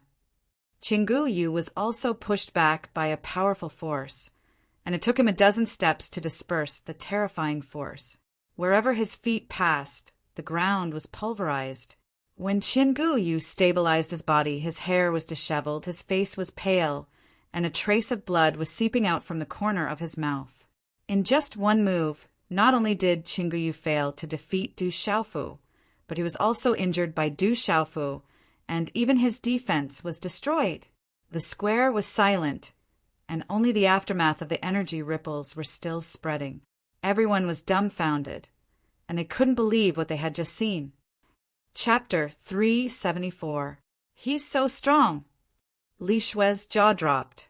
She was well aware of Chingu Yu's strength. He was close to the peak of the martial Marquis realm. Even the martial Marquis of the mystical Marquis realm would be no match for him. Who would have thought that Du Xiaofu would be able to defeat Chingu Yu with a single blow? Did you see that? Our third bro didn't even bother to fight before. Chingu Yu is nothing compared to the Overlord Spear. Sun Ji, who was in the crowd, suddenly burst into laughter after recovering from his shock. His heart was filled with relief. Many people had said that Sun Ji was afraid of the ancient jade and didn't dare to show up. Now he was laughing heartily. Chingu Yu stared at Du Xiaofu with a dark expression. He had never thought that he would be defeated with a single blow. How was he going to survive in the academy? Bastard! Chingu Yu roared in his heart. He shook his arm, and a yellow spear appeared in his hand. Boom! Runes surged as the spear appeared, and the energy of heaven and earth in the surroundings began to surge, as if it was gathering towards the spear. A domineering aura emanated from the spear, and the nearby students shuddered and retreated. That's the Overlord Spear, a semi-talisman weapon. It's said that it's the closest spiritual weapon to a talisman weapon. Chingu Yu is going to fight with his life on the line. Everyone looked at Chingu Yu. With the semi-talisman weapon Overlord Spear in his hand, Chingu Yu's aura suddenly surged. With the half-talisman weapon Overlord Spear, who knew how many people of the same cultivation level had been defeated by him. Back when he was training in the Dark Forest, he had also killed experts of the martial Marquis mysterious level. Therefore, when he heard that Du Xiaofu had captured Ghost Claw, he did not feel anything. He channeled all of his profound energy into the Overlord spear in his hand, and the space around Chinguyu began to twist and distort. The runes sparkling on the Overlord spear started to glow with a strange yellow brilliance. As though it was alive, the runes started to spread out, seemingly absorbing the energy fluctuations in the surrounding space, causing an energy vortex to form in the space around the spear. Gales howled around the plaza, causing sand and pebbles to fly about, as though they wanted to devour everything in their path. Terrifying energies rumbled as they converged towards the Overlord spear. Clang! He stomped his spear viciously into the ground, causing the ground to tremble and cracks to appear. Dazzling yellow runes erupted from his body, threatening to shatter the space around him. Chang Guyu stared straight at Du Xiaofu as he said in a domineering voice, "Use your weapon, Du Xiaofu! My Overlord spear will show you that you don't have the right to be arrogant in front of me." Du Xiaofu narrowed his eyes as he shot a glance at Chinguyu. "You're so noisy again. If you want to fight, then hurry up. You'll regret this."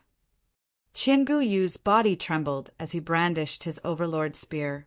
A terrifying aura erupted from his body as he stepped forward.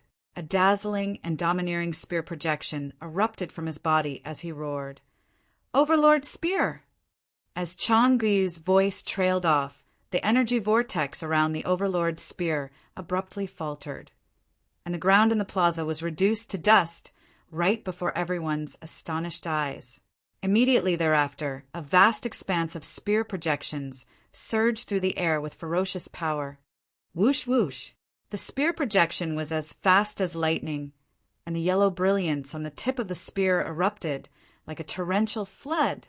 The dazzling yellow spear projection that blotted out the sky tore through the air like a bolt of lightning, bringing with it a sharp sonic boom.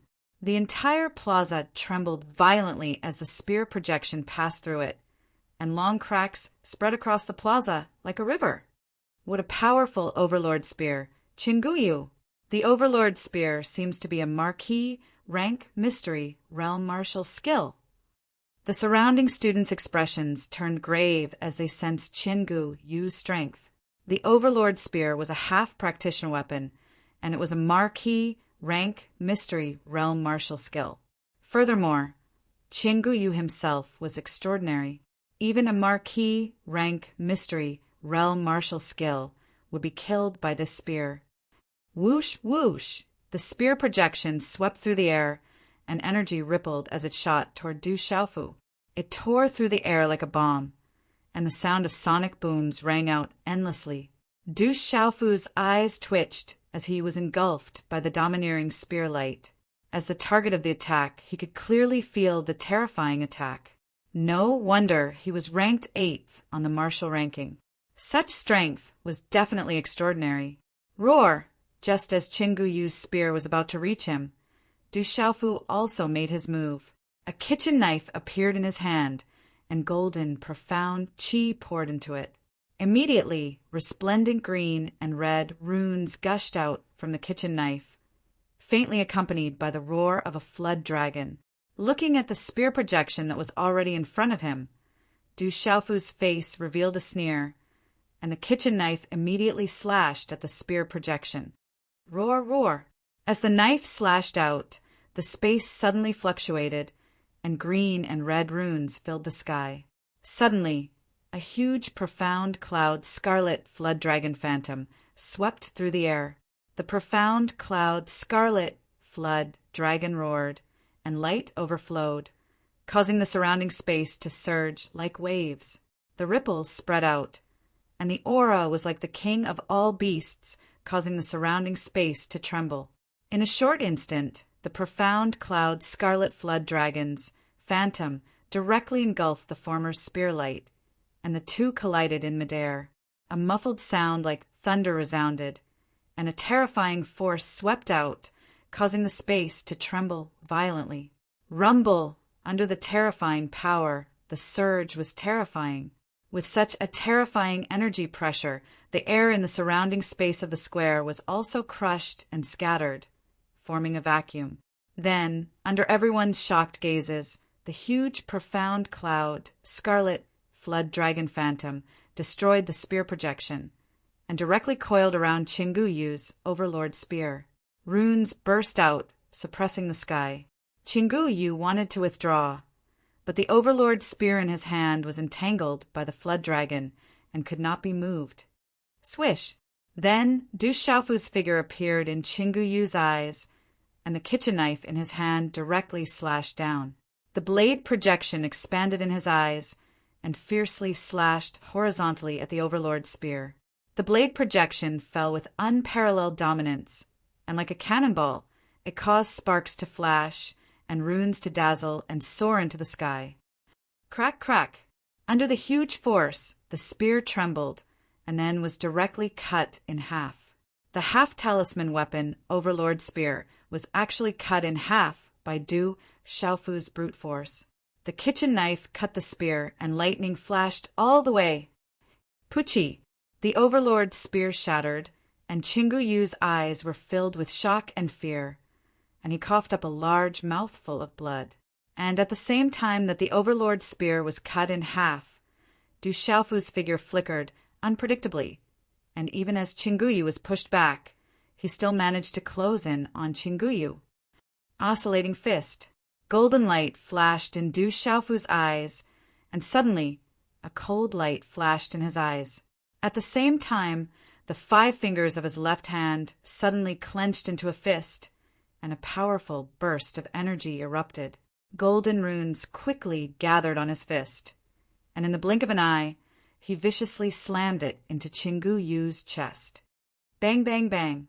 Muffled sounds rang out one after another, and there were a total of 13 explosions. Astonishing waves of energy overlapped, and the momentum multiplied, like a shock wave, finally slamming into Chinguyu's chest. The shocking impact of the shock wave was like a thunderclap that rang out endlessly. Chinguyu's body was instantly sent flying like a bird with broken wings, and his body finally crashed to the ground. Crack, crack! The terrifying force of the shock wave blasted the ground, and the cracks in the ground grew deeper and deeper. The ground shook, and the mountains shook, and the ground trembled. Du Xiaofu's face was expressionless as he took a step forward and stomped Chinguyu's body into the rubble. Chinguyu spat out a mouthful of blood, mixed with some of his shattered organs. Ah! Chinguyu let out a miserable shriek. Humph! Du Xiaofu raised his foot, waved his arm, and bent his palm slightly. A suction force surged, and Chinguyu's body was sucked into his palm. Du Xiaofu grabbed Chinguyu's throat with his claw. Overlord Spear Chinguyu, now you should know why I didn't bother with you. It's because you don't have the right to fight me. Du Xiaofu's lips curled into a mocking smile as he looked at Chinguyu indifferently. With his claw on Chinguyu's throat would be snapped if he exerted a little force. Chinguyu, who was still arrogant just a moment ago, finally showed fear in his eyes. He was ranked 8th on the martial ranking, and his overlord spear was cut in half by a kitchen knife. Only now did Chinguyu realize the extent of the purple-robed youth's strength. He didn't want to bother with Chinguyu because he was afraid of Chinguyu, but Chinguyu continued to pester him like a clown. Now it was too late for regrets. The entire plaza was silent, and everyone's eyes trembled. Who would have thought that Chinguyu, who was arrogant just a moment ago, would become an ant in the blink of an eye? The mighty overlord Spear Chinguyu was nothing in front of Du Xiaofu. Only now did the students realize that Du Xiaofu didn't care about Chinguyu because he was a veteran on the martial ranking, but because he didn't care about Chinguyu at all. However, Chinguyu didn't give up, and now he was humiliating himself. Whoosh whoosh! In the distance of the Peace Square, a large number of flowing light figures were approaching. Waves of powerful auras swept out, and the first few flowing light figures directly landed on the square. Chapter 375. Several figures appeared, led by Elder Liao, Murongxi, Shangguanqiong, and Elder Fu. Many of the instructors also landed in a panic, their eyes filled with shock. Greetings, elders. The surrounding students immediately bowed, respectfully. They hadn't expected that even the elders would be alerted. Several elders landed on the square and looked around, looking at the ant-like Chinguyu and the crippled Guoming in the distance. Their faces twitched, and they couldn't help but inwardly gasp. Du Xiaofu, you've already won. Release Chinguyu first. Morong Shi's eyes narrowed. He was truly afraid that this brat would stir up trouble again after settling the academy's matter. Elder Liao's eyes also darkened as he looked at Du Xiaofu. Du Xiaofu, release him now. You can't do this again. Du Xiaofu looked at the elders who had arrived, then at Elder Liao. Elders, Chinguyu challenged me. I accepted the challenge today. This isn't against the Academy's rules, is it? Of course, it's not against the Academy's rules.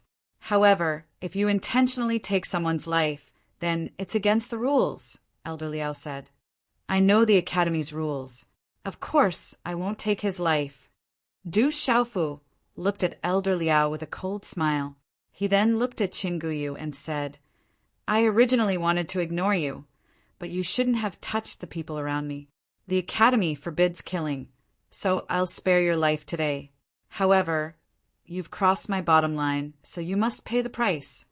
Chinguyu looked at Du Xiaofu's cold smile in fear. He seemed to sense something, and his eyes trembled violently. A chill surged from the depths of his soul, and his entire body trembled uncontrollably.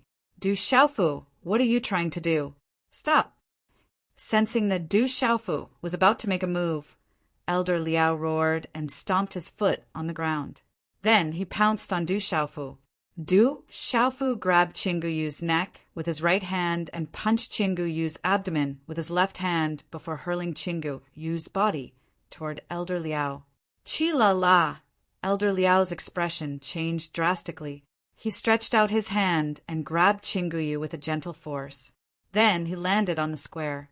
The violent force from Chinguyu's body caused cracks to appear on the ground beneath Elder Liao's feet. Puchi! Chinguyu, who was held in Elder Liao's hand, was currently coughing up blood. His breathing was extremely weak, and his eyes were filled with helplessness and resentment. Looking at Chinguyu, Elder Liao knew what had happened. Chinguyu, who was ranked 8th on the martial roll, had his cultivation crippled by Du Xiaofu. Huff! Elder Liao took a deep breath and looked up at Du Xiaofu. Du Xiaofu, you went a little too far. Elder Liao, he won't die. I didn't break any of the Academy's rules by crippling his cultivation, did I? Du Xiaofu looked at Elder Liao with a complicated expression. As for crippling his cultivation, that's the punishment he deserves. If he hadn't harmed the people around me, I wouldn't have crippled him. Elder Liao's eyes widened, but he didn't say anything. Sigh. Morong Shi sighed. Morong Shi sighed. She stepped forward and stuffed a pill into Chinguyu's mouth. Then she said to the students in the Peace Square, It's fine now. You can all leave for today.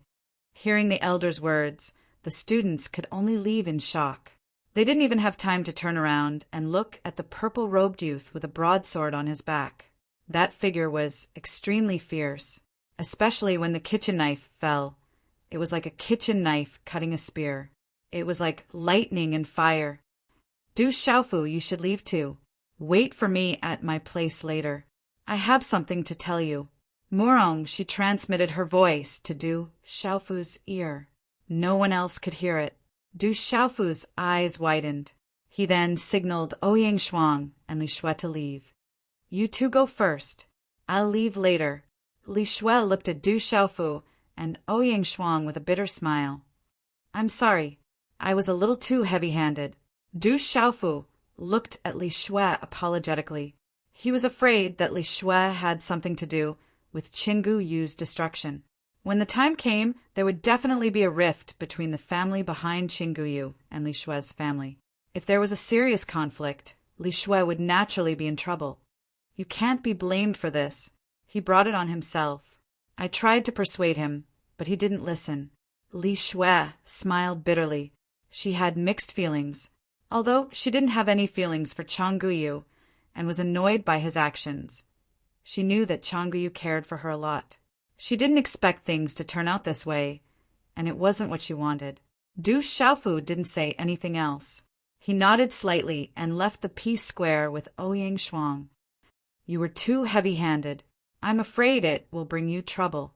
You finally solved the problem of the academy. Ouyang Shuang raised her head and looked at Du Xiaofu. Du Xiaofu looked at Ouyang Shuang. Looking at her beautiful face, he said softly, Was I heavy-handed? Who told him to touch you? I was already very merciful. Why are you so good to me? Ouyang Shuang suddenly looked at Du Xiaofu and raised her head slightly. Her beautiful eyes opened and a smile appeared on her lips. Du Xiaofu smiled. Because you're my sister. Aunt Shan told me to take care of you. Hearing this, Ouyang Shuang glanced at Du Xiaofu beside her. The corner of her lips curled into an elegant curve. Her limpid eyes were soft and carried with them some hidden bitterness. She then bit her red lips and her lips curled into a beautiful curve. My mother clearly told me to take care of you.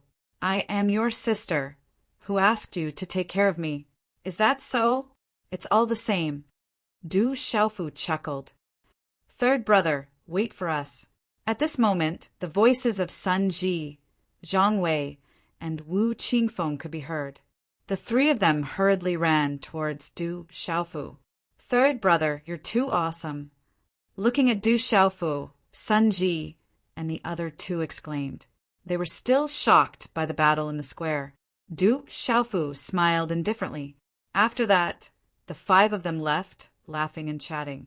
After a few hours, Du Xiaofu went to the king-scaled demonic tiger's place of seclusion. These days, Du Xiaoqing had been watching the king-scaled demonic tiger refine its blood essence. When she saw Du Xiaofu, her face was filled with bitterness. She was bored to death. These days, she could only cultivate on her own. In the valley, the king-scaled demonic tiger was still roaring from time to time. It seemed that the king-scaled demonic tiger's blood essence was not easy to refine. Its body was also suffering from some kind of great pain from time to time. However, compared to the beginning, it was getting better and better. After comforting Du Xiaoqing for a while, Du Xiaofu left the mountain at dusk. Thinking of Murongxi's message, Du Xiaofu was about to go find Elder Murongxi. However, he did not expect that Elder Murongxi had already stopped him halfway. It was as if Elder Murongxi had been waiting for him on the way. At dusk, the setting sun seemed to roll in the golden-red clouds. A red fireball flashed with golden edges, bursting out 2 or 3 blazing sparks, then sank behind the mountain range. You didn't go easy on Qinguyu. On a mountain peak, Murongxi said to Du Xiaofu with his back facing him. Du Xiaofu looked at Murongxi's back and frowned. He was the one who attacked my people first. Naturally, I won't be polite. Qinguyu's family is extraordinary. Although they can't compare to the Gu clan or the Jiang clan in the Stone Dragon Empire, they're only second to the Wang clan. If you have the opportunity to meet them in the future, be careful. On the mountain peak, Murongxi retracted his gaze from the setting sun. He gently waved his fan as he looked at Du Xiaofu. However, he did not have the slightest intention of blaming Du Xiaofu as he said, If you cripple 2 self-righteous fellows, then so be it. However, this is an academy after all. I didn't break any rules this time. Is the academy targeting me again? Du Xiaofu frowned. What do you mean the academy is targeting you? Murongxi glared at Du Xiaofu and said, Of course you didn't break any rules this time. However, you were too ruthless to your classmates. It's fine as long as I didn't break any rules. In any case, I don't offend anyone. If anyone offends me, don't blame me for being impolite. Du Xiaofu didn't mind. He always followed the principle of don't offend others. Murongxi sighed as he looked at Du Xiaofu. This brat was much more ferocious and cunning than that bastard Du Tingxian. If he provoked him, he would be in big trouble. What do you think of Elder Liao? Murongxi suddenly asked Du Xiaofu. Du Xiaofu was startled. Elder Liao seemed to be targeting him everywhere. However, in the dark forest, Elder Liao had risked his life to save him. Today, Elder Liao was quite cold. Du Xiaofu didn't know what to say for a moment. Morong, she looked at Du Xiaofu and said softly, "When you first came to the academy, there were no exceptions to the rules. Nobles were the same. If you were late, you couldn't enter the academy. If Elder Liao really didn't let you enter the academy, do you think you could? However, you seem to have misunderstood. You thought that Elder Liao sent you as a registered student to vent his anger on a brat like you." After pausing for a moment, Mu Rongxi continued to speak to Du Xiaofu. "If you really think that way, then you are too naive. If Elder Liao really wanted to attack you, then there wouldn't have been so many elders who spoke up for you when they decided to attack you. After you caused a huge disaster, Elder Liao suggested that you go to the Dark Forest and Dark City to take back the mysterious spirit Heavenly Vine and capture the Ghost Claw. It seemed like he was deliberately making things difficult for you, but in fact, Elder Liao was secretly following you and protecting you all the way. Looking at you today, it seems like you're still estranged from Elder Liao. If your father, that bastard Du Tingxian, were to find out, he would definitely not let you off. Do you know who Elder Liao is?"